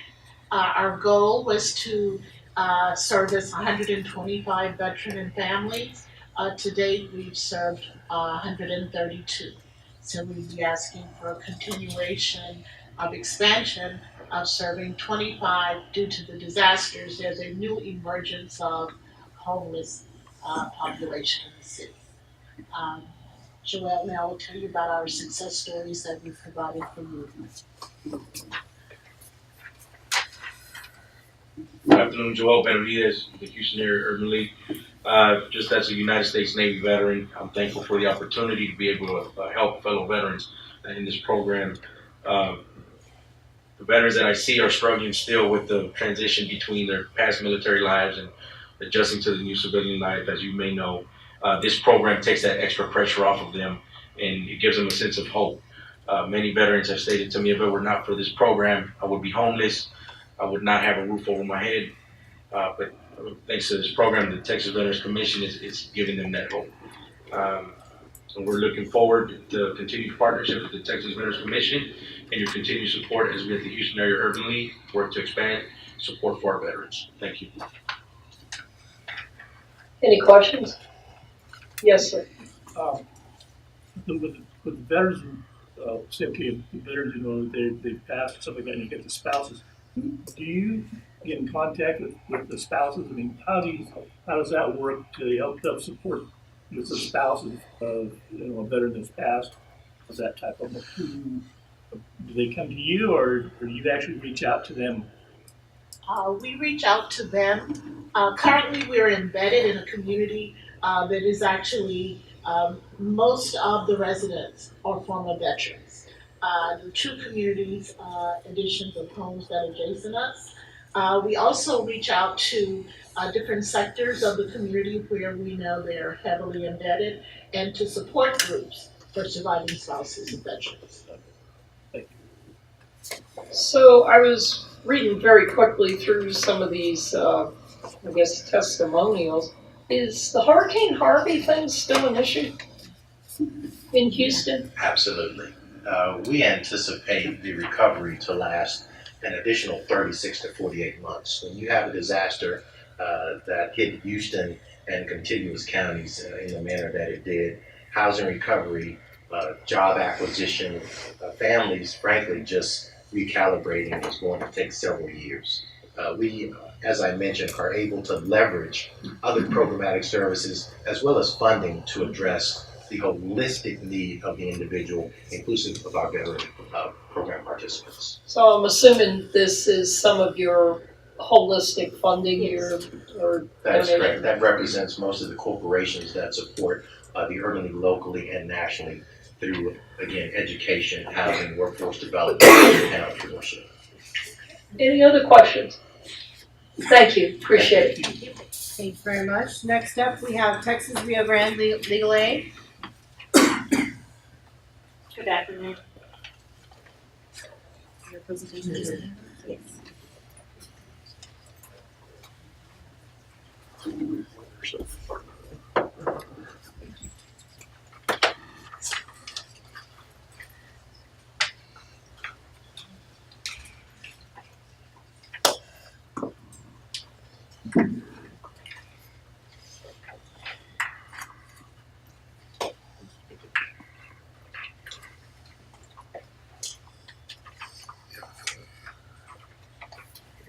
Start whenever you're ready. My name is Renee Trevino. I'm the managing attorney with the Veterans Advocacy Project for Texas Rio Grande Legal Aid.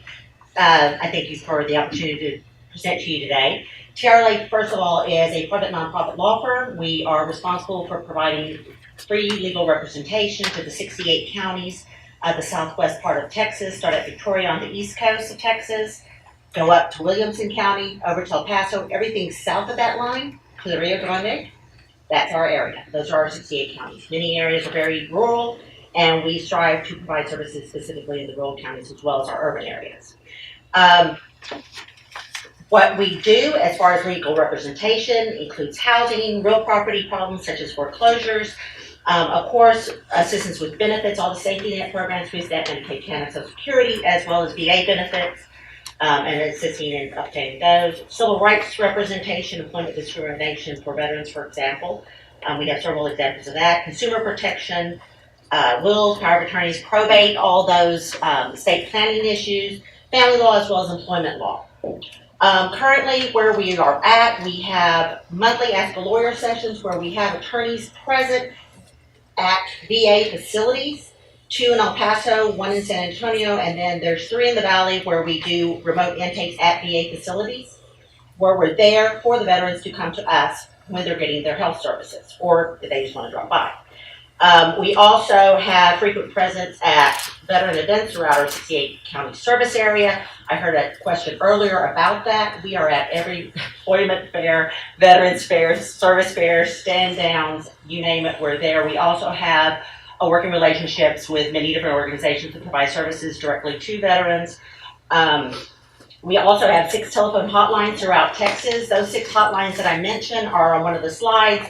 And those are each staffed by a paralegal that is trained specifically to work with veterans and the legal problems specific to veterans. And so if a veteran calls one of those hotlines, they'll get a call back within 48 hours. to either do a interview when they call or when we call them back, or to schedule a time for them to come to the office if they're more comfortable meeting in person about their legal problems. One of the things that we pride ourselves on is our license recovery project, which is helping to rid barriers to employment. And those barriers are things like warrants for arrest, state surcharges.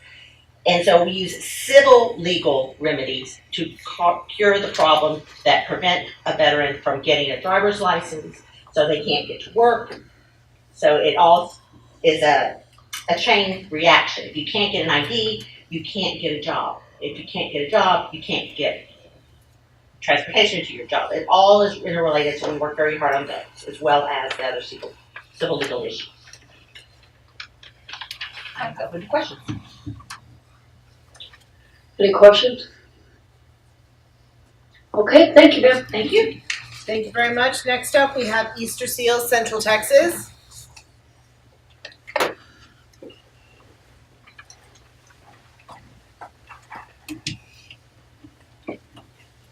Good afternoon. My name is Christopher Araujo. I am the Director of Community and Veteran Services for Easter Seals, Central Texas. With me is Keontae Scott, our admin assistant for our Veteran Services program.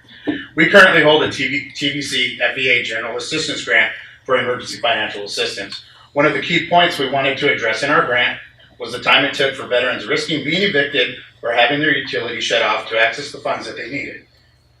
We identified that the wait times were a significant stressor within the family dynamic when at risk for being evicted. Easter Seals, with the support from the Fund for Veterans Assistance, is happy to report to you that our average wait time from intake to receipt of payment was 8.5 days. Not only was Easter Seals' team able to significantly reduce the wait time for payment, we were also able to utilize our wraparound services, mental health, peer support, recreational wellness, and financial management to drastically improve the quality of life for those we serve. Easter Seals was awarded a grant of $100,000, which we were able to assist 51 unduplicated clients with emergency financial assistance. With our new application, we are proposing to serve 87 unduplicated clients with emergency financial assistance, as well as employ one veteran who will help with final maintenance for the grant. Our program, with the assistance of our wraparound services, covers a 4-county area in Central Texas that includes Travis, Bastrop, Hays, and Williamson counties. I want to thank you, the Texas Veterans Commission, and the Fund for Veterans Assistance, with the opportunity to present to you today, and also for your continued support of community organizations serving our service members, veterans, and family members. Any questions? How many vets? You have a count? We did 51. 51. Yes, sir. Okay. Okay, 2 questions. Yes, ma'am. Question number 1, you want to employ a vet, what's the salary gonna be? We are looking right now at about $36,000. 36,000. Yes, ma'am. Okay, number 2, 8.5 days. Yes, ma'am. Does that include weekends? Yes, Or is ma'am. that business days? No, that includes weekends as well, ma'am. Okay.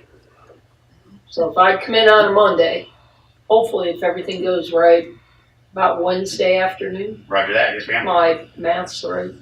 Yes, ma'am. We actually, our parent company is out of New York.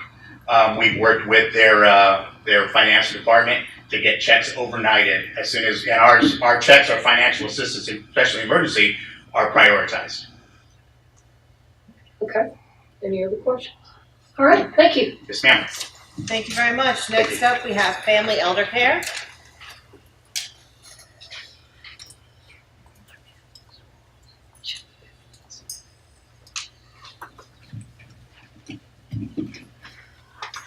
Go ahead and go when you're ready. Hello. Thank you for the opportunity. My name is Marcos Garcia. I served 8 years in the Marine Corps, and I'm currently a money management case manager at Family Elder Care. I like to joke that the Marines, being in the Marines, was the easiest job I ever had. You know, they wake you up, they tell you what to wear, they even tell you what to eat. All you have to do is follow directions. But joking aside, transitioning to civilian life can be difficult. That hardship can be intensified by struggles with mental illness, substance use and abuse, unstable housing, and the burden of being financially responsible for yourself without proper training or practice. As a veteran and a case manager, I found that these experiences are actually far more common than people may suspect.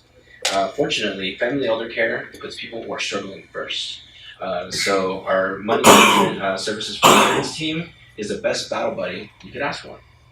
Our comprehensive case management teaches budgeting skills, assists with enrollment in public benefits, transitions veterans out of homelessness, helps maintain housing, safeguards against abuse and financial exploitation. We support community-based treatment plans. We provide financial assistance when necessary, and above all, we ensure that clients thrive with dignity and purpose. It's actually part of our mission statement. For many years now, Family Elder Care has been helping veterans and families, no matter their age, and we prioritize them for our services. Right now, for example, we have about 130 veterans that we're helping.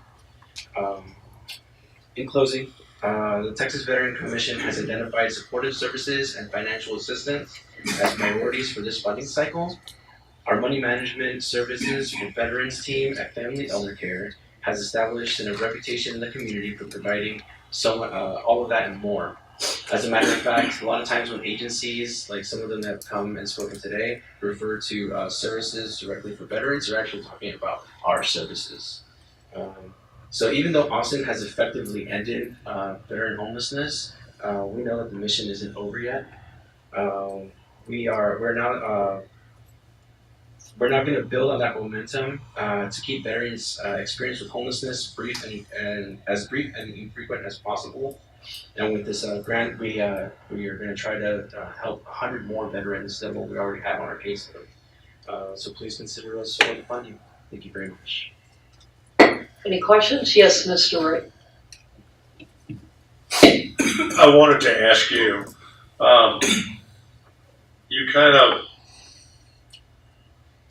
you seem like most of your work is educational and actual financial assistance. You seem to make it kind of back burner. So I don't want to put words in your mouth. So kind of help me with that is where's the money going? Yeah, absolutely. Yeah, that's great. And I'm sorry that I gave that impression. So money management case managers, right? So money management is in the title. So we do a lot of representative payee for people that only get Social Security benefits. And we also do a lot of, I'm trying to blank because I'm a little nervous. Don't be nervous, you are the few nervous. When they get money, fiduciary, we do VA fiduciary. So no, it's actually the opposite. So priority number one is to get our clients financially stable. Then once we get them financially stable, I mean, we help them just thrive. So I had an example. I was running out of time. A veteran that I helped from July to today. He'd been on the streets for about 15 years. Helped him get financially stable. Got him housed. Came up with a really comprehensive list of things that he wanted to do. We actually already accomplished that list. We're on to the next step. So, we got him a place to live, a phone, a laptop, and a bed. Those are the things that he wanted, but he couldn't articulate those things, right? So financial stability is number one, and once we got him financially stable, everything else just kind of falls into place. Thank you. Any other questions? Yes, one more. Did you say that homelessness is in Austin is virtually 100%? No longer exists? Yeah, so it is effectively ended, and that's a declaration of the city. So Mayor Adler, along with ECHO, for example, me as a veteran and being in the social services and just field, I know that that's not true. There's so many veterans out there that need help, and they get disqualified by different things like record or drug use and so on and so forth. We don't discriminate against any of those things. So our organization is actually the organization that people come to when they've been turned down or they can't find help anywhere else. That's what we did at the slide. Thank you. Thank you. I have a question. How many dollars do you think did you spend last year for direct service, for supportive services? Yeah, I don't have any of that information in front of me, and I don't want to say I'm just a case manager, but I'm just a case manager. So I don't know a lot of those numbers. So I'm sorry, I don't have that information.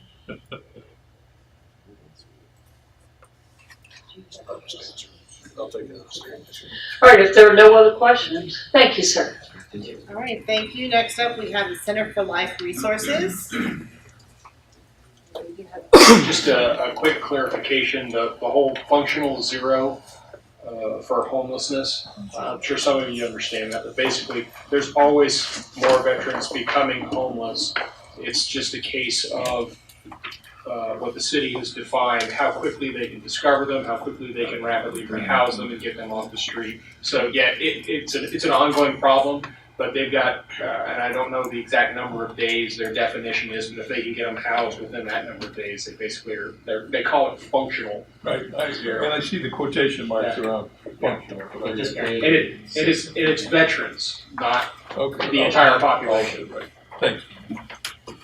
As soon as we're done passing out these, you're welcome to go whenever you're ready. My name's Josh Barron. I'm the program manager for Center for Life Resources. Who we are, we're established in 1970 as Central Texas Mental Health Mental Retardation Center, Center for Life Resources. We're a non-for-profit agency of Texas. We assist all individuals with mental health, mental retardation, and substance abuse. We offer our services free of charge or at reduced rates to individuals, including many veterans.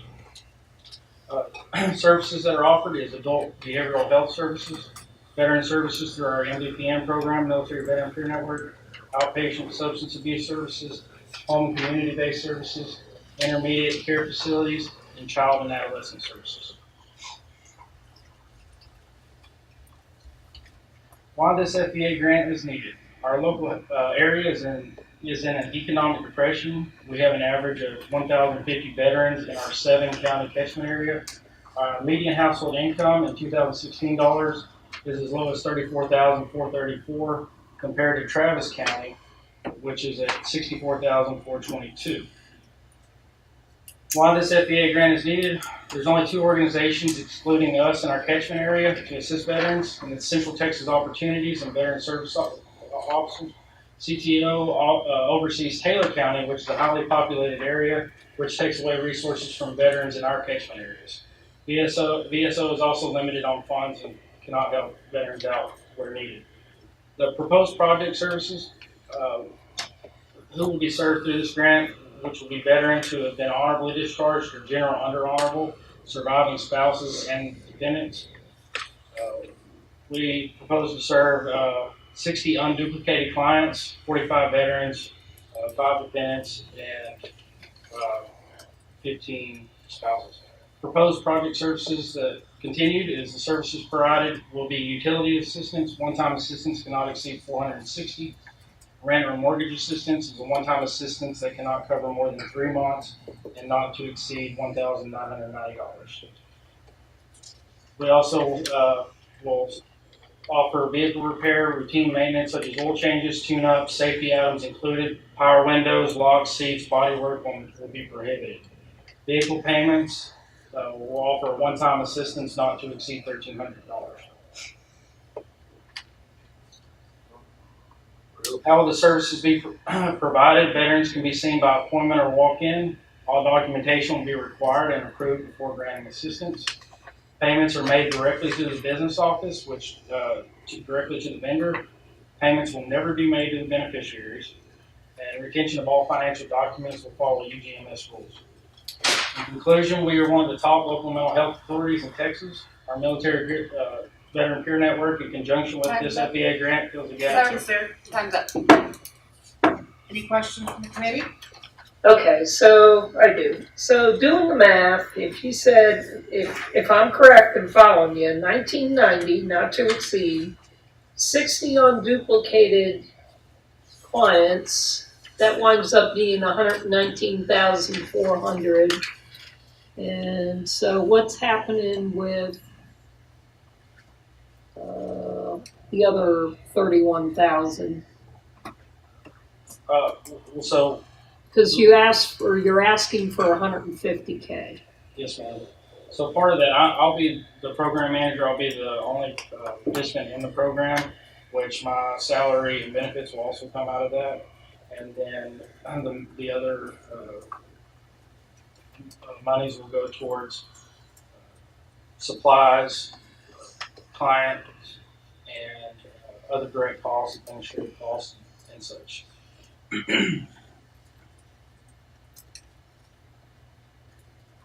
Okay. Yes, Mr. Wright. I wanted to ask a question because I'm not as familiar with Central Texas as I should be.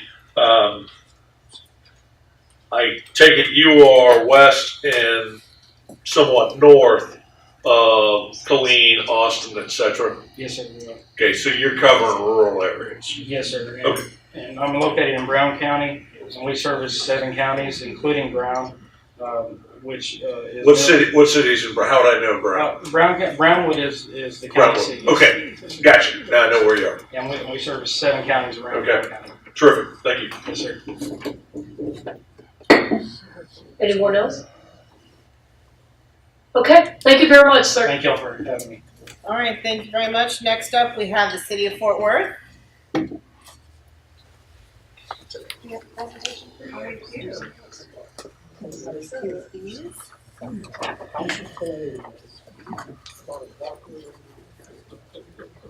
So Dale, do we have to automatically exclude you from this one? Yes. No problem. But I'm from Dallas, so.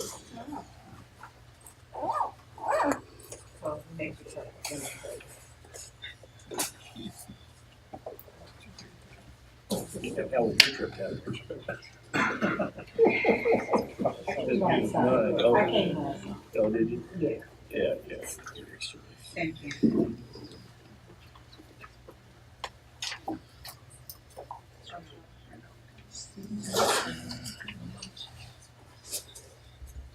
And Susan, you got your presentation queued up. Go ahead and do whatever you're ready. Good afternoon, I'm Sonia Singleton. I work with the City of Fort Worth. I serve as an Assistant Director of the Neighborhood Services Department. We have provided services to Tarrant County since 1981 through our community action agency, the Community Action Partners. We stand ready to serve clients in need with case management, supportive services, utility rental assistance, job training, income tax preparation services. The Fort Home program has been administered through our CAP program. We have 9 sites that people are able to go to. They are able to get an appointment by calling our central intake unit, which is an automated line 24 hours a day, 7 days a week. In our first year of receiving services, we served over 200 veterans and their dependents, in fact 249. This year we've had an overwhelmingly response to our program, having served to date 218 veterans, families, and dependents.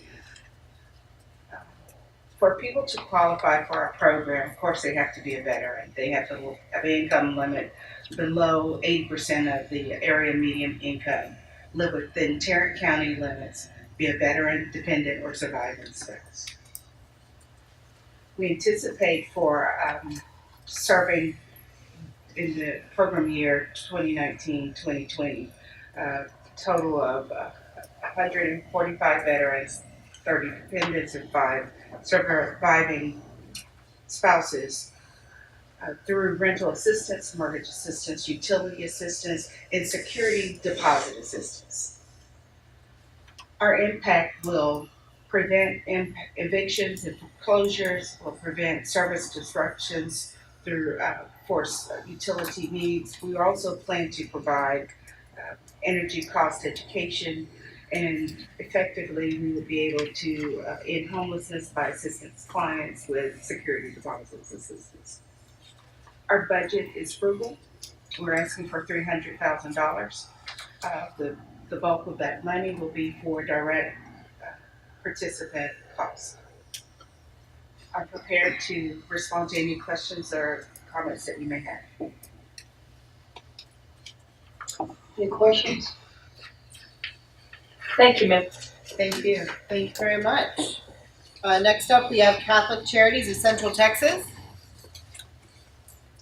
And it's just you speaking, no presentation or handout. Go ahead and go leader. Okay, good afternoon. My name is Monica Galna, and I'm a veteran of the United States Army. I also serve as Director of Veteran Services for Catholic Charities of Central Texas. Catholic Charities was the first-time recipient of a Fund for Veterans Assistance Grant in 2017, which allowed us to launch the St. Michael's Veterans Services. In our first year of operations, our goal is to serve 160 individuals. Due to the need across our 25-county service region, we exceeded our goal by 44%, serving 230 individuals in our first year. Our 2 case managers are both veterans themselves, and they work with veterans and families for up to 6 months to help them reach their full potential. We have offices in Austin and in Bryan, but our service reach doesn't stop there. Our program's unique because our case managers will travel to other counties throughout our 25-county catchment area to meet with veterans. There are many rural areas in our region, and we're committed to reducing transportation barriers by meeting with veterans closer to their homes. In fact, last year we met with veterans in 12 different counties. Each client that comes through our door receives high-quality comprehensive case management. We initiate our process with an individualized service plan in order to identify the unique goals of each household and to create sustainable solutions. We then provide ongoing support for our veterans and their families with monthly in-person meetings, needs assessment inquiries, and direct referrals. We created our own internal referral process so that veterans and their families have direct access to our other services provided through Catholic Charities. Those include counseling, financial education, parenting classes, disaster relief, immigration, legal services, all of which our clients have taken advantage of. In addition, we have created relationships with organizations throughout our 25-county region to ensure that each client receives the holistic care they deserve. With more than 55 currently on our wait list for general assistance, we understand the need is great. We receive 2 to 3 phone calls per day from veterans seeking emergency financial assistance, typically because of employment difficulties or health problems. With your renewed investment in our work, we will serve at least 200 individuals in the 2020 fiscal year. At Catholic Charities of Central Texas, we believe in the dignity of every person, and we work hard to create stability in the lives of the clients we serve. Our veterans have gone above and beyond in serving us, and we thank you for helping us continue to serve them. Any questions? Yes, sir. I have 2. Yes. Kind of the same question I asked. So the gentleman before kind of was dealing, let's say, west of 35 generally. Is it fair to say you guys are working east or? We're all over because we're Catholic Charities in Central Texas. We're based on the diocese, so we service all around east and west. And then throw out a couple of the 12 counties. You said that you were serving veterans. Yes. Toss out a couple of those. Milam, Coryell, Bell, Brazos, Hayes, Travis, Williamson. Okay, so when you said Bryan, I assumed you were pushing farther east. And in west too. It's a big area. And you said you have a waiting list for veterans with financial services. Mm-hmm. If you can't serve them, who are some partners you would turn to? We will partner with Goodwill, Salvation Army, Any other questions? Thank you. Thank you, ma'am. All right, thank you. And then our last in-person presenter of today, or not of today, just for this grant group, excuse me. Sorry about that. This is Goodwill Central Texas. We've got some video files and then I think it's great. And I promise you didn't set me up to ask that question. No problem. You have a PowerPoint. Go ahead. Thank you. So, good afternoon. Glad to go last, so hopefully I'll leave a good impression. We'll start off by just talking a little bit about Goodwill Central Texas. We've been serving veterans since 1958, but really more targeted veteran services since 2012, with the focus on really the hardest to serve, those that lack education, have a criminal history, are experiencing homelessness or at risk of it. and or they have physical, mental, or psychological disabilities. We have a dozen job help centers all across Central Texas, but mostly focused around Williamson County, Travis County, Hayes County. But we do service a 14-county region, going from Marble Falls to Bastrop, Georgetown to San Marcos. Our Veteran Safety Net program is our primary veteran program at this time. It offers veterans and beneficiaries a critical safety net that meets immediate short-term needs to improve life stability. So we're talking about short-term financial assistance. We also provide financial counseling as well in addition to it. So not only will we give you the financial assistance, but we'll give you coaching in addition to that to help maybe mitigate that issue in the future. So here are some of the examples of things we provide: services for rent, assistance, utilities, bus passes, which is probably the most common thing, honestly, car repairs, childcare, and medical needs. The financial counseling component is mostly focused on financial literacy, making sure you're banked, working with budgets. The financial empowerment trainer will actually create budgets with each individual one-on-one, talking about credit scores, savings, predatory loans. We also have additional career advancement training for those that want to seek additional services outside of this program, as far as employment type services, resumes, letters, interview skills, things like that. That's not a part of this. It's just in leverage, if you will, of the programs that we also offer at Goodwill Central Texas. So we've had this program since 2014. You guys have generously provided funding to us since 2014. And every year we've met our performance obligations. As you can see here, over the years we've had a goal of 510 people or veterans. We've actually served 570, 40 dependents, we've served 60. So we're 15% over the last 4 years. This year we are funded as well. And so you can see we're already ahead of goal for the current fiscal year that ends in June of this year. So we're already at 112 veterans served, 11 dependents, with a goal of 200 people served for a $100,000 investment. Earlier, since I have a little bit more time, you asked about the money breakdown. So the trainer himself, with salary plus benefits, is about $50,000. $40,000 of it will go directly to veterans, and the last $10,000 is indirect expenses, mileage, things like that. Any questions? Thanks for breaking that down. I Absolutely. appreciate that. That's my job. I'm the manager of grants, so I got all the numbers stuck in my head. Are there any other questions? And Herb, it's good to see you, sir. Thank you. All right, then at this point, I think we're going to take a brief break. Madam Chair? Yeah, so it's 2:51. So let's come back at, well, it's 2:52 now. Let's come back at 3:10, please. Charlie. Thank you.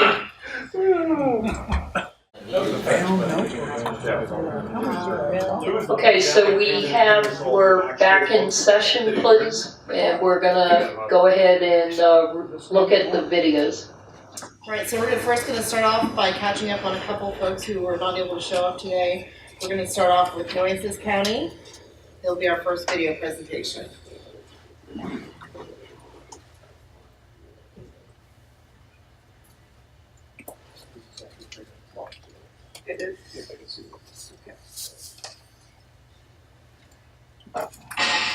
Nueces County, Texas, veteran country. Approximately 27,500 of our populace, along with their families, are veterans. Since 2014, Nueces County has been consistently awarded grant funds for veteran assistance, and with those grants, we've been able to continue our success at preventing homelessness and despair in our veterans, their families, and survivors by helping with food, transportation, utility, and rent or mortgage payments. Our goals have been to create a long-lasting effect on veterans to be self-sufficient, to help them rise above their hardships, and we continue to do just that. Well, I was in a situation where I couldn't pay my rent, and looking at being, homeless again, and I had, a lot of pressure and trying to just survive. And I heard about the organization, and somebody told me to go and apply. And I did. It helped me pay the power bills, and also the food and other sundry things. In fact, they were very kind to me. In the winter, they gave me this heater, portable heater, and in the summer, they gave me a fan. They were very kind to me and helped me. Very good. This grant also allows Nueces County to supply bus passes to veterans who are looking for work or need to get back and forth to medical appointments. We are also able to keep our food and hygiene pantry stocked to ensure veterans and their families will not go without. These funds help make certain that those who have served their country do not struggle for their basic needs. Everything I had saved to have a little bit of an easier life is gone. I don't want to be in the street. Coming and asking for help is not the greatest way to do it, but right now it's my only salvation. By approving our current grant application, Nueces County can continue to be successful getting veterans like these back on their feet. Our Veterans Grant Program has become a crucial part of our function to help veterans and their families in their time of need. We have also begun to assist with burial costs, alleviating some of the financial burdens and worries of the surviving family of a Nueces County veteran. From World War II to current conflicts around the world, more and more veterans are calling Nueces County their home because we honor them and care about them. Our Veterans Assistance Grant Program is one of the most important safety nets for Nueces County veterans, and most assuredly a program where struggling veterans cannot be hurt to lose.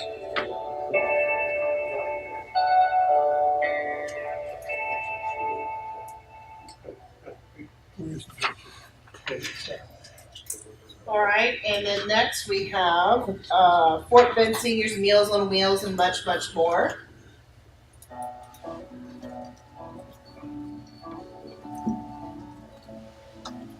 And Julie, if you can time us.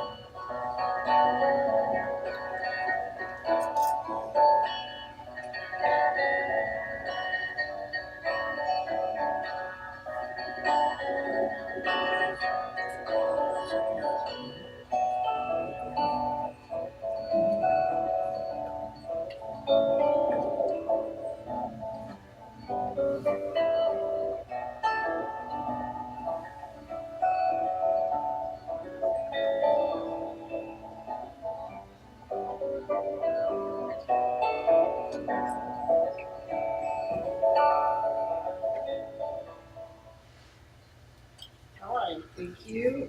Next up, we have MHP Salud.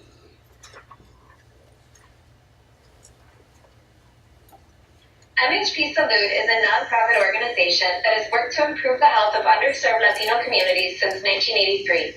We're very interested in supporting the veterans in our community in the Rio Grande Valley. I'm Allison Vidal-Jones, and I'm the Senior Director of Grants. A part of my job is to identify and apply for funding to support veterans.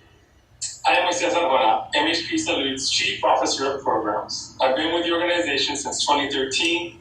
I oversee all of MHP Salud's programs across the country.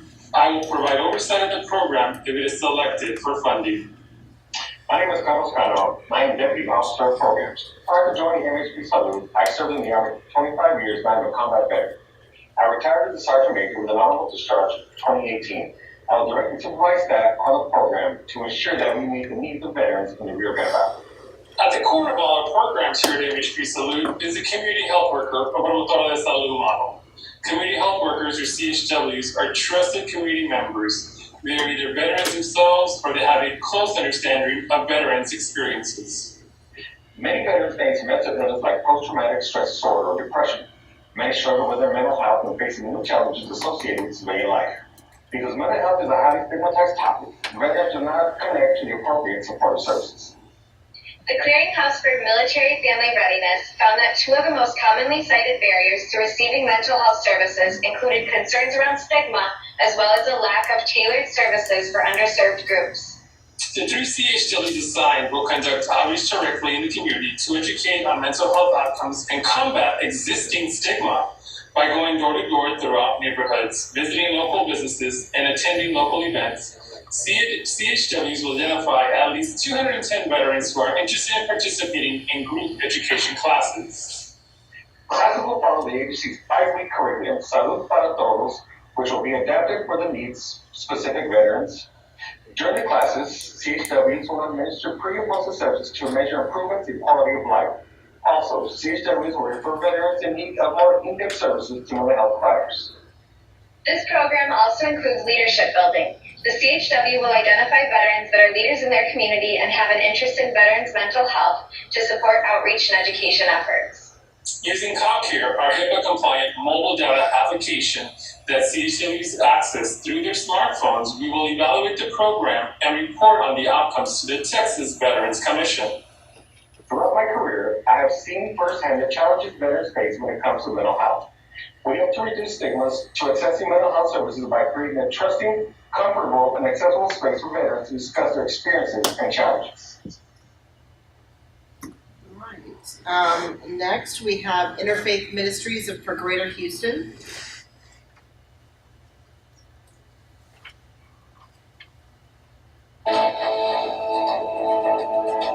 We believe seniors are vital to our society. Our Meals on Wheels program consistently delivers hot meals to over 4,000 homebound seniors. Sorry, do you have the full application? Something's not reading correctly about that. Is that it? Your big part of the Meals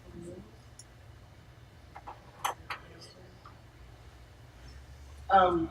May I come back and air this video in the morning? I just want to make sure and check my files.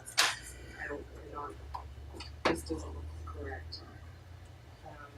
Or if we have access to the full grant application, I just want to check the Interfaith Ministries.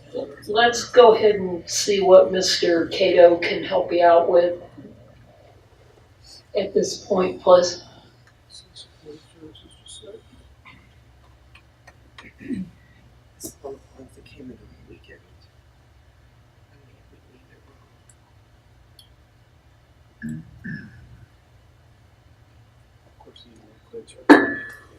Madam Chair, may I ask a question I think I know the answer to, but just to make sure I'm straight and that all the, especially the new members, understand that there's no requirement for a grant that a group present or not present, and they should not be penalized or rewarded based on their presentation. Is that true? That is exactly true. As a matter of fact, that's the first line in the invitation. Okay, thank you. And I've reminded that every step along the way. All right, so this is the correct video. I just wanted to double check that we don't make sure. Yeah, go ahead. We believe seniors are vital to our society. Our Meals on Wheels program consistently delivers hot meals to over 4,000 homebound seniors and disabled adults every weekday to ensure they have the nourishment they need. And Anna Meals on Wheels makes sure their pets are fed and cared for too. But we give so much more than nourishing meals to the seniors of Harris and Galveston counties. We provide daily wellness checks, companionship, and strength. Meals on Wheels is very important for us seniors. It's a special program because it let us know that we're really not forgotten.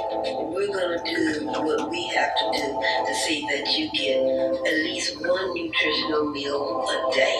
We're going to see that the love is spread to you as much as we possibly can. Because some seniors might not see nobody the rest of the day, but that one person.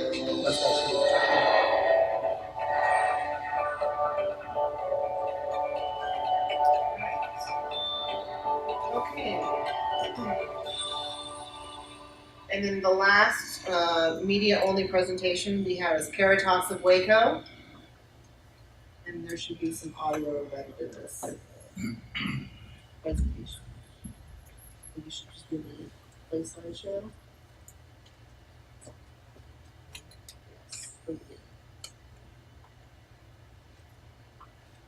Caritas of Waco presents its request for continued funding for the 2019-2020 Veterans Case Management Program. The mission of Caritas of Waco is to provide urgent support to people in need in our community. Caritas was founded in 1967 by the Austin Diocese of the Catholic Church. It is supported now through contributions, grants, events, thrift store sales, and United Way. Caritas has a total paid staff of 44 and an average of 125 volunteers per month. Caritas offers a range of services to low-income families, including food pantry, emergency assistance, SNAP outreach, and case management. The Caritas Pantry served 31,000 families in 2018. Poverty in Waco is a serious concern. 30% of the Waco population lives in poverty. 21.3% of McLennan County residents exist in poverty. These rates exceed the poverty levels for the state of Texas and the U.S. as a whole. 19% of McLennan County residents, 43,000 individuals, are food insecure. 7.8% of McLennan County veterans live in poverty. Poverty is also a concern in the rural counties adjacent to Waco, McLennan County. The Caritas Veterans Case Management Program began in 2016. It serves veterans in a 6-county area. We strive to help move low-income veterans out of poverty.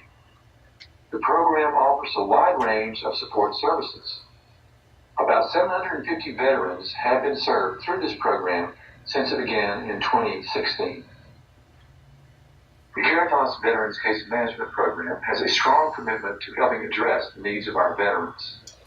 Our FVA-funded case management program seeks to produce improvements in the lives of veterans and to create a more positive future for them. Caritas emphasizes relationships with veterans in our program to assure they feel respected and believe they are treated fairly and with compassion. With the high level of poverty in our area and the number of veterans needing assistance, we seek continued FVA funding for 2019-2020 to support our efforts to make inroads in this serious problem. We thank you very much for your past support of our program and for your consideration of our proposal. For more information about Caritas, please see the following. Thank you. All right, and that is our last media-only presentation for the General Assistance Grant Program. Okay. Thank you to all the organizations for taking the time to help the committee better understand your general assistance projects today. Next, we will hear from the applicants for the 2019-2020 Veteran County Service Officer grants, funded grants. I would like to call up the first county BSSCO to present for BCSO funding grants, Cameron County.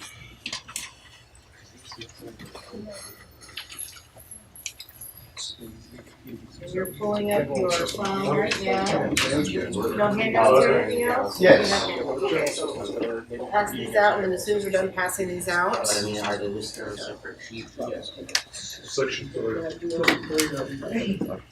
Bob, go ahead and pass. So for my fellow committee members, that would be in tab 3. Yeah.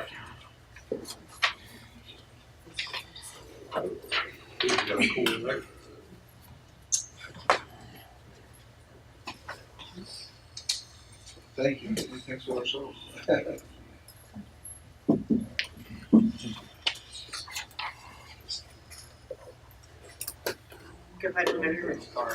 Good afternoon. Thank you for having us. I think we're the last, but not least, I hope.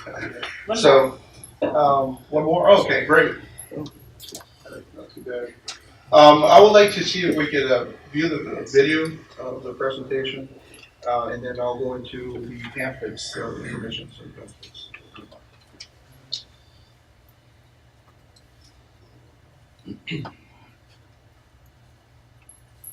Cameron County is home to 17,000 plus veterans.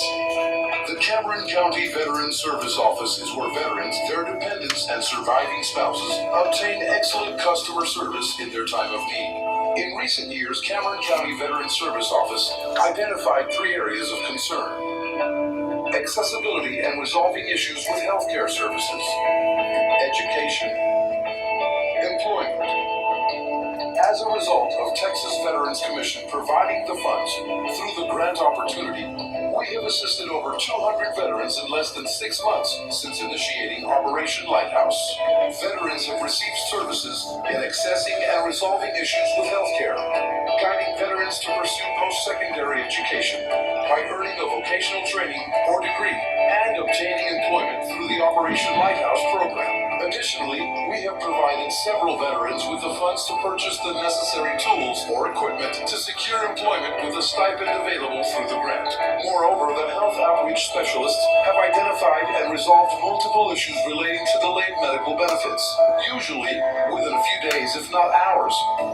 As a result, we have gathered critical information and data that have identified specific problems within the Veterans Health Administration that are causing detrimental effects to veterans in our county. The data collected from Operation Lighthouse will also capture a more detailed report on the demographics of our veteran population within our county. Our dedicated outreach specialists are highly trained and ensure that any issue is resolved by establishing a collaborative network with several entities within the county. From rural to urban areas within the 4 corners of Cameron County, we are helping veterans that are in great need. Since the implementation of this program, we have realized that this was a much-needed service to our veterans in Cameron County. This program has proven to assist veterans to get out of poverty and prevents decaying health. We request for the Texas Veterans Commission to continue to allow us to provide hope and a bright future by continuing to fund Operation Lighthouse.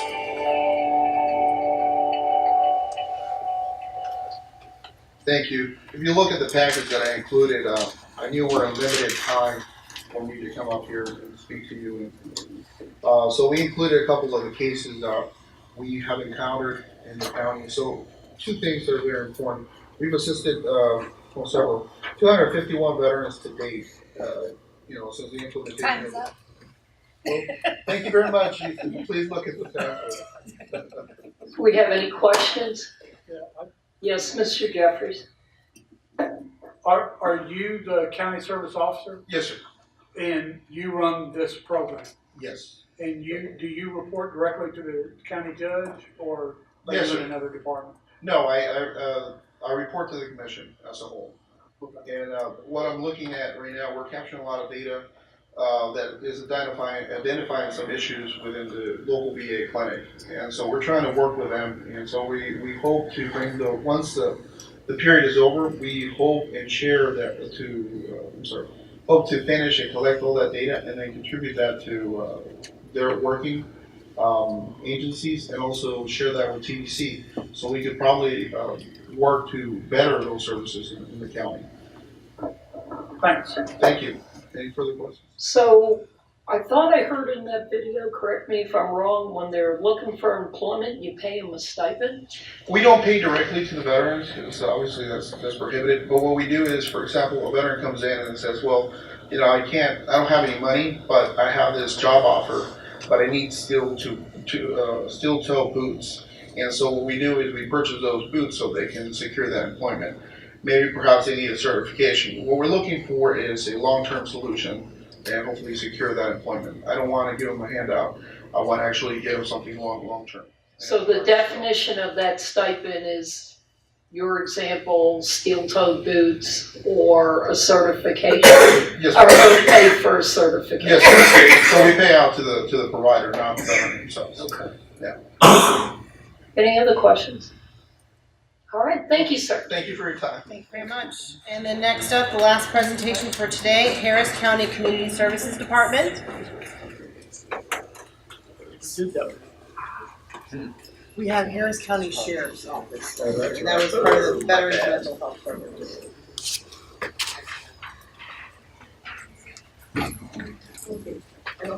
Presentation, so, give me handouts, anything else? Give handouts, anything else? Right, go ahead, go ahead. Good afternoon. We're representing Harris County VSO. This is Ms. Dasha Hicks from our development department. Mr. Vincent Morrison from our VSO office. I just want to say that we are very grateful to have been awarded the funds for the 2018-19 grant year, and we are honored to be able to serve our veterans in our community. I will walk you to what we have done so far.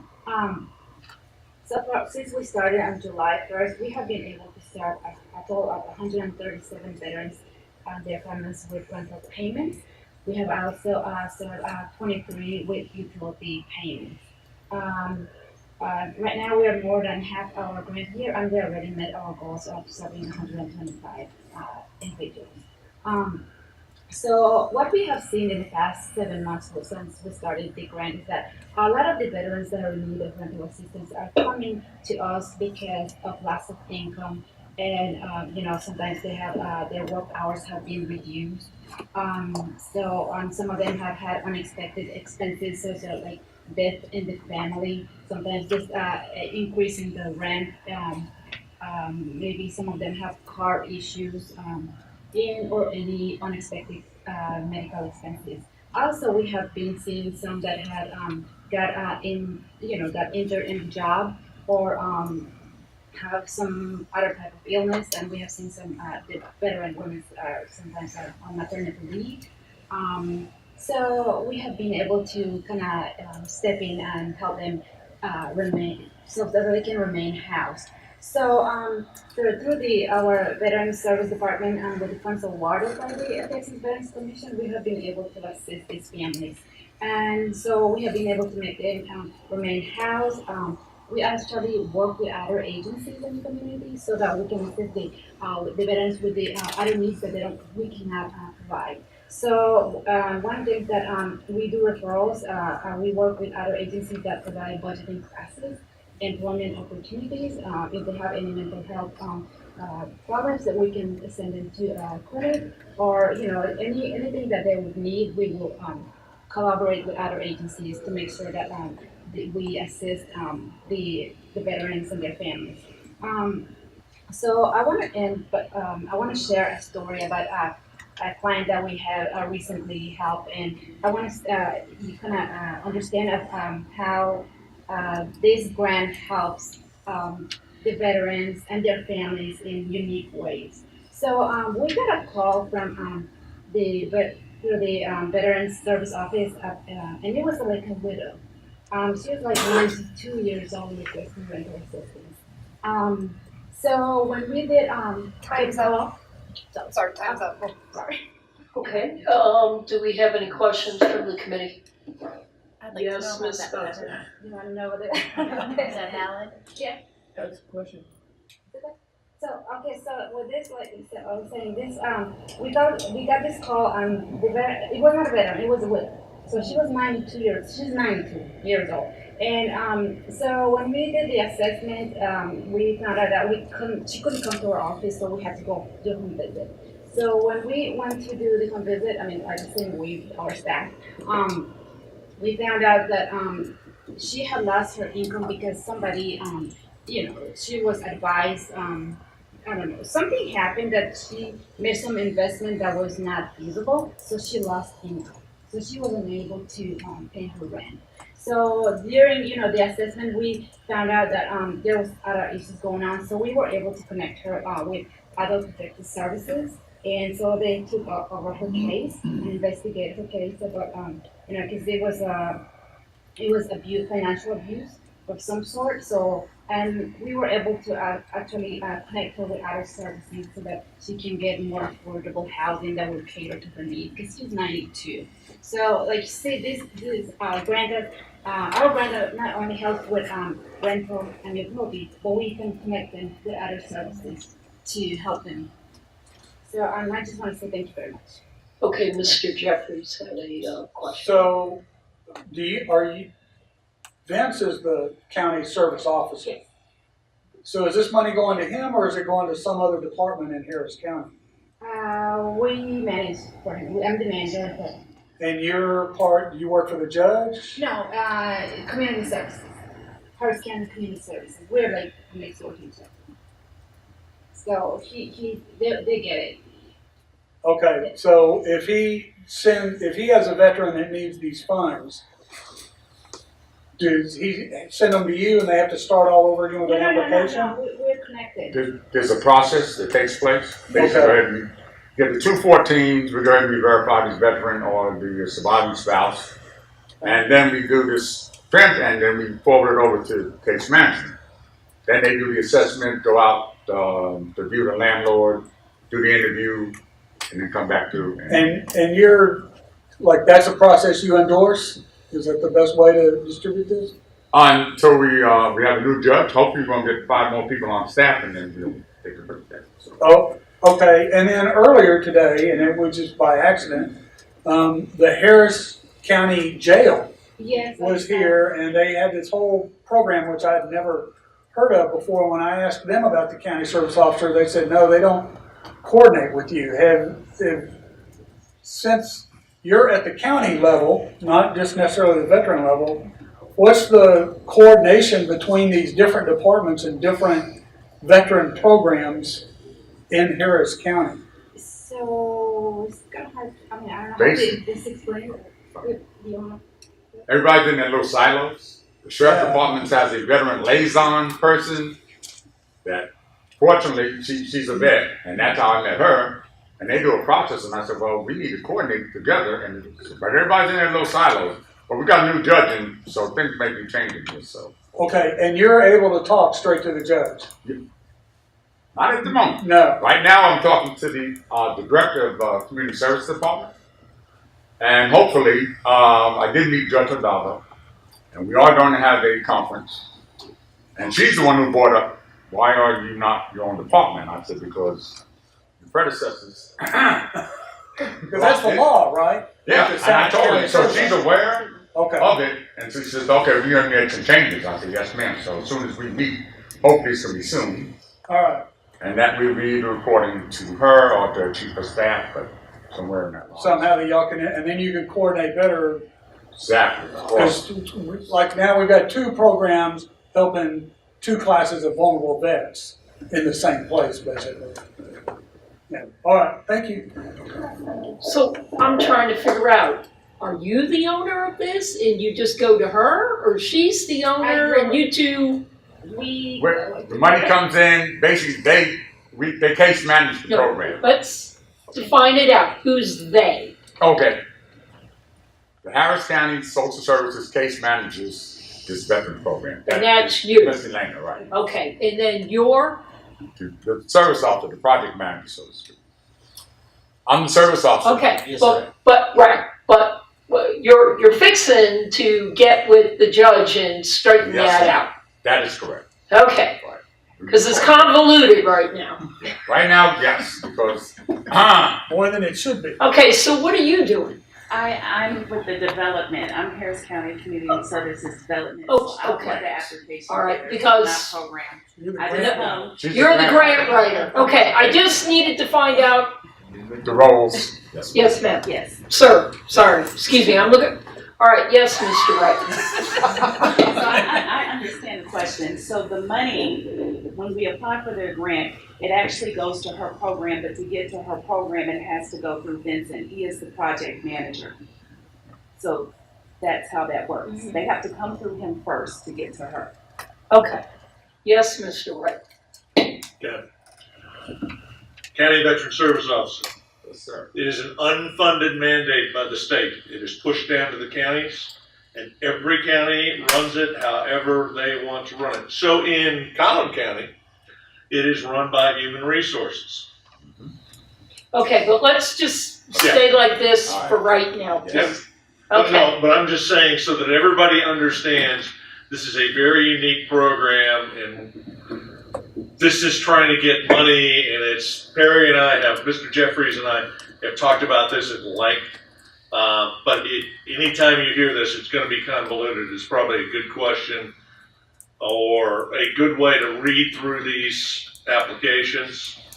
That's something to look at. Who controls the money? Because unfortunately, that falls on your desk, Mr. Cato. Because the Texas Administrative Code now says that the county service officer will report directly to the county judge. That's, And a lot of counties are not making that Right, happen. they haven't So anyway, made that We transition. are all under Harris County Community Services Department, and the person who runs that is the Executive Director, Daphne Lamel. So we're all like sub-departments under that. So I'm with Community Planning and Development, she's with Social Services / Veterans, so all of it is under one Executive Director. Okay. Daphne. It's clear now, as long as we have veterans being served. Yes. Fair enough? Okay. All right. And just one more clarification to really muddy the waters. Also with the Texas Administrative Code, to be eligible for this funding, in other words, the separate category, the project manager has to be the county service officer. He's got to own it. Because if he doesn't own it, they go back into the general assistance or mental health or whatever application they do. Cool. And compete with everybody else. That's what you were trying to get That's at. really probably what I wanted to hear. So he's the project manager, and like you said, the veterans go through him. He does all the eligibility. When we want to talk compliance, we're going to go talk to him. Yes, yeah. That make you feel good? This is a good explanation, that's how it works. I just manage every day. Awesome. Yes. Okay, is there anything, other questions for these fine people? All right, thank you. Thank you all very much. Okay. Thank you to all the organizations for taking the time to help the committee better understand your VCOS funding projects today. At this time, we will take a recess until 8. Okay, just a minute, please. just my two thoughts.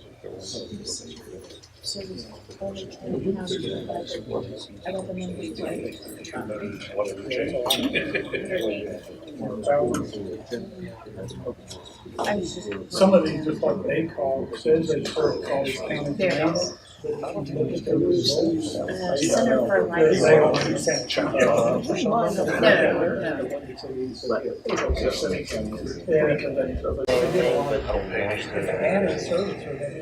Distinguished committee members, please.